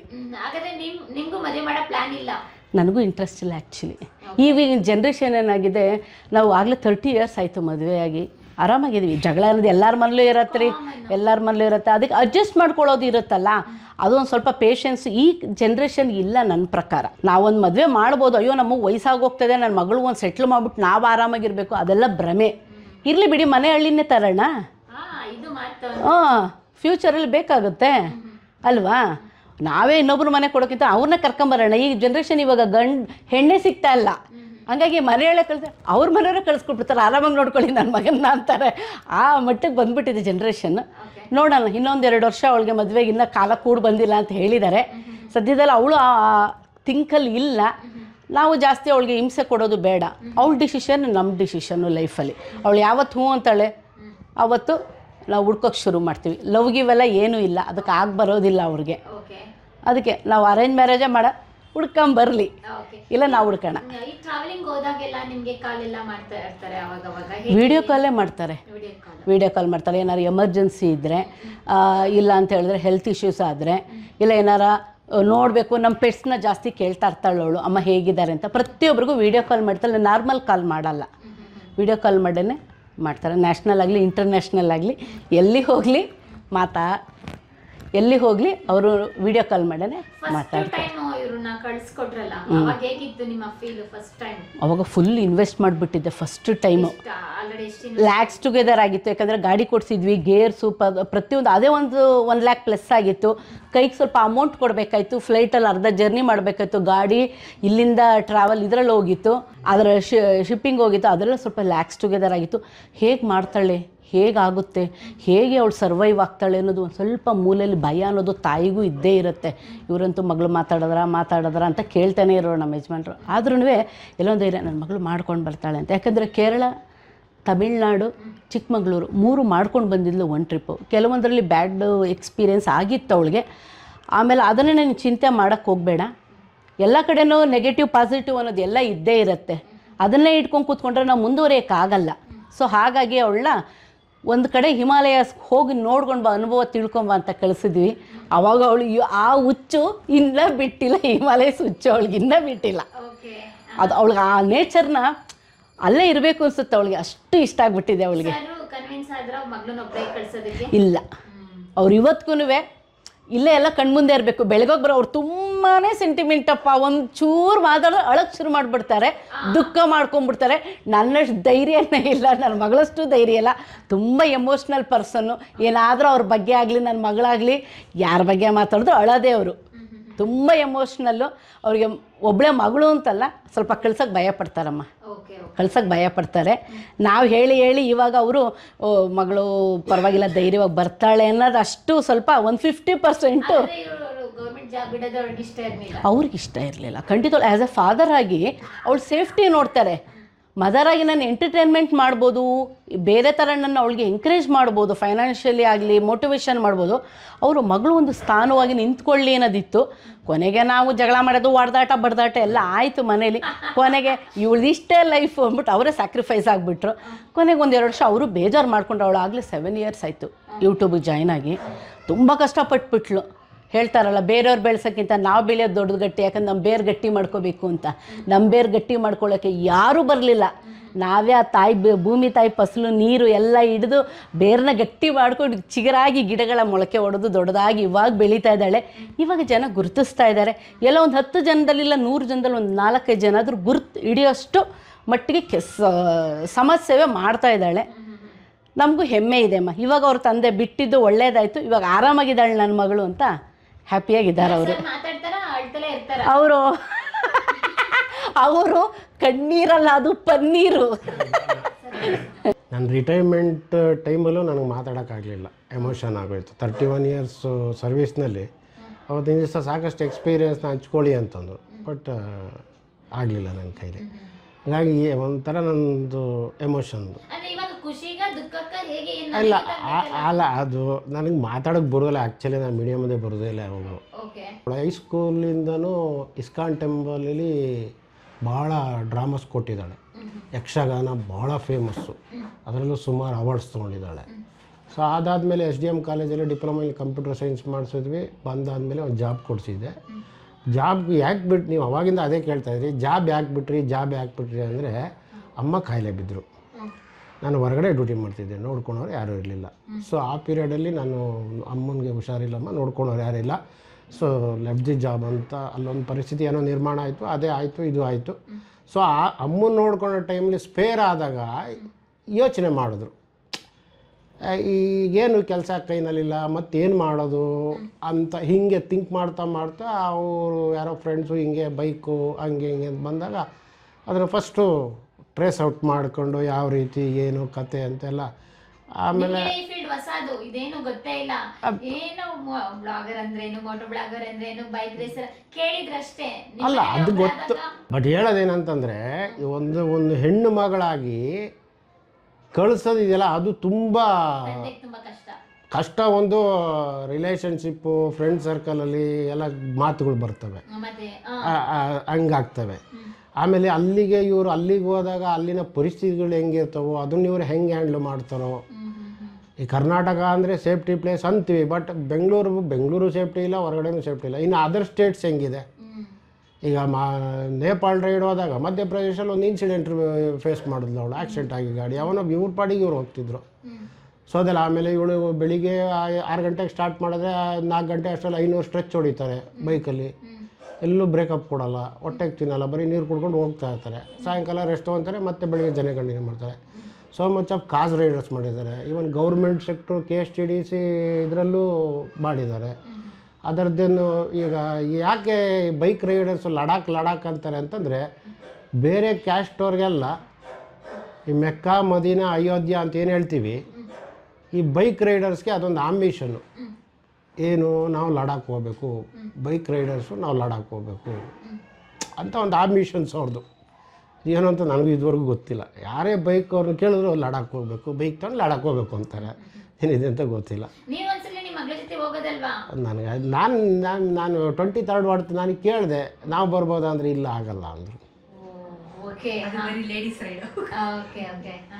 ಹಾಗಾಗಿ ಅಚೀವ್ ಮಾಡ್ತಾ ಇದ್ದಾಳೆ, ಇಲ್ಲ ಅಂತೇನಿಲ್ಲ. ನನ್ನ ಕೈಲಾಗಲ್ಲ ಬಿಡಿ. ನಾನು ರೀಸೆಂಟಾಗಿ ಈ ಹೊಸ ಬೈಕ್ ಕೊಡಿಸಿದ್ಮೇಲೆ ಅವಳು ಸುಮಾರು ದಿವಸದಿಂದ ಕೇಳ್ತಾಯಿದ್ದು, ನೀನು ಹುಟ್ಟು ಬೆಳೆದಿದ್ದು ಊರಿಗೆ ಕರ್ಕೊಂಡೋಗು, ಆಟ ಆಡಿದ್ದು ಊರಿಗೆ ಕರ್ಕೊಂಡೋಗು ಅಂತೆಲ್ಲ. ಸೊ ಕರ್ಕೊಂಡೋಗಿದೆ ಈ ಬೈಕಲ್ಲಿ. ಇವಳು ಓಡಿಸೋ ಸ್ಪೀಡಿಗೆ ನಾನು ಹಿಂದೆ ಬಿದ್ದೋಗ್ಬಿಡ್ತಿದ್ದೆ ಕೂತಿದ್ದು. ಆಮೇಲೆ ಅಲ್ಲಿ ಓಡಿಸು ಅಂತ ಕೊಟ್ಟರೆ ಅದು ಬಾರಕ್ಕೆ ನನಗೆ ಬಿದ್ದೋಯ್ತಿದ್ದೆ, ಗಾಡಿನೇ ಹಿಡಿಯೋಕ್ಕಾಗಲ್ಲ. ನಾನು ಬೆಳೆದಿದ್ದು, ಹುಟ್ಟಿ ಆಟ ಆಡಿದ್ದು ಎಲ್ಲ ತೋರಿಸಿ ಅದು ವಿಡಿಯೋಗಳೆಲ್ಲ ಬಿಟ್ಟಿದ್ಲು ಅವಳು. ಆಲ್ರೆಡಿ ಹಂಗಿತ್ತದು. ಆಮೇಲೆ ಬರ್ತಾ ಅದ್ರ ಜೊತೆಗೆ ರಾಯಲ್ ಎನ್ಫೀಲ್ಡ್ ಇನ್ಫ್ಲೂಯೆನ್ಸರ್ ಆದಲು. ಯೂಟ್ಯೂಬ್ ಬಂದು ಯೂಟ್ಯೂಬು ಪುಷಪ್ ಮಾಡಿದ್ದು ಅಂದರೆ ಮಂಜುನಾಥ್ ಅಂತ ಒಬ್ಬ ಕೋಆರ್ಡಿನೇಟ್ ಇದ್ದಾರೆ ಇವ್ರಿಗೆ, ಬೆಸ್ಟ್ ಫ್ರೆಂಡು. ಅವ್ರು ಬರೀ ಬೈಕಲ್ಲೇ ಏನು ಮಾಡ್ತೀಯೋ ಅದರದ್ದೇನು ಏನಾದರೂ ಮಾಡು, ಅರ್ನಿಂಗ್ಸ್ ಬೇಕಲ್ಲ ಅಂತ ಮಾಡಿದಾಗ ಆ ಮಂಜುನಾಥನು ಐಡಿಯಾ ಹೇಳ್ಕೊಡ್ತಾ ಇದ್ದ. ಯಾವ ರೀತಿ ಪುಷಪ್ ಆಗಬೇಕು, ಯಾವ ರೀತಿ ಒಂದು ರೀಲ್ಸ್ ಆಗಲಿ ಇನ್ಸ್ಟಾಗ್ರಾಮಲ್ಲಾಗಲಿ ಹೆಂಗೆ ಬಂದರೆ ಹೆಂಗೆ ಆಗುತ್ತೆ, ಯಾವ ರೀತಿ ಅಂತ. ಅದರಲ್ಲೂ ಸ್ಟಾರ್ಟಿಂಗ್ನಲ್ಲಿ ಸಿಕ್ಕಾಪಟ್ಟೆ ಫೇಸ್ ಮಾಡಿದ್ಲು ಅದನ್ನು. ಯಾಕಂದರೆ ಕೊಲ್ಯಾಪ್ಸ್ ಆಗೋದು, ಮತ್ತೆ ಆಗದೆ ಇರೋದು, ಆಮೇಲೆ ಕಾಪಿರೈಟ್ ಅಂದ್ರೆ ಏನು, ಅದು ಯಾಕೆ ಇನ್ನೊಂದು ಕಡೆಯಿಂದ ಇವ್ರಿಗೆ ವಿಡಿಯೋ ಎಡಿಟಿಂಗಲ್ಲಿ ತೊಗೊಬಾರ್ದು, ಅದೆಲ್ಲ ಗೊತ್ತಿಲ್ಲ ಅವ್ರಿಗೆ. ಅದು ಇದೆಯಲ್ಲ, ಅದೇನೇನೋ ರೂಲ್ಸ್ಗಳಿವೆ ಅದರಲ್ಲಿ ಗೊತ್ತಿಲ್ಲ. ಸೊ ಅದೆಲ್ಲ ಮಾಡಿ ಮತ್ತೆ ಕ್ರ್ಯಾಶ್ ಆಗಿ ಮತ್ತೆ ಪುಷಪ್ ಮಾಡಿ ಸೊ ಮಚ್ ಆಫ್ ಎಫರ್ಟ್ ಹಾಕಿದ್ದಾಳೆ. ಇವತ್ತು ಅದರಿಂದ ಸ್ವಲ್ಪ ಏನು ಅಂತ ಇರೋದ್ರಲ್ಲಿ ಸಂಪಾದನೆ ಮಾಡ್ತಾಯಿದ್ದಾರೆ. ಇಲ್ಲ ಹಂಗಂತಲ್ಲ ನೋಡಿ, ಈಗ ಒಂದು ಕೆಲಸ ಬಿಟ್ಟರೆ ಇನ್ನೊಂದು ಕೆಲಸ ಒಳ್ಳೇದಾಗ್ಬೋದು. ದೊಡ್ಡವರು ಮಾತಾಡ್ತಾರೆ, ಕೃಷ್ಣ ಭಗವದ್ಗೀತೆ ಹೇಳ್ತಾನೆ, ನೀನು ಒಂದೇ ದಾರಿ ಹಿಡ್ಕೊಂಡು ಹೋಗಬೇಡ, ನಿನಗೆ ಹಲವಾರು ದಾರಿ ಮಾರ್ಗಗಳಿವೆ, ನೀನು ರೈಟ್ ಚಾಯ್ಸ್ ಮಾಡ್ಕೊ. ಅದು ನಿನ್ನ ಮೇಲೆ ಬಿಟ್ಟಿದೆ, ಅದು ನಾನು ಹೇಳ್ಕೊಡಲ್ಲ, ನಾನು ಹಿಂಗೆ ದಾರಿ ತೋರಿಸ್ತೀನಿ. ಈಗ ಒಂದೇ ಸ್ಟಿಕಾನ್ ಆದರೆ ನಮ್ಮ ಲೈಫ್ ಒಂದೇ ಸ್ಟಿಕಾನ್ ಆಗಿರ್ತೀವಿ. ನಮ್ಗೆ ಹಲವಾರು ಮಾರ್ಗಗಳಿವೆ. ಆ ಮಾರ್ಗದಲ್ಲಿ ಕಾಲಿಡೋಕ್ಕೆ ಮುಂಚೆ ಒಳ್ಳೇದು ಯಾವುದು ಕೆಟ್ಟದ್ದು ಯಾವುದು, ಇದರಿಂದ ಲಾಭ ಇದೆಯಾ ನಷ್ಟ ಇದೆಯಾ, ನಾವು ಅಚೀವ್ ಮಾಡ್ತೀವಿ ಆ ಗೋಲ್ನ ಅನ್ನೋದು ಯೋಚನೆ ಮಾಡಿ ಕಾಲಿಡಬೇಕು. ಆವಾಗ ತಿರುವುಗಳು ಸಿಗುತ್ತೆ ನಮ್ಮ ಲೈಫಲ್ಲಿ. ಈಗ ನನ್ನದೇ ತಿರುವು ತೊಗೊಳೋದಾದರೆ, ನನ್ನ ಲೈಫ್ ಹಿಸ್ಟ್ರಿಲಿ ನಾನು ತಿರುವು ತೊಗೊಳೋದಾದರೆ ನನಗೆ ಬೇಕಾದಷ್ಟು ತಿರುವುಗಳು ಸಿಕ್ಕಿದೆ. ನಾನು ಡಿಪ್ಲೊಮಾ ಇನ್ ಎಲೆಕ್ಟ್ರಾನಿಕ್ಸು, ಅರ್ಥ ಆಯ್ತಾ, ಏನೇನೋ ಇತ್ತು, ಫಾರಿನ್ಗೆ ಹೋಗೋ ಚಾನ್ಸ್ ಇತ್ತು, ಎಲ್ಲವನ್ನು ಕಳ್ಕೊಂಡೆ. ತಿರುವುಗಳು ಎಲ್ಲೇ ಸಿಕ್ತೋ, ಕೊನೆಗೆ ಡ್ರೈವರ್ ಪ್ರೊಫೆಷನ್ ಸಿಕ್ತು. ನಾನು ಸ್ಟಾರ್ಟಿಂಗಲ್ಲಿ ಡ್ರೈವರ್ ಪ್ರೊಫೆಷನ್ ಹಾಬಿ ಕಲ್ತಿದ್ದು. ಇದು ನನಗೆ ಊಟ ಆಗುತ್ತೆ ಅಂತ ನಾನು ಕಲ್ತಿಲ್ಲ, ಹಾಬಿ ಕಲ್ತಿದ್ದು. ಈ ಮಗಳು ಬೈಕು ರೈಡ್ ಹೆಂಗೆ ಹಾಬಿ ಕಲ್ತೋ, ನಾನು ಅದನ್ನು ಹಾಬಿ ಕಲಿತೆ. ಬಟ್ ಅದೇ ಜೀವನಾಧಾರ ಆಯಿತು. ಆಮೇಲೆ ಏನನ್ನಿಸ್ತು, ಎಷ್ಟೋ ಸಾವಿರಾರು ಜನ ತಂದೆ ತಾಯಿಗಳು ಸೇವೆ ಮಾಡೋದಾಯ್ತಲ್ಲ. ಈ ಒಂದು ಡ್ರೈವರ್ ಕೆಲಸ ಅಂದರೆ ಸಾವಿರಾರು ಜನದ್ದು ಸೇವೆ ಮಾಡ್ದಂಗೆ ಆಗುತ್ತಲ್ಲ ಪಬ್ಲಿಕ್ ಸೆಕ್ಟರ್ಗಳಲ್ಲಿ. ಆಮೇಲೆ ಸ್ವಾಮಿ ವಿವೇಕಾನಂದರು ಒಂದು ಮಾಡ್ತಾರೆ, driver is the mediator of growing culture ಅಂತಾರೆ. ಒಂದು ದೇಶದ ಒಂದು ಸಂಸ್ಕೃತಿಯನ್ನು ಬೆಳೆಸೋದ್ರಲ್ಲಿ ಡ್ರೈವರ್ ಪಾತ್ರ ಮುಖ್ಯ, ಚಾಲಕನ ಪಾತ್ರ ತುಂಬ ಮುಖ್ಯ ಅಂತ ಹೇಳ್ತಾರೆ. ಅಂತ ನಮ್ಮ ಮಾನ್ಯರು ಹೇಳಿದಾಗ ನನಗೊಂದು 31 ಇಯರ್ಸ್ ನನಗೆ ಆಪರ್ಚುನಿಟಿ ಸಿಕ್ತು. ನಾನು ಖುಷಿಯಾಗಿ ಮಾಡಿದೆ, ಖುಷಿಯಾಗಿ ನಿವೃತ್ತಿ ಆಗಿದ್ದೀನಿ. ನಿವೃತ್ತಿ ಜೀವನ ಆರಾಮಾಗಿ ಸಾಗಿಸ್ತಾ ಇದ್ದೀನಿ. ಅಲ್ಲ, ನಾನು ಬೈದೆ. ಯಾಕಂತಂದರೆ ಒಂದು ಹೆಣ್ಮಗು, ಈಗ ಅವಳು ಗೇರ್ಸು ಹೆಲ್ಮೆಟ್ ಎಲ್ಲ ಹಾಕ್ಕೊಂಡು ಬೈಕಲ್ಲಿ ಹೋದಾಗ ಅವಳು ಸ್ಟಿಲ್ ಹೆಲ್ಮೆಟ್ ತೆಗಿಯೋವ್ರುಗಳು ಹೆಣ್ಣು ಹುಡುಗಿ ಅಂತ ಗೊತ್ತಾಗಲ್ಲ. ಅರ್ಥ ಆಯ್ತಾ? ಅವಳು ಹೆಲ್ಮೆಟ್ ತೆಗಿಯೋವ್ರಿಗೂ ಅವಳು ಲೇಡೀಸ್ ಅಂತ ಗೊತ್ತಾಗೋದೇ ಇಲ್ಲ, ಜೆಂಟ್ಸ್ ಅಂತಲೇ ಮಾಡ್ತಾ ಇರ್ತಾರೆ. ಅವಳು ಒಂದು ಹೆಲ್ಮೆಟ್ ತೆಗೆದಾಗ ಮಾತ್ರ ಅದು ಲೇಡಿ ಅಂತ ಗೊತ್ತು. ಎಷ್ಟೋ ಸಲ ಅದು ಆಗಿದೆ ಅವಳಿಗೆ, ಅಲ್ಲಿವರೆಗೂ ಗೊತ್ತಾಗಲ್ಲ. ಕೆಲವರಂತೂ ಇವಾಗೆಲ್ಲ ಸ್ವಲ್ಪ ರೆಕಗ್ನೈಸ್ ಮಾಡಿದ್ಮೇಲೆ ಅವಳು ಬೈಕ್ ನೋಡ್ಬಿಟ್ಟು ಕಂಡು ಹಿಡ್ಬಿಡ್ತಾರೆ. ರೋಡಲ್ಲಿ ಹೋಗ್ತಿದ್ರೆ ಬೈಕ್ ನೋಡ್ಕೊಂಡು ಹಿಡ್ಬಿಡ್ತಾರೆ. ಈ ರಿಲೇಷನಲ್ಲಿ ಈಗ ಏನು ಏಜ್ ಆಗಿದೆ ಮದುವೆ ಮಾಡು, ಈಗ ಅಷ್ಟೇ ಮ್ಯಾಟ್ರ್ ಇರೋದು. ಈಗ ಇಲ್ಲ ಅದೆಲ್ಲ ಸೀನ್ ಇಲ್ಲ. ಅದು ಮೋಟಲ್ಲಾಗೋರು ಅವೆಲ್ಲ ಏನು ಸೀನ್ ಇಲ್ಲ. ಬಟ್ ಅದೇ ಮದುವೆ ಇನ್ನು ಏಜ್ ಆಯ್ತಲ್ಲಪ್ಪ ಮದುವೆ ಮಾಡು ಅಂತ ಮದುವೆ ಬಗ್ಗೆ ಸಾಕಷ್ಟು ಡಿಸ್ಕಷನ್ ಆದಾಗ ಅವಳು ಇಲ್ಲ ನನಗೆ ಮದುವೆ ಬೇಡ ಅಂತ ನಡೀತಾನೆ ಇದೆ. ಅದು ಇನ್ನೂ ವಾದ ವಿವಾದ ನಡೀತಾನೆ ಇದೆ. ಯಾಕಂತಂದರೆ ನಾವು ಬಲವಂತವಾಗಿ ಆಚೆ ತೊಳ್ಳಿ ಮತ್ತೆ 3 ದಿವಸಕ್ಕೆ ವಾಪಸ್ ಬಂದು ಅವೆಲ್ಲ ಬೇಡ. ಅವಳಿಗೆ ಯಾವಾಗ ಇಂಟ್ರೆಸ್ಟ್ ಆಗುತ್ತೆ, ಯಾವಾಗ ಒಪ್ಕೊಂತಾಳೆ, ಅಲ್ಲಿವರೆಗೂ ನಾವು ಸಮಾಧಿಯಿಂದ ಕಾದಿದ್ದು ಮಾಡೋಣ ಅಂತ ಇದ್ದೀವಿ. ಓಕೆ, ಇವಾಗ ನಿಮ್ಮ ಮಿಸ್ಸಸ್ಸು ಗಾಡಿಗೆಲ್ಲ ಇನ್ವೆಸ್ಟ್ ಮಾಡಿದ್ರಲ್ಲ, ಅದೇ ದುಡ್ಡು ಇಟ್ಕೊಂಡು ಲೋನ್ ತೊಗೊಂಡಿದ್ರೆ ಒಂದು ಸೈಟು ಏನಾದರೂ ಮಾಡ್ಬೋದಿತ್ತು ಅಂತ ನಿಮ್ಗೆ ಅನಿಸಿಲ್ವಾ? ಹಂಗಲ್ಲ, ನಾನು ಬೆಳೆದಿದ್ದೆಲ್ಲ ರಾಮಕೃಷ್ಣ ಆಶ್ರಮದಲ್ಲಿ. ನಾನು ಚಿಕ್ಕ ವಯಸ್ಸಿನಲ್ಲೇ ಮನೆ ಬಿಟ್ಟು ಈಚೆ ಬಂದವನು. ನಾನು ಯಾವ ಅಣ್ಣ ತಮ್ಮನ ಹತ್ರ ಕೈ ಚಾಚಿಲ್ಲ, ಯಾರ ಮನೆಗೂ ಹೋಗಿಲ್ಲ ನಾನು. ಹಂಗಾಗಿ ನನಗೆ ಈ ಮನೆ ಮಠ ಭೂಮಿ ಅನ್ನೋದ್ರ ಮೇಲೆ ಆಸೆ ಇಲ್ಲ. ನನಗೆ ಆಸೆ ಇಲ್ಲ, ಇವತ್ತು ಆಸೆ ಇಲ್ಲ ನನಗೆ. ನಾನು ಅದ್ರ ಬಗ್ಗೆ ಇಂಟ್ರೆಸ್ಟು ಕೊಡಲಿಲ್ಲ. ಹಂಗಾಗಿ ನನಗೆ ಅದು ಬರಲಿಲ್ಲ ನನಗೆ. Okay, super. ಇವಾಗ ಮಗಳನ್ನೇ ಆಸ್ತಿಯಾಗಿ ಮಾಡಿದ್ದೀರಾ ಅಷ್ಟೇ. ಈಗ ಅವಳಿಗೊಂದು ಸ್ಟ್ಯಾಂಡ್ ಬೈ ಕೊಟ್ಟಿದ್ದೀವಿ. ಏನೋ ನೀನು ಹೆಂಗೆ ಸಾಧನೆ ಮಾಡ್ತೀಯೋ ಅದನ್ನು ಮುಂದುವರ್ಸ್ಕೊಂಡು ಹೋಗೋ. ಈಗ ಹಲವಾರು ಜನ ಕನ್ನಡ ಸಂಘಟನೆಗಳ ಪರ ಗುರುತಿಸಿದ್ದಾರೆ. ಇಸ್ಕಾನಲ್ಲಿ ಗೋಕುಲಾಷ್ಟಮಿ ಆದರೆ VIP ಪಾಸ್ ಬರ್ತದೆ. ರಾಯಲ್ ಎನ್ಫೀಲ್ಡ್ ಹೊಸ ಗಾಡಿ ಲಾಂಚ್ ಆದರೆ ಫಸ್ಟ್ ಇವ್ರಿಗೆ ಲಾಂಚಿಂಗ್ ಕರೀತಾರೆ. ಸೊ ಬೇಕಾ ಬೇರೆ ಯಾವ ಸೆಲೆಬ್ರಿಟಿಗೂ ಸಿಗಲ್ವಲ್ಲ ಅಂತ ಆದ್ಯತೆ ಸಿಗ್ತಾ ಇದೆಯಲ್ಲ, ಗೌರ್ಮೆಂಟ್ ಜಾಬ್ಗೆ ಹೋಗಿ ಸಿಗ್ತಾ ಇತ್ತಾ? ಅದೇ ಹೇಳದ್ನಲ್ಲ, ತಿರುವುಗಳು ಮನುಷ್ಯನ ಬಾಳ್ನಲ್ಲಿ ತಿರುವುಗಳು ಎಲ್ಲಿ ಸಿಗುತ್ತೆ ಗೊತ್ತಿಲ್ಲ. ನಾವು ಒಂದೇ ಕೆಲಸ ಅಂತ ಇವಾಗ ಗೌರ್ಮೆಂಟ್ ಕೆಲಸ ಮಾಡಿಕೊಂಡು ಬೇರೆ ಕಡೆ ತಿರುಗ್ಬೋದು. ಆದರೆ ಆ ದಾರಿ ತೋರಿಸಿರ್ತಾನೆ, ನಾವು ಅರ್ಥ ಮಾಡ್ಕೊಂಡಿರೋದಿಲ್ಲ. ಕೆಲವು ಸಲ ಅದು ನಾವು ಅರ್ಥ ಮಾಡ್ಕೊಂಡಿರಲ್ಲ. ಅದನ್ನು ನಾವು ಅರ್ಥ ಮಾಡ್ಕೊಂಬಿಟ್ರೆ ನಾವು ಒಳ್ಳೆ ದಾರಿ ಹೋಗ್ತೀವಿ. ಯಶಸ್ಸು ನಮ್ಮ ಬೆನ್ನತ್ತು ಬರುತ್ತೆ. ತುಂಬಾ ಎಮೋಷನಲ್ ಆಗ್ತಾ ಇದ್ದೀರಾ. ಖುಷಿಗೆ ಅನ್ಕೊಳ್ತೀನಿ, ದುಃಖ ಎಂತೂ ಆಗಿಲ್ಲ ಅನ್ಕೊಳ್ತೀನಿ. Thank you sir. ನಗ್ಬೇಕು ನೀವು ಇವಾಗ, ಅಳ್ಬಾರ್ದು, ನಗೋ ವಯಸ್ಸು. ಆ ಮೇಡಮ್ ನೋಡಿ, ಮೇಡಮ್ ಸ್ಮೈಲ್ ನೋಡಿದ್ರು ನೀವು ಅಳೋದ್ ನಿಲ್ಸ್ಬೇಕು ತಾನೆ. Madam dead opposite combination Swati. ನಾನು ಯಾವಾಗಲೂ ಹಿಂಗೆ ಇರ್ತೀನಿ, ಬೈತಾ ಇರ್ತಾರೆ. ಮೀಡಿಯಲ್ಲಿ ಬರೋದೇ ಇಲ್ಲ, ನಾನು ಮಾತಾಡೋದಿಲ್ಲ. ಅವಳು ಎಷ್ಟೋ ಮೊಬೈಲ್ ಇದರಲ್ಲಿ ಶೂಟ್ ಮಾಡೋ ಮೊನ್ನೆ ವೆಡ್ಡಿಂಗ್ ಆ್ಯನಿವರ್ಸರಿಲಿ, ರಿಟೈರ್ಮೆಂಟ್ ಫಂಕ್ಷನಲ್ಲಿ ಕೇಳಿ ನಾನು ಮಾತಾಡೇ ಇಲ್ಲ. ನನಗೆ ಅದು ಆದ್ಮೇಲೆ ಮಾತಾಡದೆ. ಮೇಡಮ್ ನೋಡಿದ್ರು ಮಾತು ಕಲ್ತ್ಕೋಬೇಕಲ್ವಾ ಸರ್? ಮೇಡಮ್ ಜೊತೆ ನನಗೆ ಬೈ ಪ್ಲಾಸ್ಟರ್ ಹಾಕೋ ಅಂತಾರೆ.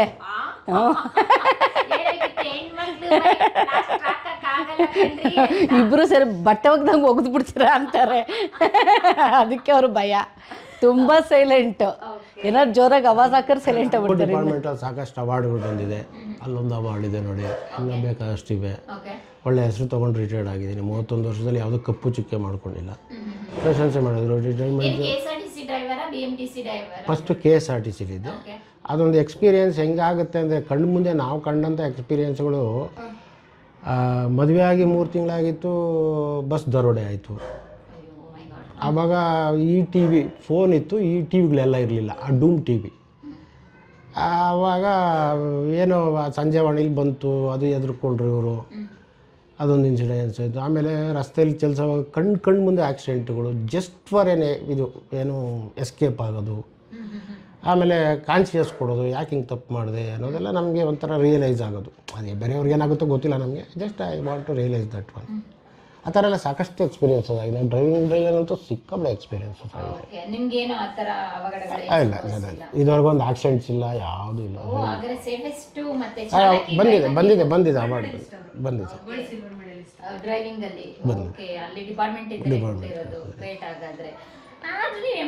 ಸ್ವಲ್ಪ ಕಡಿಮೆ ಮಾಡಬೇಕು ಸರ್.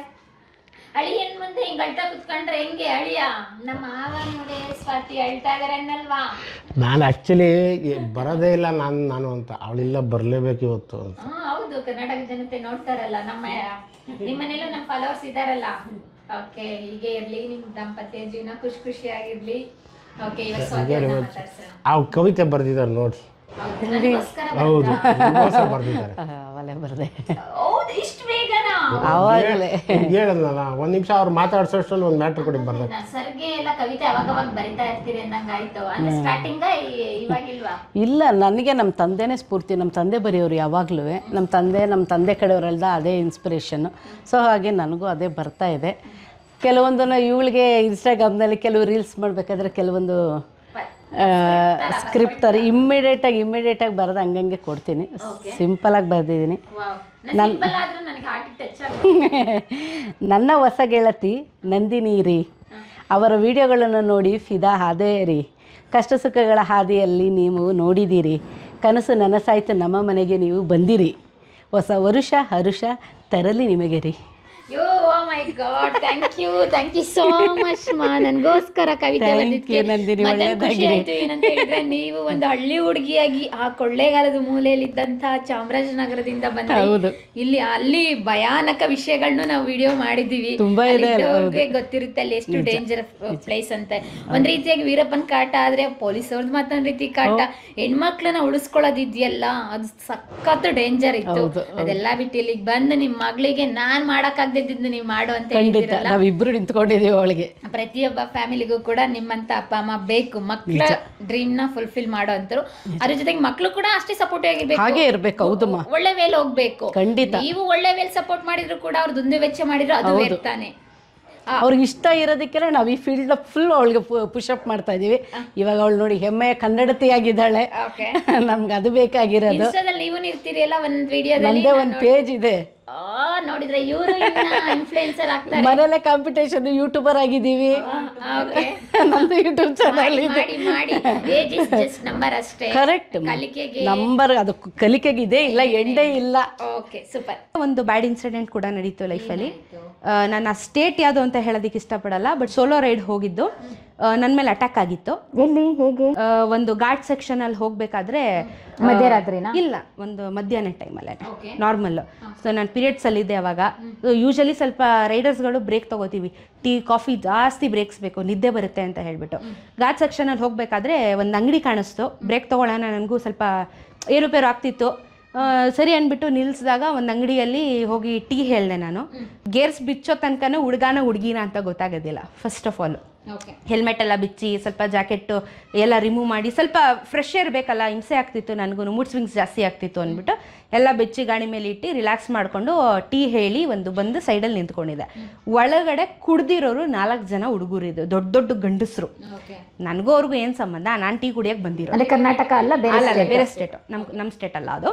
ಸೊ ಟೀ ಹೇಳಿ ಬಂದೆ. ಆಮೇಲೆ ಅವರು ಟೀ ಕೊಡು ಮಾಡೋದಕ್ಕೆ ಒಂದು 10 ನಿಮಿಷ ತೊಗೊಂತಾರೆ, ಯಾಕಂದರೆ ಯಾರು ಇರಲಿಲ್ಲ, ಪಬ್ಲಿಕ್ಸ್ ಇರಲಿಲ್ಲ. ಫಸ್ಟ್ ಆಫ್ ಆಲ್ ನಮಗೇನು ನಮ್ಮ ಪಾಡ್ ನಾವು ತಾನೆ ಅಂದ್ಬಿಟ್ಟು ನಾನು ನಿಲ್ಲಿಸಿದೆ. ಅವ್ರೇನು ಮಾಡಿದ್ರು, ನಾನು ಒಬ್ಬಳೇ ಇದ್ದೀನಿ ಅಂತ ಹೇಳಿ ಬಂದರು. 4 ಜನ ಹಿಡಿದು ನನ್ನನ್ನು ಕೈಯೆಲ್ಲ ಹಿಂಗೆ ಹಿಡಿದು ಕಾಲೆಲ್ಲ ಲಾಕ್ ಮಾಡಿ ಅಟ್ಯಾಕ್ ಮಾಡಕ್ಕೆ ಟ್ರೈ ಮಾಡಿ. ಅವ್ರು ಏನು ಮಾಡಲಿಲ್ಲ, ಕೂಗಿದ್ರು ಬರಲಿಲ್ಲ, ಪಡ್ಕೊಂಡ್ರು ಬರಲಿಲ್ಲ, ಏನೂ ಬರಲಿಲ್ಲ. ದುಡ್ಡಿದೆ ಅಂತ ಕಿತ್ಕೊಳ್ಳೋಕೆ ಅಥವಾ ಬ್ಯಾಡ್ ಆಗಿ ನನ್ನನ್ನು ಯೂಸ್ ಮಾಡ್ಕೊಳ್ಳೋದಕ್ಕೆ ಅಟ್ಯಾಕ್ ಮಾಡಿರೋದು.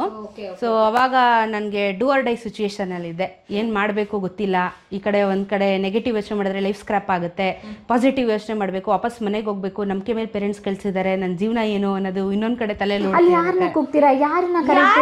ಅಲ್ಲಿ ಫುಲ್ ಕಾರ್ಡ್ ಲೈಕ್ ಸಿನಿಮಾ ತರ ಸೀನ್ ನೆನಪಾಗ್ತಿದೆ ನೀವು ಹೇಳಿದ್ರೆ. ಒಂದು ಘಾಟ್ ಸೆಕ್ಷನ್ ಅಲ್ಲಿ ಒಂದು ಅಂಗಡಿ ಇದೆ ಅನ್ನೋ ತರ ಅನ್ಕೊಂಡು, ಅಂಗಡಿ ಇದೆ, ಪರ್ಕಿಗಳು ಇರ್ತಾರೆ, ಹುಡುಗಿ ಮೇಲೆ ಅಟ್ಯಾಕ್ ಮಾಡ್ತಾರೆ, ಪೋಲಿ ಕಣ್ಗಳೆಲ್ಲ ಅವ್ರ ಮೇಲೆ ಬೀಳ್ತಾರೆ, ಒಂದ್ ರೀತಿಯ ಕಾಮುಕರು ಅಂತಲೇ ಹೇಳ್ಬೋದು ಹಂಗೆ.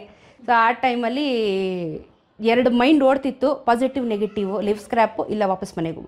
ಅವಾಗ ನನಗೆ ಯೂಸ್ ಮಾಡಿದ್ದು, ನನ್ನನ್ನು ರಕ್ಷಣೆ ಮಾಡಿರೋದು ನಿಮ್ಗೆ ಆ ಬೂಟ್ಸ್ ಏನು ತೋರಿಸ್ದೆ ನಾನು, ಆ ಬೂಟ್ಸು ನನಗೆ ಹೆಲ್ಪ್ ಮಾಡಿ ನಾನು ಸರ್ವೈವ್ ಮಾಡೋಕ್ಕೆ ಬಿಟ್ಟಿದ್ದು. ಎತ್ತಿ ಕಾಲಿಂದ ಹಿಂದೆ ಜಾಡ್ಸಿ ಒದ್ಬಿಟ್ಟೆ, ಅವ್ರ ಸೆನ್ಸಿಟಿವ್ ಪಾರ್ಟಿಗೆ ಹಿಂದೆಗಡೆಯಿಂದ ಹಿಂಗೆ ಕಿಕ್ ಮಾಡಿದೆ. ಯಾಕಂದರೆ ಕೈಯೆಲ್ಲ ಲಾಕ್ ಆಗಿದೆ, ನಂದು ಕಾಲು ಫ್ರೀ ಒಂದೇ ಇರೋದು ನನಗೆ ಇವಾಗ ಮೂವ್ಮೆಂಟ್ ಆಗೋಕ್ಕೆ. ಸೊ ನಾನೇನು ಮಾಡಿದೆ, ಹಿಂದೆಯಿಂದ ಎಗ್ರಸ್ ಒದ್ಬಿಟ್ಟೆ ಅವನಿಗೆ. ಆ ಧೈರ್ಯ ಬಂದಿದ್ದು ಹೇಗೆ? ನಾನು ಜೀವ ಉಳಿಸ್ಕೊಬೇಕಲ್ಲ, ಇಲ್ಲಾಂದ್ರೆ ನನಗೇನಾದ್ರೆ ನಾನೇನು ಮಾಡಲಿ, ಜೀವ ಉಳಿಸ್ಕೋಬೇಕು ನಾನು. ಸೊ ಸೆಲ್ಫ್ ಡಿಫೆನ್ಸ್ ಯೂಸ್ ಮಾಡಿಕೊಂಡೆ ನಾನಲ್ಲಿ. ಅದನ್ನು ಯೂಸ್ ಮಾಡಿಕೊಂಡು ಆಮೇಲೆ ಅದು ತುಂಬ ದೊಡ್ಡ ಬೂಟ್ಸು, ನಿಮ್ಗೆ ಅದು ಹಾಕ್ಕೊಂಡು ಫೋರ್ಸ್ ನಿಮಗೆ ಗೊತ್ತಾಗುತ್ತೆ, ಸಖತ್ ಇಟ್ಟು ಬೀಳುತ್ತೆ ಅದರಲ್ಲಿ. ಏಟಿಗೆ ಅವನು ಜೋರಾಗಿ ಕಿರ್ಚ್ಕೊಂಡ. ಆಮೇಲೆ ಅಂಗಡಿ ಅವನು ಏನಾಯ್ತು ಅಂತ ಬಂದ. ಆಮೇಲೆ ನಂಗೆ ಗೊತ್ತಾಯ್ತು ಇದೆಲ್ಲ ಸೆಟಪ್ ಇವ್ರದು ಅಂತ. ನಾನು ಅಷ್ಟು ಕೂಗ್ದಾಗ ಯಾರು ನನಗೆ ಸಹಾಯ ಹೊಡೆದಿದ್ಗೆ ಎಲ್ಲರಿಗೂ ಹೊಡಿತೀನಿ ಅಂತ ಗೊತ್ತಾಯ್ತಲ್ಲ ಅವರಿಗೆ. ನಾನು ಇವಾಗ ಹೆಂಗೆ ಅಂದರೆ, ಒಂದು ಹುಡುಗಿಯಾಗಿ ನಾನು ಅವ್ರಿಗೆ ತಿರ್ಗಿಸಿ ಹೊಡಿತೀನಿ ಅಂತ ಹೇಳಿದ್ರೆ ಅವ್ರಿಗೆ ಭಯ ಆಗುತ್ತೆ, ಇವಳು ನನಗೂ ಹೊಡಿತಾಳೆ, ಇಲ್ಲಾಂದ್ರೆ ಇವಳ ಹತ್ರ ಕ್ಯಾಮ್ರಾ ಇದೆ, ಇವಳೇನೋ ಮಾಡ್ಬಿಡ್ತಾಳೆ. ಬಿಕಾಸ್ ಹೆಲ್ಮೆಟ್ ಅಲ್ಲಿ ಕ್ಯಾಮ್ರಾ ಇದೆ ನನ್ನ ಹತ್ರ. ಅದೇನು ರೆಕಾರ್ಡ್ ಆಗಿಲ್ಲ, ನಾನು ರೆಸ್ಟ್ ಅಲ್ಲಿ ಇದ್ದೀನಿ. ಓ ಮೈ ಗಾಡ್. ಇಲ್ಲ ಅಂದಿದ್ರೆ ನಾನು ಅವತ್ತದ್ರ ಮೇಲೆ FIR ಮಾಡ್ಬಿಡ್ಬೋದಿತ್ತು. ಆ ಲೆವೆಲ್ ತನಕ ಪ್ರೂಫ್ ಇರೋದು ನನಗೆ. ಇದು ಸಡನ್ ಆಗಿ ಹಿಂಗಾಗೋಯ್ತಲ್ಲ. ಆಮೇಲೆ ಅಲ್ಲಿಂದ ಸ್ವಲ್ಪ ಬೇಜಾರಾಯಿತು, ಆ ಟ್ರಿಪ್ ಕಂಪ್ಲೀಟ್ ಮಾಡಲಿಲ್ಲ, ವಾಪಸ್ ಮನೆಗೆ ಬಂದೆ, ಹೇಳ್ದೆ ಹಿಂಗಾಯ್ತು ಅಂತ. ಸ್ವಲ್ಪ ಒಂದು 2-3 ಮಂತ್ಸ್ ಡಿಪ್ರೆಷನ್ಗೆ ಹೋಗಿದ್ದೆ ನಾನು. ಎಷ್ಟು ದಿನದ್ದು ಅದು ಜರ್ನಿ ಇತ್ತು? ಅದು ಆ್ಯಕ್ಚುಲಿ 1 ವಾರದ ಟ್ರಿಪ್ ಇತ್ತು ನಂದು. ಸೊ ವಾಪಸ್ ಬಂದೆ, ಪೇರೆಂಟ್ಸ್ಗೆ ಹೇಳಿದೆ, ಯಾಕಂದರೆ ನಾನು ತುಂಬ ಫ್ರೆಂಡ್ಲಿ ಇದ್ದೀನಿ, ನಾನು ಏನೂ ಮುಚ್ಚಿಟ್ಕೊಳ್ಳಲ್ಲ, ಏನಿದ್ರು ಓಪನ್ ಆಗಿ ಹೇಳ್ಬಿಡ್ತೀನಿ ನಾನು. ಸೊ ಹೇಳಿದಾಗ ಅವರು ಚಿಂತೆ ಮಾಡಬೇಡ, ಈ ಫೀಲ್ಡಲ್ಲೆಲ್ಲ ಇದೇ ಥರ ಇರುತ್ತೆ, ನೀನು ಸ್ಪೋರ್ಟಿವ್ ಆಗಿರಬೇಕು, ಧೈರ್ಯವಾಗಿರಬೇಕು, ಇದನ್ನೆಲ್ಲ ಫೇಸ್ ಮಾಡಬೇಕು, ನೀನು ಇವಾಗ ಫೇಸ್ ಮಾಡ್ಕೊಂಡು ಬಂದಿದ್ಯಲ್ವಾ, ಮತ್ತು ಇನ್ನೂ ಧೈರ್ಯ ಜಾಸ್ತಿ ಆಗುತ್ತೆ ನಿನಗೆ ಅಂತ. ಬಟ್ ನಾನು ಫಿಸಿಕಲಿ ಮೆಂಟಲಿ ಡಿಪ್ರೆಷನ್ಗೆ ಹೋಗಿದ್ದೆ ಈ ವಿಚಾರದಿಂದ. ನಾನು ಯಾಕೆ ಕೆಲಸ ಬಿಟ್ಟೆ, ನಾನು ಯಾಕೆ ಇರೋ ಕಾಸೆಲ್ಲ ಖರ್ಚು ಮಾಡಿದೆ, ಇವಾಗ ಪೇರೆಂಟ್ಸ್ಗೂ ತೊಂದರೆ ಕೊಡ್ತಾ ಇದ್ದೀನಿ, ವಾಟ್ ನೆಕ್ಸ್ಟ್, ಏನಾದರೂ ಆಗಿದ್ರೆ ನನಗೇನು ಗತಿ ಅಂತ ಡಿಪ್ರೆಷನ್ಗೆ ಹೋಗಿದ್ದೆ ನಾನು. 3 ಮಂತ್ಸ್ ಆಲ್ಮೋಸ್ಟ್ ಡಿಪ್ರೆಷನಲ್ಲಿದ್ದೆ.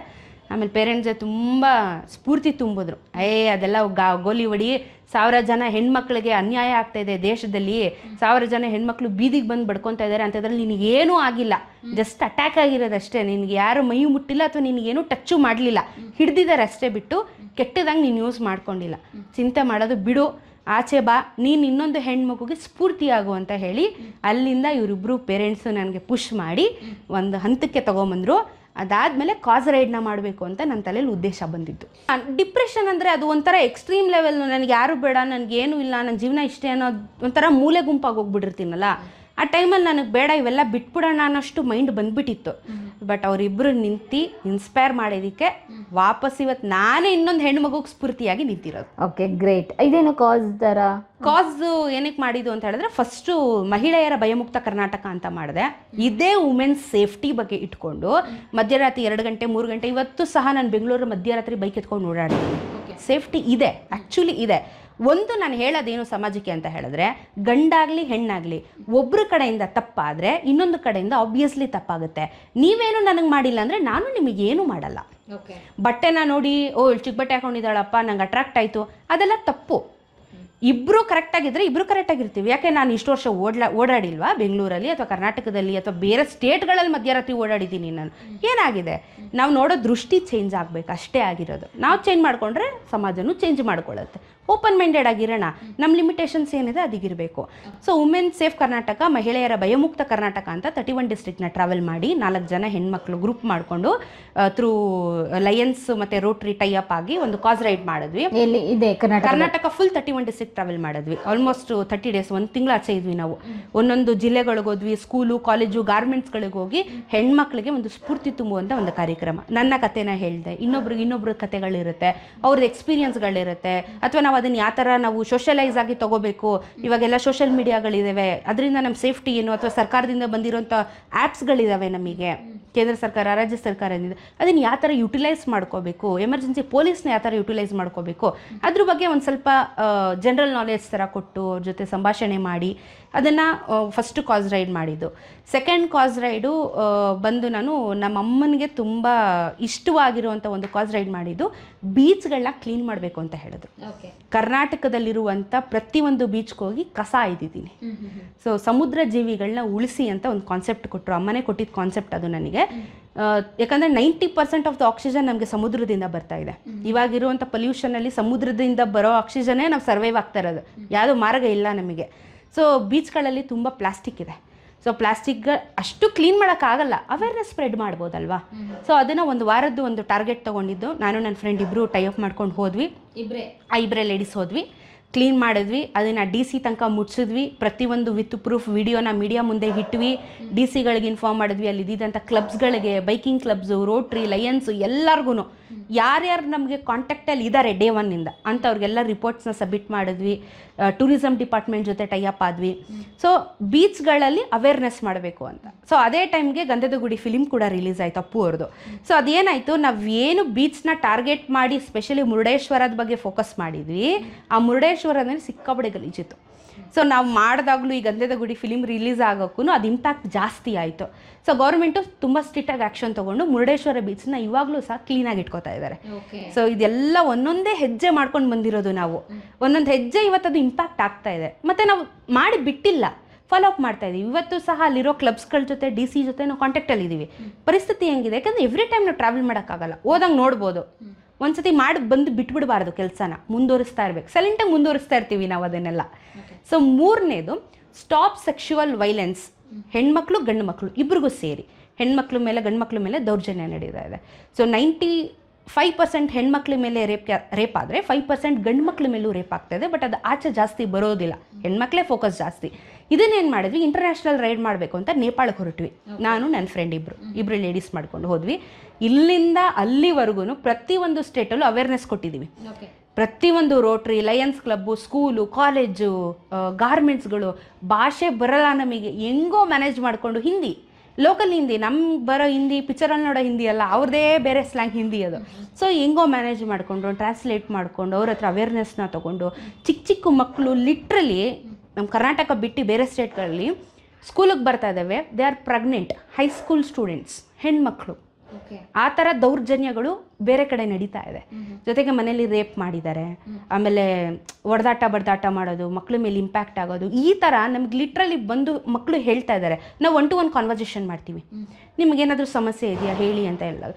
ಸ್ಕೂಲ್ ಮುಂದೆನೇ ಒಬ್ಬ ಗೇಟ್ ಹತ್ರ ನಿಂತ್ಕೊಂಡು, ಗರ್ಲ್ಸ್ ಸ್ಕೂಲ್ ಗೇಟ್ ಮುಂದೆ ನಿಂತ್ಕೊಂಡು ಮ್ಯಾನ್ಸ್ಟ್ರಿಬ್ಯೂಷನ್ ಮಾಡ್ಕೋತಾ ಇರ್ತಾನೆ ಒಬ್ಬ ಗಂಡಸು.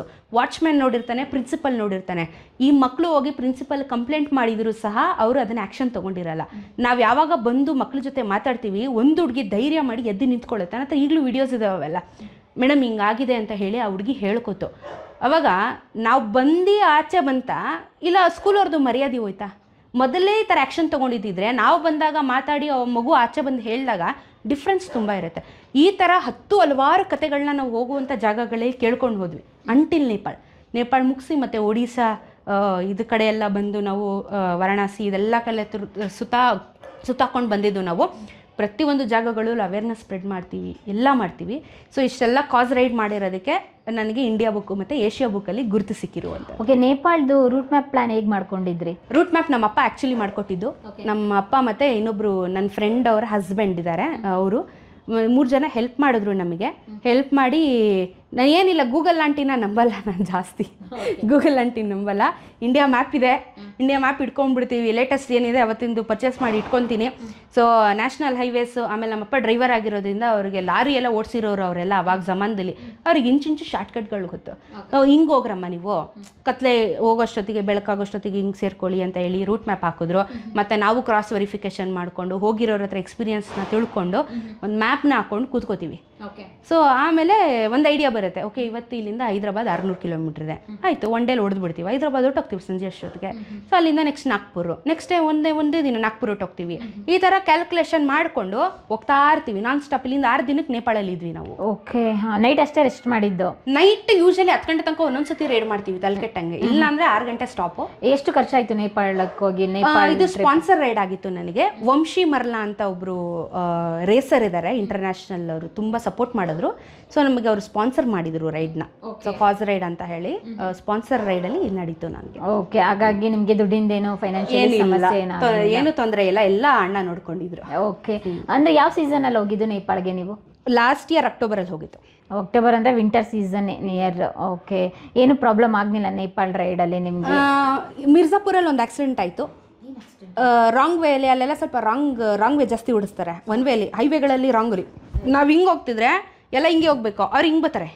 ಅಂದ್ರೆ ಡಾಮಿನೇಟ್ ಲೋಕಲ್ ಅಂತಲ್ಲ, ಲೋಕಲ್. ಓಕೆ, ಒಂದು 4 ಜನ 5 ಜನ ಹಾಕೊಂಡು ಕೂರ್ಸ್ಕೊಂಡು ಓಡಿಸ್ಕೊಂಡು ಬರೋ ಅಂಥವ್ರು ಅವರೆಲ್ಲ ಪಕ್ಕ ಲೋಕಲ್ಗಳು. ಸೊ ನಮ್ಮ ಪಣ್ಣ ಹೋಗ್ತಾ ಇದೀವಿ, ಇವರು ಬಂದು ಕ್ರ್ಯಾಶ್ ಮಾಡಿದ್ರು. ನನ್ನ ಗಾಡಿ ಬಿತ್ತು, ಸ್ವಲ್ಪ ಗಾಡಿ ಡ್ಯಾಮೇಜಸ್ ಆಯಿತು. ಅಲ್ಲೇ ಪೊಲೀಸ್ ಅಲ್ಲೇ ನಿಂತಿದ್ರು ಸಹ ನನಗೆ ಬಂದು ಹೆಲ್ಪ್ ಮಾಡಲಿಲ್ಲ. ಅವನನ್ನು ಹಿಡ್ಕೊಳ್ಳೋದು ಬಿಟ್ಟು ನನ್ನ ಮೇಲೆ ರೇಗಾಡೋಕ್ಕೆ ಶುರು ಮಾಡಿದ್ರು, ನೀವು ರಾಂಗ್ ವೇಲ್ ಬಂದಿ. ನನ್ನ ಹತ್ರ ವೀಡಿಯೋ ಈಗಲೂ ಇದೆ, ಯೂಟ್ಯೂಬಲ್ಲಿ ಇದೆ ಅದು ಆಲ್ರೆಡಿ ನನ್ನ ಹತ್ರ. ಅವ್ರು ಮಾಡಿದ ತಪ್ಪು. ಆಮೇಲೆ ಯಾರೂ ಹೆಲ್ಪಿಗೆ ಬರಲಿಲ್ಲ. ಗಾಡಿ ಎತ್ತೋದಕ್ಕೆ ನನಗೆ ಪ್ಯಾನಿಕ್ ಆಗಿತ್ತು, ನನಗೇನಾದರೂ ಆಗೋಯ್ತು, ರೈಡ್ ಹೋಗಬೇಕು ನಾನು ಅನ್ನೋಷ್ಟು ಪ್ಯಾನಿಕಲ್ಲಿ. ಆಮೇಲೆ ಮತ್ತೆ ಗಾಡಿ ಎಲ್ಲ ಎತ್ತಿ ಏನಾಗಿರಲಿಲ್ಲ, ಎಲ್ಲ ಜುಗಾಡಲ್ಲೇ ನಾನೇ ಮಾಡಿಕೊಂಡು ಟೈಟ್ ಮಾಡಿ ನೆಟ್ಟು ಬೋಲ್ಟೆಲ್ಲ ಅಲ್ಲಿಂದ ಸೀದಾ ಹೊರಟಿವಿ. ಸಣ್ಣ ಪುಟ್ಟ ಆಕ್ಸಿಡೆಂಟ್ಸ್ಗಳಾಗ್ತಾ ಇರ್ತವೆ, ಮೇಜರ್ ಅಂತ ಏನಿಲ್ಲ. ಸೊ ಅದೊಂದು ಬಿಟ್ಟರೆ ಯಾವ ಇನ್ಸಿಡೆಂಟ್ಸು ಇನ್ನೇನು ಆಗಿಲ್ಲ. ನಿಮ್ಗೇನು ಬ್ಯಾಕ್ ಪೈನು ಅಂತ ಹೇಳಿದ್ರು, ಅದು ಯಾವಾಗ ಬಂದಿದ್ದು, ಹೇಗೆ ಏನು? ಇದು ನಾನು ಕಾಲೇಜಲ್ಲಿದ್ದಾಗ ಸ್ಪೋರ್ಟ್ಸಲ್ಲಿ ತುಂಬ ಇದ್ದೆ, ನಾನು ತುಂಬ heavy athlete. So discuss, short ಪುಟ್ಟು ಮತ್ತು ಟಗಫರ್ ಎಲ್ಲ ಆಡಿ L4 and 5 ಡಿಸ್ಕ್ ಸ್ಲಿಪ್ ಆಗಿತ್ತು ನನಗೆ. ಸೊ ಅದು ಆಡಿದಾಗ ಹೆವಿ ಸ್ಟ್ರೆಸ್ ಮಾಡಿಕೊಂಡು ಹಾಸ್ಟೆಲಲ್ಲಿ ಎಲ್ಲ ಬಿದ್ದು, ನೀರೆಲ್ಲ ಜಾರು ಬಿದ್ದು, ಕಟ್ಟೆಗಳು ಹೊಡ್ಕೊಂಡು, ಆಮೇಲೆ ಯಕ್ಷಗಾನ ಜಾಸ್ತಿ ಮಾಡ್ತಿದ್ದೆ, ಬಟ್ಟೆ ಎಲ್ಲ ಕಟ್ಟೋರು, ಅದೆಲ್ಲ ಇಂಪ್ಯಾಕ್ಟ್ ಆಯಿತು ನನಗೆ. ಆವಾಗ ಸರ್ಜರಿ ಆಗಬೇಕಿತ್ತು, ಇವಾಗ ರಾಡ್ ಹಾಕಿದ್ದೆ. ಓಕೆ, ರಾಡ್ ಹಾಕಿದ್ರು ನೀವು ಇದೇ ಫೀಲ್ಡ್ ಸೆಲೆಕ್ಷನ್ ಮಾಡಿದ್ದೀರಾ? Okay, great. ಹಾಗಾದರೆ ಅಂದರೆ ಪ್ರತಿಯೊಂದು ಸ್ಟೇಟ್ ಆಗೋದಾಗಲೂ ಕೂಡ ಡಿಫ್ರೆಂಟ್ ಜನಗಳನ್ನ ಮೀಟ್ ಮಾಡ್ತೀರಾ, ಡಿಫ್ರೆಂಟ್ ಫುಡ್ ಸ್ಟೈಲ್ ಇರುತ್ತೆ, ಒಬ್ಬರೇ ಲೇಡೀಸ್ ಇರ್ತಾರೆ. ಜನಗಳು ಯಾವ ರೀತಿ ಅಕ್ಸೆಪ್ಟ್ ಮಾಡ್ತಾರೆ? ಹೋದ ತಕ್ಷಣ ಮಾತಾಡಿಸ್ತಾರಾ, ರಿಸೀವ್ ಮಾಡ್ತಾರಾ, ಏನಾದರೂ ನೀರು ಕೇಳಿದರೆ ಕೊಡ್ತಾರಾ? ಯಾವ ರೀತಿ ನಮ್ಮ ಇಂಡಿಯಾದಲ್ಲಿ ಯಾವ ರೀತಿ ಇದೆ? ನಾವು ಕರ್ನಾಟಕದಲ್ಲಿ ಬೇರೆ, ಕರ್ನಾಟಕದಲ್ಲಿ ಹೋದಾಗ ಕನ್ನಡಿಗರು ವಿಶಾಲ ಹೃದಯವಂತರು ಅಂತೆಲ್ಲ ಕೇಳಿದ್ವಿ. ಇಂಡಿಯಾ ಹೋದಾಗ ಹೇಗೆ ಬೇರೆ ಬೇರೆ ಸ್ಟೇಟಲ್ಲಿ ಒಳ್ಳೆಯವರು ಇರ್ತಾರೆ, ಕೆಟ್ಟವರು ಇರ್ತಾರೆ. ನಾವೆಲ್ಲ ಪಾಸಿಟಿವ್ ವೇ ತಗೊಳ್ಳೋಣ, ಯಾವ ರೀತಿ ಇತ್ತು? ಆ್ಯಕ್ಚುಲಿ ಪಾಸಿಟಿವೇನೆ, ನೆಗೆಟಿವ್ ಅಂತ ನನಗೆಲ್ಲೂ ಎಕ್ಸ್ಪೀರಿಯನ್ಸ್ ಆಗಲಿಲ್ಲ. ಎಲ್ಲೋ ಒಂದೊಂದು ಕಡೆ ಇರುತ್ತೆ, ಅದೆಲ್ಲ ಏನೂ ಮಾಡೋಕ್ಕಾಗಲ್ಲ.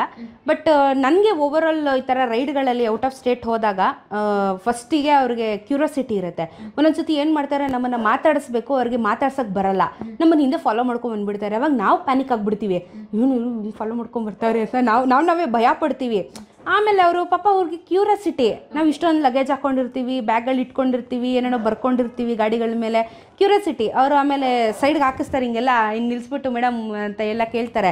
ಸಡನ್ನಾಗಿ ಗಾಬರಿ ಆಗುತ್ತೆ ನಮಗೆ, ಬಟ್ ಆಮೇಲೆ ಇಲ್ಲ ಮಾತಾಡಿಸ್ತಾರೆ, ಚೆನ್ನಾಗಿ ಮಾತಾಡಿಸ್ತಾರೆ. ಲೇಡೀಸೇ ಅಪ್ಪ ಕಾಸೆ ಯಾರೇ ಹಂಗೆ ಹಿಂಗೆ ಅಂತೆಲ್ಲ ಹಿಂದಿಯಲ್ಲಿ ಮಾತಾಡಿಸ್ತಾರೆ. ಆಮೇಲೆ ಬನ್ನಿ ಊಟ ಮಾಡಿ ಅಂತ ತುಂಬ ರೆಸ್ಟೋರೆಂಟ್ಗಳಲ್ಲಿ, ಡಾಬಾಗಳಲ್ಲಿ ನಮಗೆ ಊಟಕ್ಕೆ ಕರೆದಿದ್ದಾರೆ. ನಮ್ಮನ್ನು ನೋಡಿ, ಇವಾಗ ನೀರಿಗೆ ಎಲ್ಲಾದರೂ ನಿಲ್ಸಿರ್ತೀವಿ ಅಥವಾ ಜ್ಯೂಸ್ ಏನಾದರೂ ಕುಡಿತಾ ಇರ್ತೀವಲ್ವಾ, ಆ ಟೈಮಲ್ಲಿ ನಮ್ಮನ್ನು ನೋಡಿ ಅವರೇ ಆಫರ್ ಮಾಡ್ತಾರೆ, ಮೇಡಮ್ ನಮ್ದು ಇಲ್ಲೇ ಬನ್ನಿ ಮೇಡಮ್ ಊಟ ಮಾಡಿ ರೆಸ್ಟೋರೆಂಟಲ್ಲಿ, ದುಡ್ಡು ಕೇಳಲ್ಲ, ಊಟ ಮಾಡಿ ಅನ್ನೋಷ್ಟು ಪ್ರೀತಿ ವಿಶ್ವಾಸ ಇದೆ. ಅಂತ ನೆಗೆಟಿವ್ ಅಂತ ಏನೂ ಇಲ್ಲ. ಅಲ್ಲಿ ಇಲ್ಲಿ ಬಿಟ್ಟರೆ ತುಂಬ ಸೇಫಾಗಿ ತುಂಬ ಚೆನ್ನಾಗಿ ರೆಸ್ಪೆಕ್ಟ್ಫುಲ್ಲಾಗಿ ಮಾತಾಡಿಸ್ತಾರೆ. ಓಕೆ, ನೇಪಾಳನೇ ಯಾಕೆ ಚೂಸ್ ಮಾಡಿದ್ದು ನೀವು? ನೇಪಾಳ ಫಸ್ಟ್ ಪಾಯಿಂಟು ನಮಗೆ ಹತ್ತಿರ ಇದೆ, ಇಂಡಿಯಾಗೆ ಬಾರ್ಡರಲ್ಲಿ ಹತ್ರ ಇದೆ, ಈಸಿ ಆಕ್ಸೆಸ್ ಇದೆ ನಮಗೆ, ಕಾರಲ್ಲಿ ಹೋಗ್ಬೋದು, ಟೂ ವೀಲರಲ್ಲಿ ಹೋಗ್ಬೋದು, ಆಕ್ಸೆಸ್ ಚೆನ್ನಾಗಿದೆ. ಜೊತೆಗೆ ಸಿಕ್ಕಾಪಟ್ಟೆ ಆಫ್ ರೋಡಿಂಗ್ ಇದೆ, ಅಡ್ವೆಂಚರಸ್ ಆಗಿದೆ. ಹೇಳ್ದಂಗೆ ನಂಗೆ ಹಿಮಾಲಯಾಸ್ ಅಂದರೆ ತುಂಬ ಪ್ರೀತಿ ನನಗೆ. ಬಿಟ್ಟರೆ ಅಲ್ಲೇ ಹೋಗಿ ಸೆಟ್ಲ್ ಆಗಿಬಿಡ್ತೀನಿ. ನಾನು ಅಷ್ಟೊಂದು ವಿಶ್ವಾಸ ಇಟ್ಕೊಂಡಿದ್ದೀನಿ ನಮ್ಮ ಮೌಂಟನ್ಸ್ ಜೊತೆಗೆ. ಅದು ಆ್ಯಕ್ಚುಲ್ ಹಿಮಾಲಯಾಸ್ ನಮಗೆ ನೇಪಾಳಲ್ಲಿ ಸಿಗುತ್ತೆ. ನನಗೆ ಅದನ್ನು ಎಕ್ಸ್ಪ್ಲೋರ್ ಮಾಡಬೇಕಿತ್ತು, ಅದನ್ನು ನೋಡಬೇಕಿತ್ತು ನಾನು. ಜೊತೆಗೆ ಇದು ಕಾಸ್ ರೈಡು ಕೂಡ ಆಗಿತ್ತು. ಸೊ ನಮ್ಗೆ ಈಸಿ ಆಕ್ಸಸ್ಸು, ಬಜೆಟ್ ಫ್ರೆಂಡ್ಲಿ ಆಗಿರುತ್ತೆ, ನಮ್ಮ ಕರೆನ್ಸಿಯಲ್ಲಿ ಜಾಸ್ತಿ ವ್ಯಾಲ್ಯೂ ಇರುತ್ತೆ. ಸೊ ಇದನ್ನೆಲ್ಲ ಕ್ಯಾಲ್ಕುಲೇಟ್ ಮಾಡಿ ನೇಪಾಳ ಚೂಸ್ ಮಾಡಿದ್ದು. ಅದಕ್ಕೆ ಇಂಟರ್ನ್ಯಾಷನಲ್ ಲೈಸೆನ್ಸ್ ಏನೂ ಬೇಡ, ನಮ್ಮ ಒಂದು ಮಾಮೂಲಿ DL ಇದ್ದರೆ ಸಾಕು. ಜೊತೆಗೆ ಒರಿಜಿನಲ್ RC ಬುಕ್ಕು, DL ಇದೆಲ್ಲ ಕ್ಯಾರಿ ಮಾಡಬೇಕು. ಅಲ್ಲಿ ಬನ್ಸಾರ್ ಅಂತ ಹೇಳಿ ಒಂದು ಡಾಕ್ಯುಮೆಂಟೇಷನ್ ಮಾಡಿಸ್ಕೋಬೇಕು ಅಂತ 15 ನಿಮಿಷದಲ್ಲಿ ಮಾಡಿಕೊಡ್ತಾರೆ. ಬಾರ್ಡರ್ ಎಂಟ್ರಿ ಆಗಿದ ತಕ್ಷಣ, ನಾನು ಬಿಹಾರಿಂದ ಎಂಟ್ರಿ ಆಗಿದ್ದು. ಸೊ ಅಲ್ಲಿ ಬಾರ್ಡರಲ್ಲಿ ನಮಗೆ ವೆರಿಫಿಕೇಷನ್ಸ್ ನಡೆಯುತ್ತೆ, ಇಂಡಿಯನ್ ಕಸ್ಟಮ್ಸ್ ಇರುತ್ತೆ. ಕಸ್ಟಮ್ಸಲ್ಲಿ ನಮಗೆ ಫುಲ್ ನಮ್ಮ ಗಾಡಿ ಎಲ್ಲ ಚೆಕ್ ಮಾಡ್ತಾರೆ, ಫುಲ್ ಸ್ಕ್ಯಾನ್ ಆಗುತ್ತೆ ಎಲ್ಲ. ಏನು ಅಂದರೆ ಏನಾದರೂ ಇಲ್ಲಿಗಲಾಗಿ ಏನಾದರೂ ಮಾಡ್ತೀವಿ ಅಂತ ಕ್ರಾಸ್ ವೆರಿಫಿಕೇಷನ್ ಮಾಡ್ಕೋತಾರೆ. ಬನ್ಸಾರ್ ಅಂತ ಇರುತ್ತೆ. ದಿನಕ್ಕೆ ನಾನು ಹೋದಾಗ 125 ರೂಪಾಯಿ ಇತ್ತು. ಅದೊಂಥರ ಲೈಸೆನ್ಸ್ ಇದ್ದಂಗೆ ನಮಗೆ, ಪರ್ಮಿಟ್ಟು, ವೀಸಾನೂ ಇಲ್ಲ ನಮಗಲ್ಲಿ. ಸೊ ಪರ್ಮಿಟ್ ಮಾಡಿಸ್ಕೋಬೇಕು. ಪರ್ಮಿಟ್ ಮಾಡಿಸ್ಕೊಂಡ್ರೆ ನಮಗೆ ನಾವು ಎಷ್ಟು ದಿನ ಇರ್ತೀವಿ ಅದ್ರ ಮೇಲೆ 1-2 ದಿನ ಎಕ್ಸ್ಟ್ರಾ ಮಾಡಿಸ್ಕೊಂಡ್ರೆ, ನಮಗೆ ಯಾರಾದರೂ ಪೊಲೀಸ್ ಹಿಡಿದ್ರೆ ಅಥವಾ ನಮ್ಮನ್ನು ಯಾರಾದರೂ ನೀವು ಯಾರು ಅಂತ ಎಂಕ್ವೈರಿ ಮಾಡಿದ್ರೆ, ನಾವು ಆ ಬನ್ಸಾರ್ ತೋರಿಸಿದ್ರೆ ನಮಗೆ ಎಲಿಜಿಬಲ್ ಅಂತ. ಪಾಸ್ಪೋರ್ಟ್ ಸಮೇತ ಬೇಡ ನೇಪಾಳಿಗೆ. So it is easy access. ನೇಪಾಳದಲ್ಲಿ ಎಷ್ಟು ದಿನ ಇದ್ರು? ಒಂದೇ ದಿನ? ನೇಪಾಳಲ್ಲಿ 10 days ಇದೆ ನಾನು. ಓಕೆ, 10 days ಯಾವ್ಯಾವೆಲ್ಲ ಪ್ಲೇಸ್ಗೆ ಹೋಗಿದ್ರಿ, ಯಾರನ್ನೆಲ್ಲ ಭೇಟಿ ಮಾಡಿದ್ರಿ? ಕಠ್ಮಂಡು ಮೇನ್ ಇರೋದು. ಕಠ್ಮಂಡು ಅಲ್ಲಿ ಪಶುಪತಿನಾಥ್ ದೇವಸ್ಥಾನ ಇದೆ. ನಮ್ಮ ಕಾಶಿ ಹೇಗೆ ಅಲ್ಲಿ ಅದು ಪಶುಪತಿನಾಥ್ ದೇವಸ್ಥಾನ famous. So same Kashi second part ಅಂತ ಹೇಳ್ಬೋದು. ಆ ದೇವಸ್ಥಾನ, ಆಮೇಲೆ ಕೆಲವೊಂದಷ್ಟು ದೇವಸ್ಥಾನಗಳನ್ನು ಎಕ್ಸ್ಪ್ಲೋರ್ಡ್. ಅಲ್ಲಿ ತುಂಬ ಕಲ್ಚರ್ಡ್, ತುಂಬ ದೇವಸ್ಥಾನಗಳಿದೆ. ಆ ದೇವಸ್ಥಾನಗಳನ್ನೆಲ್ಲ ಎಕ್ಸ್ಪ್ಲೋರ್ ಮಾಡಿದೆ. ಅದಾದಮೇಲೆ ನಾವು ಮುಕ್ತಿನಾಥ್ಗೆ ಹೋದ್ವಿ. ಮುಕ್ತಿನಾಥ್ ನಿಮಗೆ ಮುಸ್ತಾಂಗ್ ಅಂತ ಒಂದು ಜಾಗ ಬರುತ್ತೆ. ಎಕ್ಸ್ಟ್ರೀಮ್ ಆಫ್ ರೋಡು, ಎಕ್ಸ್ಟ್ರೀಮ್ ಅಂದರೆ ನೆಕ್ಸ್ಟ್ ಲೆವೆಲ್ ಆಫ್ ರೋಡು, ಅದು ಇಮ್ಯಾಜಿನ್ ಮಾಡ್ಕೊಳಕ್ಕಾಗಲ್ಲ. ಆ ಥರ ಒಂದು ಟೆರೇನಲ್ಲಿ ಮುಕ್ತಿನಾಥ್ಗೆ 2 days ಹೋಗಿದ್ದು. ಅಲ್ಲಿ ಹೋಗಿ ಆ ದೇವಸ್ಥಾನ ಹೈಯೆಸ್ಟ್ ಪೀಕಲ್ಲಿರೋದು, ನಮ್ಮ ಒಂದು ಏಷ್ಯಾದಲ್ಲಿ ಹೈಯೆಸ್ಟ್ ಪೀಕಲ್ಲಿ ಆ ದೇವಸ್ಥಾನ ಇದೆ. ಅಲ್ಲಿಗೆ ಹೋಗಿ ದೇವಸ್ಥಾನ ನೋಡಿಕೊಂಡು ನಾವು ಮುಕ್ತಿನಾಥ್ಗೆ ಹೋದರೆ ಮುಕ್ತಿ ಸಿಕ್ತು ಅನ್ನೋ ಥರ. ಸೊ ಕಾಶಿ, ಹರಿದ್ವಾರದಿಂದ ಹಿಡಿದು ರಾಮೇಶ್ವರದಿಂದ ಮುಕ್ತಿನಾಥ್ವರೆಗೂ ಟ್ರಾವೆಲ್ ಮಾಡಿಬಿಟ್ಟಿದ್ದೀನಿ ನಾನು. ನಂಗೆ ಆ ಮುಕ್ತಿ ಸಿಕ್ಬಿಟ್ಟಿದೆ ಆಲ್ರೆಡಿ ಲೈಫಲ್ಲಿ. ಎಲ್ಲ ಎಕ್ಸ್ಪ್ಲೋರ್ ಮಾಡಿದೆ. ಲೋಕಲ್ ಫುಡ್ಡು, ಲೋಕಲ್ ಜಾಗಗಳು, ಲೋಕಲ್ ಜನ, ಆಮೇಲೆ ಫ್ರೆಶ್ ಆ್ಯಪಲ್ಸ್ ಅಲ್ಲೇ ಗ್ರೋ ಮಾಡ್ತಾರೆ.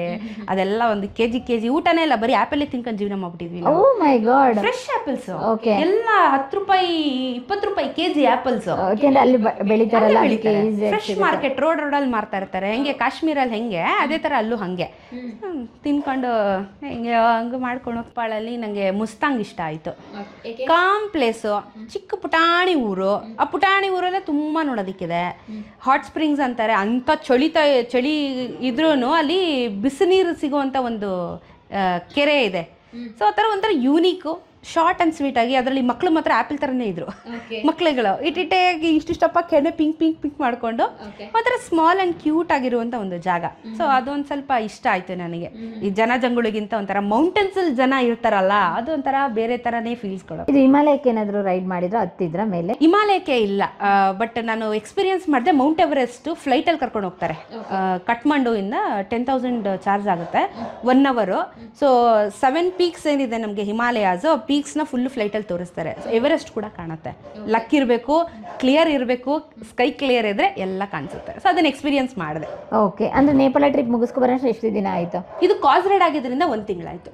ಓಕೆ, ಜಾಸ್ತಿ ದಿನ ಇರೋಂಗಿರ್ಲಿಲ್ಲ, ಅಷ್ಟು ದಿನ ಕಂಪ್ಲೀಟ್ ಮಾಡ್ಕೊಂಡು ಮುಗಿಸ್ಕೊಂಡ್ ಬಂದೆ. ವಿಡಿಯೋ ಸ್ಟಾರ್ಟ್ ಮಾಡಿದ್ದು ವಿಡಿಯೋ ಫಸ್ಟ್ ಸ್ಟಾರ್ಟ್ ಮಾಡಿದ್ದು ಧರ್ಮಸ್ಥಳಕ್ಕೆ ಹೋಗಿ ಬಂದ ಮೇಲೆ ಎಲ್ಲ ತೊಗೊಂಡೆ.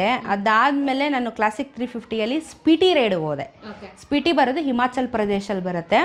One of the toughest terrain. Ladakh ಹೆಂಗೆ ಅದು ಏನು ಬ್ಯಾಚುಲರ್ ಡಿಗ್ರಿ ಆದರೆ ಇದೊಂಥರ ಡಿಪ್ಲೊಮೊ ಇದ್ದಂಗೆ ಅಂತ ಹೇಳ್ಬೋದು ಸ್ಪಿಟಿ ಅನ್ನೋ ಜಾಗ. ಸೊ ಇದೆಲ್ಲ ಒಂದು ಚಾಲೆಂಜಿಂಗ್ ರೈಡು, ಕಾಂಪಿಟೇಷನ್ ರೈಡ್ಸ್ ಆಗಿರುತ್ತೆ. ಯಾವ ಬೈಕರ್ನ ಕೇಳಿ ಲಡಾಖ್ ಸ್ಪಿಟಿ ಮಾಡಿದ್ದೀರಾ ಅಂದರೆ ಒಂದು ಗ್ರಾಜುಯೇಷನ್ ಆಗಿದೆ ಅನ್ನೋ ಥರ ಒಂದು ಬರುತ್ತೆ. ಹೋಗೋದಕ್ಕೆ ಇಷ್ಟಪಡ್ತಾರೆ. ಯಾಕಂದರೆ ನಿಮಗೆ ಅಡ್ವೆಂಚರು, ನೆಕ್ಸ್ಟ್ ಲೆವೆಲ್ ಅಡ್ವೆಂಚರು. ನಿಮಗೆ ಮಾಮೂಲಿ ಟಾರ್ಮ್ಯಾಕ್ ರೋಡ್ ಸಿಗುತ್ತೆ, ಫುಲ್ಲು ಕಲ್ ರೋಡ್ ಸಿಗುತ್ತೆ, ಇಷ್ಟಿಷ್ಟು ನೀರುಗಳಿರ್ತವೆ, ನೀರಲ್ಲಿ ಗಾಡಿ ಓಡಿಸ್ಕೊಂಡು ಹೋಗ್ಬೇಕು, ಸ್ನೋ ಅಲ್ಲಿ ಗಾಡಿ ಓಡಿಸ್ಕೊಂಡು ಹೋಗ್ಬೇಕು, ಸ್ನೋ ಫಾಲ್ ಆಗುತ್ತೆ, ನಿಮಗೆಲ್ಲ ಮಳೆ ಬರುತ್ತೆ. ಅದು ಯಾವ ಥರ ಈ ಥರ ಲೋಕಲ್ ಮಳೆ ಎಲ್ಲ ಚಳಿ ತಡೆಯೋಕ್ಕಾಗಲ್ಲ ಅಂಥ ಮಳೆಗಳು. So all 5 climates at one position ಅಂದರೆ ಹಿಮಾಲಯಾಸ್. ಸೊ ಸ್ಪಿಟಿಗೆ ಹೋದಾಗ ಫಸ್ಟು ಎಕ್ಸ್ಪೀರಿಯನ್ಸ್ ಮಾಡಿದ್ದು ಸ್ನೋ ಅಲ್ಲೇ. ನಾನು -18 ಡಿಗ್ರೀಸಲ್ಲಿ ಬೈಕ್ ರೈಡ್ ಮಾಡಿದ್ದೆ. ಫುಲ್ ಸ್ನೋ, ರೋಡ್ ಕಾಣಿಸ್ತಿಲ್ಲ, ಇದು ವೈಸರೆಲ್ಲ ಸ್ನೋ, ಸ್ಪೆಕ್ಸ್ ಎಲ್ಲ ಸ್ನೋ. ಸೊ ತುಂಬ ಕಷ್ಟ ಬಿದ್ದು ಚಳಿ ತಡೆಯೋಕ್ಕಾಗ್ದಿರೆ ಎಕ್ಸಾಸ್ಟ್ಗೆಲ್ಲ ಕೈ ಇಟ್ಕೊಂಡು ತಡೆಯೋಕ್ಕಾಗಲ್ಲ, ಚಳಿ ಕೈಯೆಲ್ಲ ಫ್ರೋಸ್ಟ್ ಆಗಿಬಿಟ್ಟಿದೆ, ಏನೂ ಮೂಮೆಂಟ್ ಇಲ್ಲ, ಕೈ ಕಾಲೆಲ್ಲ, ಎದೆ ಎಲ್ಲ ನಡುಕ್ತಿತ್ತು ಚಳಿಗೆ ನಮಗೆ. ಎಲ್ಲ ಎಕ್ಸಾಸ್ಟ್ಗೆಲ್ಲ ಇಟ್ಕೊಂಡು ನಮಗೆ ನಾವೇ ಕಾಮ್ ಡೌನ್ ಮಾಡಿಕೊಂಡು ಏನೇನೋ ಜುಗಾಡುಗಳನ್ನ ಮಾಡಿ 10 ಜನ ಹುಡುಗರು, ನಾನೊಬ್ಳೆ ಹುಡುಗಿ. ಫಸ್ಟ್ ರೈಡೇ ಆ ಥರ ಚಾಲೆಂಜಿಂಗ್ ರೈಡ್ ಆಗಿತ್ತು ನಂದು. ಅದೇ ಫಸ್ಟು ಎಕ್ಸ್ಟ್ರೀಮ್ ದೊಡ್ಡ ರೈಡ್ ನಾನು ಮಾಡಿದ್ದು. ಸೊ ಆಲ್ಮೋಸ್ಟ್ ಎಲ್ಲ ಬೆಂಗಳೂರವರೇ ಹೋಗಿದ್ದು. ಸೊ ಅದೊಂದು first experience and beautiful experience. ನಾನೇ ಶುರು ಮಾಡ್ಕೊಂಡೆ, ಲಡಾಖ್ ಹೋದೆ, ಆಮೇಲೆ ಮತ್ತೆ ಬ್ಯಾಚ್ ಮಾಡಿದೆ. ನಾನೇ ಲಡಾಖ್ ಹುಡುಗರನ್ನ ಕರ್ಕೊಂಡು ಹೋದೆ, ಇಲ್ಲಿಂದ ನಾನೇ ಬ್ಯಾಚ್ ಸ್ಟಾರ್ಟ್ ಮಾಡಿದೆ. 10 ಜನ ಕರ್ಕೊಂಡು ಹೋದೆ. ಅದಾದಮೇಲೆ ಸ್ವಲ್ಪ ನಾನು ನೇಪಾಳ ಕಡೆ ಹೋದೆ. ಹಂಗೆ ಸಣ್ಣ ಪುಟ್ಟ ರೈಡ್ ಮಾಡ್ತಾ ಇರ್ತೀನಿ. ವರ್ಷಕ್ಕೆ 2 ದೊಡ್ಡ ರೈಡ್ ಮಾಡಬೇಕು ಅನ್ನೋದು ನಂದು ಪ್ಲಾನ್ಸ್ ಇರುತ್ತೆ. ಯಾಕಂದರೆ ಬಜೆಟ್ ನೋಡಬೇಕು, ಸ್ಪಾನ್ಸರರ್ಸ್ ನೋಡಬೇಕು. ವರ್ಷಗಳಾಯ್ತು ನೀವು ಈ ಫೀಲ್ಡಿಗೆ ಬಂದು? ನಾನು ಬಂದು 7 ವರ್ಷ ಆಯ್ತು. ಪ್ರತಿ ವರ್ಷನೂ ಕೂಡ ಸ್ಪಾನ್ಸರ್ ಇಟ್ಕೊಂಡು ಲಾಂಗ್ ರೈಡ್ ಮಾಡಿ ಒಂದೊಂದ್ಸತಿ ಸಿಗುತ್ತೆ, ಒಂದೊಂದ್ಸತಿ ಸಿಗಲ್ಲ, ಡಿಪೆಂಡ್. ಓಕೆ, ಲಕ್ಕಿದ್ದಂಗೆ. ಅಂದ್ರೆ ಯೂಶಲಿ ಎಲ್ಲ ಸಲನೂ ಸಿಕ್ಕಿದೆ ನಿಮಗೆ? ನೀವು ಯೂಶಲಿ ಇನ್ವೆಸ್ಟ್ ಮಾಡಿದ್ರೆ ಎಷ್ಟು ಮಾಡಬೇಕಿತ್ತು? ಸ್ಪಾನ್ಸರ್ ಕಡೆಯಿಂದ ಎಷ್ಟು ಬರುತ್ತೆ? ಸ್ಪಾನ್ಸರು ಕೆಲವೊಂದ್ಸತಿ ಫುಲ್ ಕೊಟ್ಬಿಡ್ತಾರೆ, A to Z ನೋಡ್ಕೊಂಡು ಬಿಡ್ತಾರೆ. ಈಗ ನೇಪಾಳಗೆ ನಮ್ಗೆ ಹೆಂಗೆ ವಂಶಿ ಅವರು ಮತ್ತು HAL ಅವ್ರು ಕೈ ಹಿಡಿದ್ರು ಹಾಗೆ. ಕೆಲವೊಂದ್ಸತಿ 50-50 ಇರುತ್ತೆ. ಸೊ 50-50 ಹೋಗ್ತೀನಿ. ಇವಾಗ ನಾಳೆ ಸ್ಪಿಟಿಗೆ ಹೋಗ್ತಿರೋದು, ಒಂದು 10% ನಾನು ಪೇ ಮಾಡಬೇಕು. ಫ್ಲೈಟ್ ಚಾರ್ಜ್ ನಂದಿರುತ್ತೆ, ಗಾಡಿ ಸ್ಟೇ ಫುಡ್ಡು ಎಲ್ಲ ಅವ್ರು ನೋಡ್ಕೊತಾರೆ. ಒಂದು ಫ್ಲೈಟ್ ಚಾರ್ಜ್ ಒಂದು ನಮ್ಮ ಕಡೆಯಿಂದ ಹೋಗುತ್ತೆ. ಸೊ ಒಂಥರ ಪಾರ್ಷಿಯಲಿ ಇರುತ್ತೆ. ಬಟ್ ಏನಂದರೆ ಎಕ್ಸ್ಪೀರಿಯನ್ಸ್ ಇಂಪಾರ್ಟೆಂಟ್ ಆಗುತ್ತೆ ನಮಗೆ. ಯಾಕಂದರೆ ಎಕ್ಸ್ಟ್ರೀಮ್ ಚಳಿ, ಇವಾಗ ಸ್ನೋಫಾಲ್ ಶುರುವಾಗಿದೆ, ಸ್ನೋವಲ್ಲಿ ನಾನು ಗಾಡಿ ಓಡಿಸ್ತಾ ಇದ್ದೀನಿ. ಲೈಫ್ ಆ್ಯಂಡ್ ಡೆತ್ ರಿಸ್ಕ್ ಇದೆ ನನಗೆ. ನೆವರ್ ನೋ, ಒಳ್ಳೇದಾದ್ರೂ ಆಯ್ತು, ಕೆಟ್ಟದಾದ್ರೂ ಆಯ್ತು, ಯಾವುದಕ್ಕೂ ರೆಡಿ ಚಾಲೆಂಜ್ ಅಕ್ಸೆಪ್ಟೆಡ್ ಆಗಿದೆ. ಓಕೆ, ವಿಡಿಯೋ ಸ್ಪಿಟಿಗೆ ಹೋದಾಗ ಫಸ್ಟ್ ಬಿಟ್ಟಿದ್ದು ನಾನು. ಸೊ ಅಲ್ಲಿಂದಾನೆ ಶುರುವಾಗಿದೆ, ಆ್ಯಕ್ಚುಲ್ ಶುರುವಾಗಿದೆ ಅಲ್ಲಿಂದಾನೆ. ನಿಮ್ಗೆ ಯಾಕೆ ವಿಡಿಯೋ ಮಾಡಬೇಕಂತ ಅನ್ನಿಸ್ತು? ಯಾರು ಲೇಡೀಸು ಬೈಕ್ ರೈಡರು ಕರ್ನಾಟಕದಿಂದ ಕನ್ನಡ ಕಂಟೆಂಟ್ ಕ್ರಿಯೇಟರ್ಸ್ ಯಾರೂ ಇರಲಿಲ್ಲ ಬೈಕಲ್ಲಿ ಮಾಡುವಂಥವ್ರು. ಸೊ ಆ ಪೊಸಿಷನ್ ನಂದಾಗಿತ್ತು. ಅದಕ್ಕೆ ಕರ್ನಾಟಕದ ಮೊದಲ ಮಹಿಳಾ ಮೋಟೋ ವ್ಲಾಗರ್ ಆಗಿರೋದು. ಅಲ್ಲಿಂದ ಕನ್ಸಿಸ್ಟೆನ್ಸಿ ಕೊಟ್ಕೊಂಡು ಬಂದು 7 ವರ್ಷದಿಂದ ವಾರಕ್ಕೆ 3 ವಿಡಿಯೋ ನನ್ನ ಚಾನಲಲ್ಲಿ ಹೋಗುತ್ತೆ.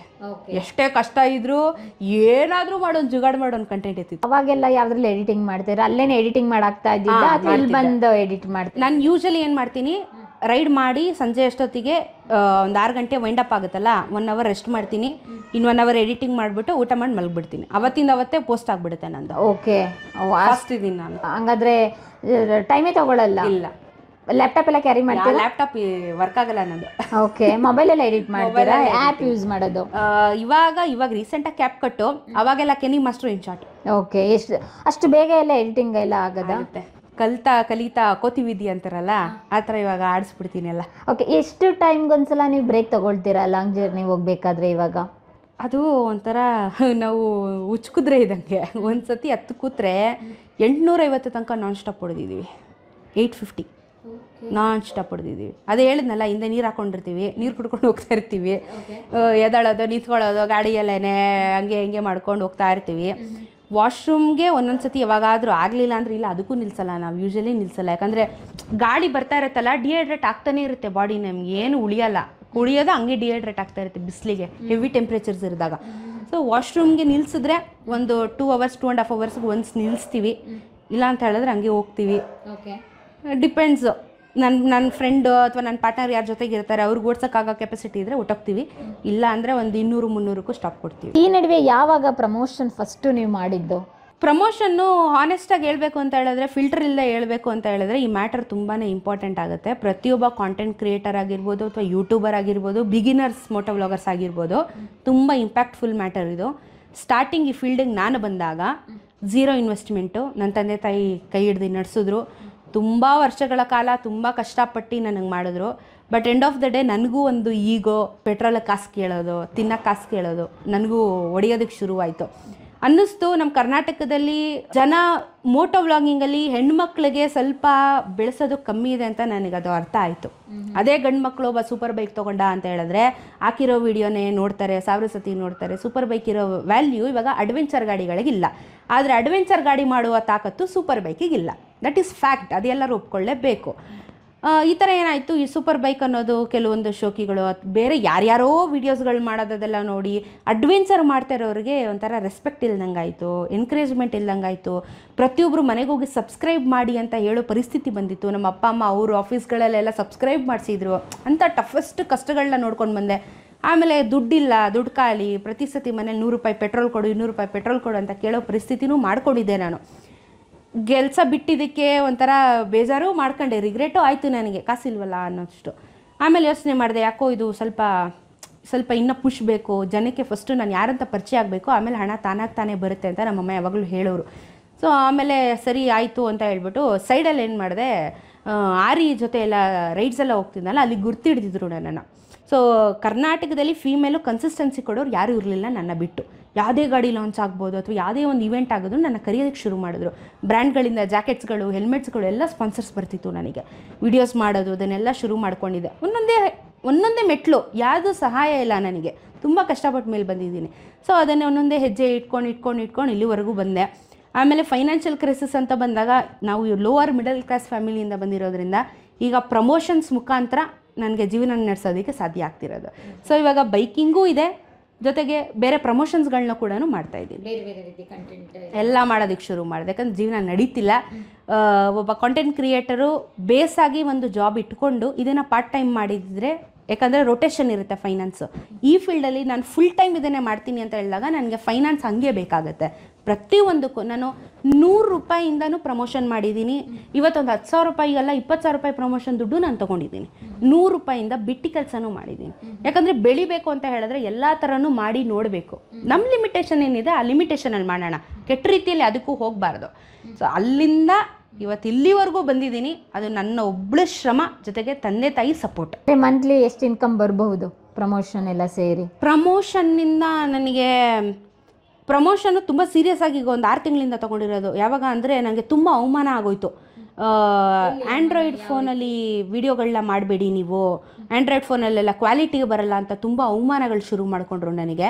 ಅದಾದಮೇಲೆ ಅದನ್ನೇ ಹಿಂಗೆ ಡಿಸ್ಕಸ್ ಮಾಡಿದೆ ಪೇರೆಂಟ್ಸ್ ಹತ್ರ. ಅವಾಗ ನಮ್ಮಪ್ಪ ನೀನು ಆ ಥರ ಎಲ್ಲ ನೊಂದ್ಕೋಬೇಡ ಅಂತ ಹೇಳಿ ಇಮಿಡಿಯೇಟಾಗಿ ಕ್ಯಾಶ್ ಕೊಟ್ಟು ಫೋನ್ ಕೊಡಿಸಿದ್ರು ನನಗೆ. ನಮ್ಮಪ್ಪ ಆ್ಯಪಲ್ ಫೋನ್ ಕೊಡಿಸಿದ್ದು ನನ್ನ ಲಕ್ಕೆ ನಸೀಬೆ ಟ್ವಿಸ್ಟ್ ಆಗೋಯ್ತು. ಆಪಲ್ ಥರನೇ ಫುಲ್ ಅರ್ಧ ಕಚ್ಚಿರ ಆ್ಯಪಲ್ ಥರ ನನ್ನ ಫುಲ್ ಕಚ್ಚಿರೋ ಲೈಫ್ ಆಗೋಯ್ತು ಇವಾಗ. ಸೊ ಪ್ರಮೋಷನ್ಸ್ಗೆ ನನಗೊಂದು ವ್ಯಾಲ್ಯೂ ಬಂತು. ವ್ಯಾಲ್ಯೂ ಅನ್ನೋದಕ್ಕಿಂತ ಜನ ಏನು ಗೊತ್ತಾ, ಇವಾಗ ಅವಾಯ್ ಚಪ್ಪಲಿ ಹಾಕೊಂಡೋದ್ರೂ, ಒಂದು ಕ್ರಾಕ್ಸ್ ಹಾಕೊಂಡೋದ್ರೂ ಅಥವಾ ಒಂದು ಶೂ ಹಾಕೊಂಡೋದ್ರೆ ಹೆಂಗೆ ಜಡ್ಜ್ ಮಾಡ್ತಾರೆ, ಇವಾಗ ಫೋನ್ ನೋಡಿ ಜಡ್ಜ್ ಮಾಡ್ತಾರೆ ಜನ. ಏನು ಮಾಡೋಕ್ಕಾಗಲ್ಲ, ಸಮಾಜ ಹಂಗಿದೆ. ಟೆಕ್ನಾಲಜಿ ತಕ್ಕನಂಗೆ ನಾವು ಬದಲಾಗಬೇಕಿಲ್ಲ ಅಂತಲ್ಲ. ಸೊ ಈ ಥರ ಬದಲಾದೆ, ಪ್ರಮೋಷನ್ಸ್ ಮಾಡೋಕ್ಕೆ ಶುರು ಮಾಡಿದೆ. ಇವಾಗ ಸ್ವಲ್ಪ ಕೈ ಹಿಡಿತಿದೆ. ಇವಾಗ ಪರವಾಗಿಲ್ಲ, ಒಂದು ತಿಂಗಳಿಗೆ ಒಂದು 50,000 ಅಷ್ಟು ದುಡ್ಕೋತೀನಿ. ಯೂಟ್ಯೂಬಿಂದ ಅಷ್ಟೊಂದು ಇನ್ಕಮ್ ಇಲ್ಲ ನನಗೆ. ಫಸ್ಟ್ ಪೇಮೆಂಟ್ ಯಾವಾಗ ಬಂತು? ಫಸ್ಟ್ ಪೇಮೆಂಟು ನಾನು ಶುರು ಮಾಡಿ 2 ವರ್ಷಕ್ಕೇನೋ ಬಂತು, 8,000. ಓಕೆ, $100 ಅಷ್ಟೇ ಬಂದಿರೋದು. ಸೊ ಅದಾದಮೇಲೆ ಬಂತು. ಅಂದರೆ ಕಂಟಿನ್ಯೂಸ್ ಆಗಿ ನಂಗೆ ತಿಂಗಳ ಯೂಟ್ಯೂಬಿಂದ ದುಡ್ಡು ಬರುತ್ತೆ ಅಂತಿಲ್ಲ. 6 ತಿಂಗಳಿಗೊಂದ್ಸತಿ, 4 ತಿಂಗಳಿಗೊಂದ್ಸತಿ ಬಂದ್ರೂ 10,000 to 11,000 ಬರುತ್ತೆ ಅಷ್ಟೇ. ಯಾಕಂದರೆ ಟ್ರಾವೆಲ್ ಕಂಟೆಂಟು ನನಗೆ ಗೊತ್ತಿಲ್ಲ. ನಾನು ಎಷ್ಟೊಂದು ಎಫರ್ಟ್ ಹಾಕ್ತೀನಿ, ಹಿಸ್ಟ್ರಿ ತೋರಿಸ್ತೀನಿ, ಕಲ್ಚರ್ ತೋರಿಸ್ತೀನಿ, ಫುಡ್ ತೋರಿಸ್ತೀನಿ, A to Z ತೋರಿಸ್ತೀನಿ. ನಮ್ಮ ಜನ ಯಾಕೆ ನೋಡಲ್ಲ? ಅದೇ ಹುಡುಗ ಮಾಡಿಬಿಟ್ರೆ ಹಿ ಅಂತ ತಲ್ಕಿರ್ಕೊಂಡು ನೋಡ್ತಾರೆ. ಹುಡುಗಿರು ಇಷ್ಟೆಲ್ಲ ಲೈಫಲ್ಲಿ ರಿಸ್ಕ್ ತೊಗೊಂಡು ಹೋದ್ರೂ ನೋಡ್ತಿಲ್ಲ. ನನಗೆ ಗೊತ್ತಿಲ್ಲ ಯಾಕೆ ಅಂತ. ಸೊ ಮೇ ಬಿ ಎಲ್ಲದಕ್ಕೂ ಒಂದು ಟೈಮ್ ಬರಬೇಕು, ಕಾಯೋಣ. ನನ್ನ ಎಫರ್ಟ್ ಖಂಡಿತ ಇರುತ್ತೆ. ಯಾರು ನೋಡಿಲ್ಲ ಅಂದರೂ ನಾನೇ ಇನ್ನೊಂದಿನ ನನ್ನ ಮುಂದೆ ಆಗೋ ಮಕ್ಳಿಗೆ ಅದು ವೀಡಿಯೋ ತೋರಿಸ್ತೀನಿ, ನೋಡ್ರಿ ನಾನು ಮಾಡಿದ್ದೀನಿ ಅಂತ. ಸಾಕು. ಅಂದರೆ ನೀವು ಜಾಸ್ತಿ ಆಕ್ಟಿವ್ ಆಗಿರೋದು ಎಲ್ಲಿ? ನಿಮಗೆ ಇನ್ಸ್ಟಾನಾ?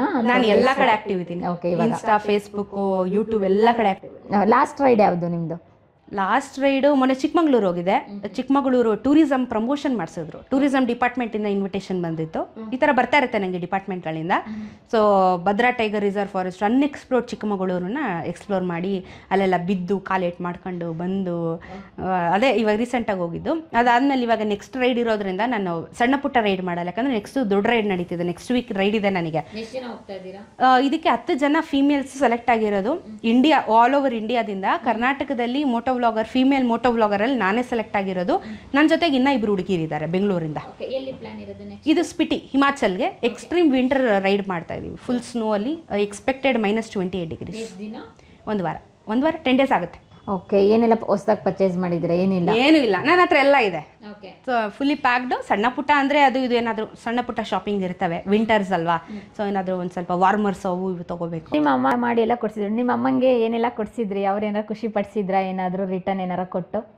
ಕೊಟ್ಟಿದ್ದೀನಿ. ಆ್ಯಕ್ಚುಲಿ ಹೇಳ್ಬೇಕಂದ್ರೆ ನಮ್ಮ ಅಪ್ಪ ಅಮ್ಮ ಇಬ್ಬರೂ ನನ್ನಿಂದ ತುಂಬಾ ಕಳ್ಕೊಂಬಿಟ್ಟಿದ್ದಾರೆ. ತುಂಬಾ ಎಲ್ಲ ನನ್ನ ಬಗ್ಗೆ ಮಾತಾಡೋದು ಅವ್ರಿಗೆ ನೋವಾಗೋದು, ಕೆಲವರು ಮಾತುಗಳಾಡಿದಾಗ ಅವ್ರಿಗೆ ನೋವು, ಅದೆಲ್ಲ ನನ್ನ ಹತ್ರ ಹೇಳ್ಕೊಂಡಿಲ್ಲ. ಬಟ್ ನನಗೆ ಆ್ಯಸ್ ಎ ಡಾಟರ್ ನಂಗೆ ಅರ್ಥ ಆಗುತ್ತದು.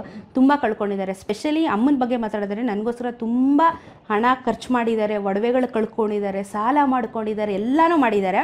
ನಾನು ಅವ್ರಿಗೆ ಪ್ರತಿ ಒಂದು ಸತಿನೂ ಅವರು ಒಂದೊಂದು ಒಡವೆನೂ ಮಾರ್ಕೊಂಡಾಗ ಅಥವಾ ನನಗೋಸ್ಕರ ಮಾರ್ಕೊಂಡಾಗ ನಾನು ಅವ್ರಿಗೆ ಪ್ರಾಮಿಸ್ ಮಾಡ್ತಾಯಿದ್ದೆ ಇದು ಒಂದೇ ವಿಚಾರ, ಅಮ್ಮ ಇವತ್ತು ನನಗೋಸ್ಕರ ಇದನ್ನು ಮಾಡ್ತಿದ್ಯಾ, ಮುಂದೊಂದು ದಿನ ನಿನಗೆ ಇದನ್ನೆಲ್ಲ ನಾನು ತಂದುಕೊಡ್ತೀನಿ ಅಂತ. ಇಷ್ಟು ವರ್ಷ ಶ್ರಮದಲ್ಲಿ ಈ ವರ್ಷ ನಮ್ಮ ಅಮ್ಮನಿಗೆ 2 ಜೊತೆ ಚಿನ್ನದ ಓಲೆ ತೆಕ್ಕೊಟ್ಟೆ. ಓ ಮೈ ಗಾಡ್, ಗ್ರೇಟ್. ಸೊ ಒಂದು ಪೆಂಡೆಂಟ್ ತಂದುಕೊಟ್ಟೆ. ಒಂದು ಪೆಂಡೆಂಟ್ ಹಾಳಾಗಿತ್ತು ಅಂತ, ಅವ್ರಿಗೆ ಐಡಿಯಾನೇ ಇಲ್ಲ ಇದ್ರ ಬಗ್ಗೆ ನಾನು ಈ ಥರ ಮಾಡ್ತೀನಿ ಅಂತ ಹೇಳ್ಬಿಟ್ಟು. ಸೊ ತುಂಬ ಹತ್ಕೊಂಡ್ರು. ನನಗೂ ಗೊತ್ತಿಲ್ಲ ನಾನು ಮಾಡೋಕ್ಕಾಗುತ್ತೆ ಅಂತ, ನನಗೆ ಗೊತ್ತಿಲ್ಲ ನನ್ನ ಲೈಫ್ ಹಿಂಗೆ ಟರ್ನ್ ಆಗುತ್ತೆ ಅಂತ. ಸೊ ಫಸ್ಟ್ ಅಮ್ಮಂಗೆ ಒಂದು ಚಿನ್ನದೊಂದು ಪೆಂಡೆಂಟ್ ತಂದುಕೊಟ್ಟೆ. ಅದಾದಮೇಲೆ ಅಪ್ಪನಿಗೂ ಸ್ವಲ್ಪ ಫೋನ್ಗಿನೆಲ್ಲ ಕೊಡಿಸ್ದೆ. ಮನೆಗೂ ಮಾಡ್ತೀನಿ, ಮನೇಲಿ ಬೆಕ್ಕಿದೆ ಅವ್ರಿಗೂ ಮಾಡ್ತೀನಿ. ಸಾಕು, ನನಗೆ ನನ್ನ ಅಪ್ಪ ಅಮ್ಮ ಚೆನ್ನಾಗಿದ್ದರೆ ನಾನು ಯಾರ ಬಗ್ಗೆ ಚಿಂತೆ ಮಾಡಲ್ಲ. ಅಪ್ಪ ಅಮ್ಮ ಚೆನ್ನಾಗಿರಬೇಕು, ನಮ್ಮ ಮನೆ ಬೆಕ್ಕು ಚೆನ್ನಾಗಿರಬೇಕು, ಸಾಕು. ಲೇಡೀಸ್ಗೆ ಅಂತ ಹೇಳಿದರೆ ಮಾಮೂಲಿ ಮಂತ್ಲಿ ಪ್ರಾಬ್ಲಮ್ ಇರುತ್ತೆ, ಅದ್ರ ಜೊತೆಗೆ ವಾಶ್ರೂಮ್ಗೆ ಹೋಗೋಂಥದ್ದು ಬಿಗ್ ಟಾಸ್ಕ್ ಇರುತ್ತೆ. ಯಾಕೆಂತ ಹೇಳಿದರೆ ನೀವು ಹೋಗೋದೆಲ್ಲ ರೋಡಲ್ಲೇ ಆದರೂ ಕೂಡ ಎಲ್ಲ ಕಡೆ ಪಬ್ಲಿಕ್ ಇರ್ತಾರೆ. ಅದನ್ನೆಲ್ಲ ಯಾವ ರೀತಿ ಮ್ಯಾನೇಜ್ ಮಾಡ್ತೀರಾ ಸ್ವಾತಿ ನೀವು? ವುಮೆನ್ಸ್ಗೆ ಸ್ಪೆಷಲಿ ಇದು ಸ್ವಲ್ಪ ಚಾಲೆಂಜಿಂಗ್ ಅಂತ ಹೇಳ್ಬೋದು. ವಾಶ್ರೂಮ್ ಸಮಸ್ಯೆಗಳು ನಮಗೆ ಖಂಡಿತವಾಗ್ಲೂ ಬರುತ್ತೆ. ಸ್ಪೆಷಲಿ ವೆನ್ ನಾವು ಪೀರಿಯಡ್ಸಲ್ಲಿ ಇದ್ದಾಗ ನಮಗೆ ಸುಲಭವಾಗಿ ಆ್ಯಕ್ಸಸ್ಗಳಿರುವಂಥ ಒಂದಷ್ಟು ಹೈವೇಗಳಲ್ಲಿ ಜಾಗ ಯಾವುದು ಅಂತ ಹೇಳಿದ್ರೆ ಸೇಫೆಸ್ಟ್ ಅಂತ ಹೇಳಿದ್ರೆ ಒಂದು ಪೆಟ್ರೋಲ್ ಬಂಕಿಗೆ ಹೋಗಿ ವಾಶ್ರೂಮ್ಸ್ ಯೂಸ್ ಮಾಡ್ತೀವಿ. ಇಲ್ಲ ಅಂತ ಹೇಳಿದ್ರೆ ಆ್ಯಸ್ ಪರ್ ಗೌರ್ಮೆಂಟ್ ರೂಲ್ಸ್ ಒಬ್ಬ ಮಹಿಳೆ 5 ಸ್ಟಾರ್ ಹೋಟೆಲ್ಗೂ ಸಹ ಹೋಗಿ ವಾಶ್ರೂಮ್ನ ಯೂಸ್ ಮಾಡ್ಬೋದು ಅನ್ನೋದು ಕಾನೂನಿದೆ. ಸೊ ನಮ್ಮನ್ನು ಯಾರೂ ಪ್ರಶ್ನೆ ಮಾಡುವಂಥ ಒಂದು ಇದಿಲ್ಲ ನಮಗೆ. So washrooms Cafe, Coffee Day, McDonald's ಎಲ್ಲ ಹೈವೇಸ್ಗಳಲ್ಲಿ, ರೆಸ್ಟೋರೆಂಟ್ಗಳಲ್ಲಿ, ಡಾಬಾಗಳಲ್ಲೆಲ್ಲ ಸಿಗ್ತಾವಲ್ಲ, ಅಲ್ಲಿ ಹೋಗಿ ವಾಶ್ರೂಮ್ಸ್ ಯೂಸ್ ಮಾಡ್ಕೋತೀವಿ ನಾವು. ಸೊ ಆ ಥರ ಲಿಯಬಿಲಿಟೀಸ್ ಇರುತ್ತೆ. ಸೊ ಜೊತೆಗೆ ವೆದರಲ್ಲೂ ಸಹ ನಮಗೆ ಸ್ವಲ್ಪ ಸಮಸ್ಯೆಗಳು ಎದುರಾಗುತ್ತೆ. ತುಂಬ ಮಳೆ ಬಂದಾಗ, ಚಳಿ ಬಂದಾಗ ಆ್ಯಸ್ ಎ ವುಮೆನ್ ಸ್ವಲ್ಪ ಬೇರ್ ಮಾಡೋದು ಕಷ್ಟ ಆಗುತ್ತೆ. ಸೊ ಅದನ್ನೆಲ್ಲ ಸ್ವಲ್ಪ ಚಾಲೆಂಜಿಗಾಗಿ ತೊಗೋಬೇಕು ಅಂತಾರೆ. ಗಂಡು ಮಕ್ಳ ಥರನೇ ಆಲ್ಮೋಸ್ಟ್ ನಾವು ಇರ್ತೀವಿ. ವಾಶ್ರೂಮ್ಸ್ಗಳಲ್ಲಿ ಇನ್ಫೆಕ್ಷನ್ಸ್ ಆಗೋದು ಅದೆಲ್ಲ ನಮಗೆ ತುಂಬ ಸಮಸ್ಯೆ ಇರುತ್ತೆ. ಆಮೇಲೆ ಏನಾದರೂ ನಮಗೇನಾದರೂ ಮಾಡಿಬಿಡ್ತಾರಾ ಅನ್ನೋದು ಒಂದು ಅಟ್ಯಾಕ್ಗೆ, ಅದು ಎಲ್ಲೋ ನಾವು ಏನೇ ಹೇಳಿದ್ರೂ ಒಂದು ಹೆಣ್ತನ ಅನ್ನೋದು ಒಳಗಡೆ ಇದ್ದೇ ಇರುತ್ತೆ, ಒಂದು ಭಯಾನ ಇದ್ದೇ ಇರುತ್ತೆ ಲೈಫಲ್ಲಿ. ಇದೆಲ್ಲ ಚಾಲೆಂಜ್ ತೊಗೋಬೇಕು ನಾವು. ಆಮೇಲೆ ಗಾಡಿಯ ಮೆಕ್ಯಾನಿಕ್ಸ್ನ ನಾವು ಕಲ್ತಿರಬೇಕು. Basic knowledge of a biker, women ಆಗಲಿ ಮೆನ್ ಆಗಲಿ. ಗಾಡಿನ ಜುಗಾಡು ಎಕ್ಸ್ಟ್ರೀಮ್ ಮಾಡೋಕ್ಕೆ ಯಾರಿಗಾಗಲ್ಲ, ಸ್ವಲ್ಪ ಬೇಸಿಕ್ ನಾಲೆಜ್ ಇರಬೇಕು. ಸೊ ಬೇಸಿಕ್ ನಾಲೆಜ್ ಕಲ್ತಿದ್ದೀನಿ. ಏನಾದರೂ ಹೆಚ್ಚು ಕಮ್ಮಿ ಆದರೆ ಅಥವಾ ನನಗೇನಾದರೂ ಗೊತ್ತಾಯಿತು ಪ್ರಾಬ್ಲಮ್ ಇದೆ ಅಂತ ಹೇಳಿದ್ರೆ ಅದನ್ನು ನಾನೇ ಸಾಲ್ವ್ ಮಾಡ್ಕೊಳ್ಳೋಷ್ಟು ತಾಕತ್ತಿದೆ ನನಗೆ. ಸೊ ಇದೆಲ್ಲ ಬೇಸಿಕ್ ನೀಡ್ಸ್ ಆಫ್ ವುಮೆನ್ ಆಗುತ್ತೆ. ಜೊತೆಗೆ ಬಟ್ಟೆ ಬರೆಗಳಲ್ಲೂ ಸ್ವಲ್ಪ ನೋಡ್ಕೊಂಡು ಹಾಕೋಬೇಕಾಗತ್ತೆ ನಾವು. ಬೈಕ್ ರೈಡ್ ಅಂದಾಗ ನಾವು ಫುಲ್ಲಿ ಪ್ಯಾಕ್ ಆಗಿರ್ತೀವಿ. ಎಕ್ಸ್ಪೋಜರ್ ಮಾಡೋ ಥರ ಬಟ್ಟೆಸ್ ನಾವು ಯಾವುದು ಹಾಕೋದಿಲ್ಲ, ಫುಲ್ ಪ್ಯಾಕಲ್ಲಿರ್ತೀವಿ. ವುಮೆನ್ ಈ ಥರ ಚಾಲೆಂಜಿಂಗ್ ಇರುತ್ತೆ. ಫುಡ್ಡು ನಮ್ಮದು ಒಂಥರ ವಿಚಿತ್ರ ಸೈಕಲ್ ಇರುತ್ತೆ. ಬೆಳಗ್ಗೆ ಬ್ರೇಕ್ಫಾಸ್ಟ್ ಮಾಡಲ್ಲ, ಮಧ್ಯಾಹ್ನ ಊಟ ಮಾಡಲ್ಲ. ನಾವು ಏನಿದ್ರು ಫುಲ್ ಮೀಲ್ಸ್ ತಿನ್ನೋದೇ ರಾತ್ರಿ ಹೊತ್ತು. ಯಾಕೆ ಅಂದರೆ ಬಾಡಿ ರೆಸ್ಟ್ ಬೇಕಾಗುತ್ತೆ, ಹೊಟ್ಟೆ ತುಂಬ ಊಟ ಅವಾಗ ಬೇಕಾಗುತ್ತೆ. ರೈಡಲ್ಲಿ ಏನಾಗುತ್ತೆ, ನಾವು ಜಾಸ್ತಿ ಫುಡ್ ತಿಂದ್ವಿ ಅಂತ ಹೇಳಿದ್ರೆ ನಮಗೆ ನಿದ್ದೆ ಬರೋಕ್ಕೆ ಶುರುವಾಗುತ್ತೆ, ಗಾಳಿ ಬಡಿತಕ್ಕೆ ಕಣ್ಣು ಎಳಿಯುತ್ತೆ ನಮಗೆ. ನಾವೇನು ಮಾಡ್ತೀವಿ, ಎಳ್ಳೀರು, ಜ್ಯೂಸು, ಗ್ಲೂಕೋಸು ಅಥವಾ ಎಲ್ಲಾದರೂ ಫ್ರೆಶ್ ಫ್ರೂಟ್ಸ್ ಸಿಗ್ತಾ ಇದೆ ನಮಗೆ ಅಂತ ಹೇಳಿದ್ರೆ ಫ್ರೆಶ್ ಫ್ರೂಟ್ಸ್ನ ತಿನ್ಕೊಳ್ಳೋಕೆ ಶುರು ಮಾಡ್ತೀವಿ. ಅನ್ನ ಅದೆಲ್ಲ ಕಮ್ಮಿ ಮಾಡಿ ಚಪಾತಿ, ರೊಟ್ಟಿ ಆ ಥರ ಏನಾದರೂ ಸಿಕ್ಕಿದ್ರೆ ಅದನ್ನು ಇಂಟೇಕ್ ಮಾಡ್ತೀವಿ. ಇಲ್ಲ ತರಕಾರಿ ಸಿಕ್ಬಿಟ್ರು ತೊಳೆದ್ಬಿಟ್ಟು ಅಲ್ಲೇ ತಿನ್ಕೊಂಡ್ಬಿಡ್ತೀವಿ. ಸೊ ಫುಡ್ ಕಮ್ಮಿ, ರಾತ್ರಿ ಫುಲ್ ಬ್ಯಾಟಿಂಗ್ ಮಾಡಿ ನಿದ್ದೆ ಮಾಡ್ತೀವಿ. ನನ್ನ ಬಾಡಿ ಒಂಥರ ವಿಚಿತ್ರ. ಇವಾಗ ಹಿಂಗಿರ್ತೀನಿ, ಇವಾಗ ನೆಕ್ಸ್ಟ್ 10 ದಿನ ರೈಡ್ ಹೋಗಿ ಬಂದಮೇಲೆ ಒಂದು ರೌಂಡ್ ಇಳ್ದಿರ್ತೀನಿ. ಆಮೇಲೆ ಮತ್ತೆ ಮನೆ ಊಟ ತಿಂದು ಮತ್ತೆ ಒಂದು ರೌಂಡ್ ದಪ್ಪ ಆಗ್ತೀನಿ. ಬಟ್ ನನ್ನ ಪರ್ಸ್ನಾಲಿಟಿ ಮೊದಲಿಂದ ಹಿಂಗೆ ಇರೋದು. ಸೊ ಹಿಂಗೆ ಇದ್ದೀನಿ ನಾನು. Okay, healthy body. ಹೆಲ್ತಿ ಬಾಡಿನೇ. ಟೈಮ್ ಕರ್ನಾಟಕದ ಜನತೆ ನೀವೆಲ್ಲರೂ ಹೋಗ್ಬೇಕಾಗಿ ಗುರ್ತಿಸಿದ್ದೆ ಹೇಗೆ? ಯಾಕೆಂದರೆ ಸ್ವಾತಿನ ಗುರ್ತಿಸೋಕ್ಕೆ ಸ್ವಾತಿ ಯಾವಾಗಲೂ ಕವರ್ ಆಗೇ ಇರ್ತಾರಲ್ಲ. ಅದೇ ಬೈಕ್ ನಾ ಹೇಳಿದ್ನಲ್ಲ, ನನ್ನನ್ನು ಗುರ್ತಿಸಿಲ್ಲ ಅಂದರೂ ಬೈಕ್ ನೋಡ್ಬಿಟ್ಟು ನಾನು ಅಂತ ಗುರ್ತಿಸ್ತಾರೆ. Because of Bima. ನಾನು ಅವನಿಗೆ ಹೆಸರಿಟ್ಟಿರ್ಬೋದು, ಆದರೆ ನನಗೆ ಪಯಣ ವಿತ್ ಸ್ವಾತಿ ಅಂತ ಹೆಸರು ಬರೋದಕ್ಕೆ ಭೀಮಾ ಅಷ್ಟೇ ಕಾರಣವಾಗಿದ್ದಾನೆ. ಸೊ ಗಾಡಿ ನೋಡಿದ್ರೆ ಭೀಮಾ ಅಂದರೆ ಸ್ವಾತಿ ಅಕ್ಕ ಅಲ್ವಾ ಅಂತ. ಸೊ ಇವಾಗ ಹೆಂಗಾಗುತ್ತೆ ಅಂದರೆ ಅದು ಸಿಗ್ನಲಲ್ಲಿ ನಿಂತಿದ್ರು ಸಹ ಜನ ಹಿಂಗೆ ನೋಡ್ಬಿಟ್ಟು ನೀವು ಇನ್ಸ್ಟಾಗ್ರಾಮ್ ಮಾಡ್ತೀರಾ ಅಲ್ವಾ ಅಂತ. ಮೊನ್ನೆ ಯಾರೋ ನಮ್ಮ ಏರಿಯಾದಲ್ಲಿ ಪಕ್ಕದ ರೋಡೆ ಗಾಡಿ ಹೋಗ್ತಾ ಇದ್ದಾರೆ, ಪಾಪ ಮೇಡಮ್ ನೀವು ಟಿಕ್ಟಾಕ್ ಮಾಡ್ತೀರಾ ಮೇಡಮ್ ಅಂತ. ಸರ್ ಟಿಕ್ಟಾಕ್ ಅಲ್ಲ ಸರ್, ಇನ್ಸ್ಟಾಗ್ರಾಮ್ ಅಂತ. ಅಂದರೆ ಜನಕ್ಕೆ ಮನಸ್ಸಿಗೆ ಮುಟ್ತಾ ಇದ್ದೀನಿ ನಾನು, ಅದು ಇಂಪಾರ್ಟೆಂಟು. ಇಷ್ಟು ವರ್ಷ ನಾನು ಏನು ಸ್ಟ್ರಗಲ್ ಪಟ್ಟೆ, ಲೇಟಾಗಿ ಸಿಗ್ತಾಯಿದೆ, ಪರವಾಗಿಲ್ಲ, ನನಗೆ ಖುಷಿ ಇದೆ, ನಂಗೆ ತೃಪ್ತಿ ಇದೆ. ಇವಾಗ ಗುರ್ತಿಸ್ತಾ ಇದ್ದಾರಾ, ಒಂದು ಮರ್ಯಾದೆ ಕೊಡ್ತಾರಾ, ಒಂದು ಇನ್ವಿಟೇಷನ್ ಕೊಡ್ತಾರಾ, ಅಕ್ಕ ಒಬ್ರು ಇದ್ದಾರೆ ಅಂತ ನೆನೆಸ್ಕೊಂತವ್ರ ಜನ, ಅದೊಂದೇ ಸಾಕು ನನಗೆ. ಸೊ ಗುರುತಿಸ್ತಾ ಇದ್ದಾರೆ, ಖುಷಿ ಇದೆ. ಅದೇ ಅಲ್ವಾ ಅಷ್ಟೇ ಸಾಕು ನನಗೆ. ನೆಕ್ಸ್ಟ್ ರೈಡ್ಗೆ all the best. Thank you very much. Thank you. ಇಷ್ಟೊತ್ತು ನನ್ನ ಕತೆಗಳನ್ನ ಕೇಳಿಸ್ಕೊಂಡು ನೀವು ಇಷ್ಟೊಂದು ಟೈಮ್ ಕೊಟ್ಟಿದ್ದಕ್ಕೆ thank you very much. And digital ಮಾಧ್ಯಮದವ್ರಿಗೆ ಹೃದಯಪೂರ್ವಕವಾಗಿ ಧನ್ಯವಾದಗಳು. ನನ್ನ ಗುರುತಿಸಿ ಫಸ್ಟ್ ಟೈಮ್ ನೀವು ನಾನು ಹೋಮ್ ಟೂರ್ ಮಾಡಿರೋದು, ಇದುವರೆಗೂ ಯಾರೂ ಮಾಡಿಲ್ಲ, ನಾನೇ ನನ್ನ ಚಾನಲಲ್ಲಿ ಮಾಡಿಲ್ಲ. ಸೊ ನಿಮ್ಗೆ ಥ್ಯಾಂಕ್ ಯು. ಚಿಕ್ಕದಾಗಿರೋ ಮನೆಯಲ್ಲಿ ಇಷ್ಟೊಂದು ತೋರಿಸಿದ್ದೀರಾ. ಇದ್ರ ಜೊತೆಗೆ ಕನ್ನಡದಲ್ಲಿ ತುಂಬ ಜನ ಕಾಂಟೆಂಟ್ ಕ್ರಿಯೇಟರ್ಸ್ಗಳಿದ್ದಾರೆ, ಎಲ್ಲರಿಗೂ ಸಪೋರ್ಟ್ ಮಾಡಿ. ಕನ್ನಡದ ಬಗ್ಗೆ ಸ್ವಲ್ಪ ಅರಿವು ಮೂಡಿಸೋಣ. ಕನ್ನಡನ ಉಳಿಸ್ಬೇಕು, ನಾವು ಬೆಳೆಸಬೇಕು. ಫ್ಯೂಚರ್ ಜನ್ರೇಷನ್ಗೆ ನಮ್ಮ ಭಾಷೆ ಉಳಿಬೇಕು, ನಮ್ಮ ಸಂಸ್ಕೃತಿ ಉಳಿಬೇಕು ಅನ್ನೋದೊಂದು ಉದ್ದೇಶ. ದಯವಿಟ್ಟು ನನಗೆ ಸಪೋರ್ಟ್ ಮಾಡಿ. ತುಂಬ ರೈಡ್ಸ್ಗಳನ್ನ ಮಾಡ್ತೀನಿ, ತುಂಬ ಒಳ್ಳೆ ವಿಚಾರಗಳನ್ನ ಹಂಚ್ಕೋತೀನಿ. ನನಗೂ ಸಪೋರ್ಟ್ ಮಾಡಿದ್ರೆ ಖುಷಿ ಆಗುತ್ತೆ. ಸೊ ಥ್ಯಾಂಕ್ ಯು ಎಲ್ರಿಗೂ. ಪ್ರಿಯ ವೀಕ್ಷಕರೇ, ನಾವು ತೋರಿಸುತ್ತಿರುವ ಇತಿಹಾಸದ ಕಥೆಗಳು ಕನ್ನಡದ ಕಲೆ, ಸಾಹಿತ್ಯ, ಸಂಸ್ಕೃತಿ, ಜನಜೀವನ, ಇತಿಹಾಸ ಸೃಷ್ಟಿಸಿದ ಜನಸಾಮಾನ್ಯರ ಅಸಾಮಾನ್ಯ ಕಥೆಗಳು ನಿಮಗೆ ಇಷ್ಟ ಆಗಿದ್ಯಾ? ಹಾಗಿದ್ರೆ ವಿಡಿಯೋ ನೋಡಿ ಸುಮ್ಮನಾಗ್ಬೇಡಿ, ಶೇರ್ ಮಾಡಿ, ಸಪೋರ್ಟ್ ಮಾಡಿ, ನಮ್ಮೊಂದಿಗೆ ಜೊತೆಯಾಗಿ. ಇದು ನೀವೇ ಬೆಳೆಸಿದ ನಿಮ್ಮ ನೆಚ್ಚಿನ ಡಿಜಿಟಲ್ ಮಾಧ್ಯಮ. ಇನ್ಮುಂದೆ ನಿಮಗಾಗಿ ಇನ್ನಷ್ಟು ವಿನೂತನ ಶೈಲಿಯಲ್ಲಿ ಬರಲಿದೆ. ನೈತಿಕ ಬೆಂಬಲದ ಜೊತೆಗೆ ಆರ್ಥಿಕ ಬೆಂಬಲ ನೀಡಿ. ನಿಮ್ಮ ಬೆಂಬಲವೇ ನಮಗೆ ಪ್ರೇರಣೆ, ಸ್ಫೂರ್ತಿ ಕೂಡ. ನಿಮ್ಮ ಬೆಂಬಲದೊಂದಿಗೆ ನಮ್ಮ ಪಯಣ ಮುಂದುವರಿಯುತ್ತಿದೆ. ಸಾಮಾಜಿಕ ಬದಲಾವಣೆಗೆ ಜೊತೆಯಾಗಿ ನಮ್ಮ ಮುಂದಿನ ಪೀಳಿಗೆಗೆ ಕರ್ನಾಟಕದ ಇತಿಹಾಸ ಉಳಿಸೋಣ.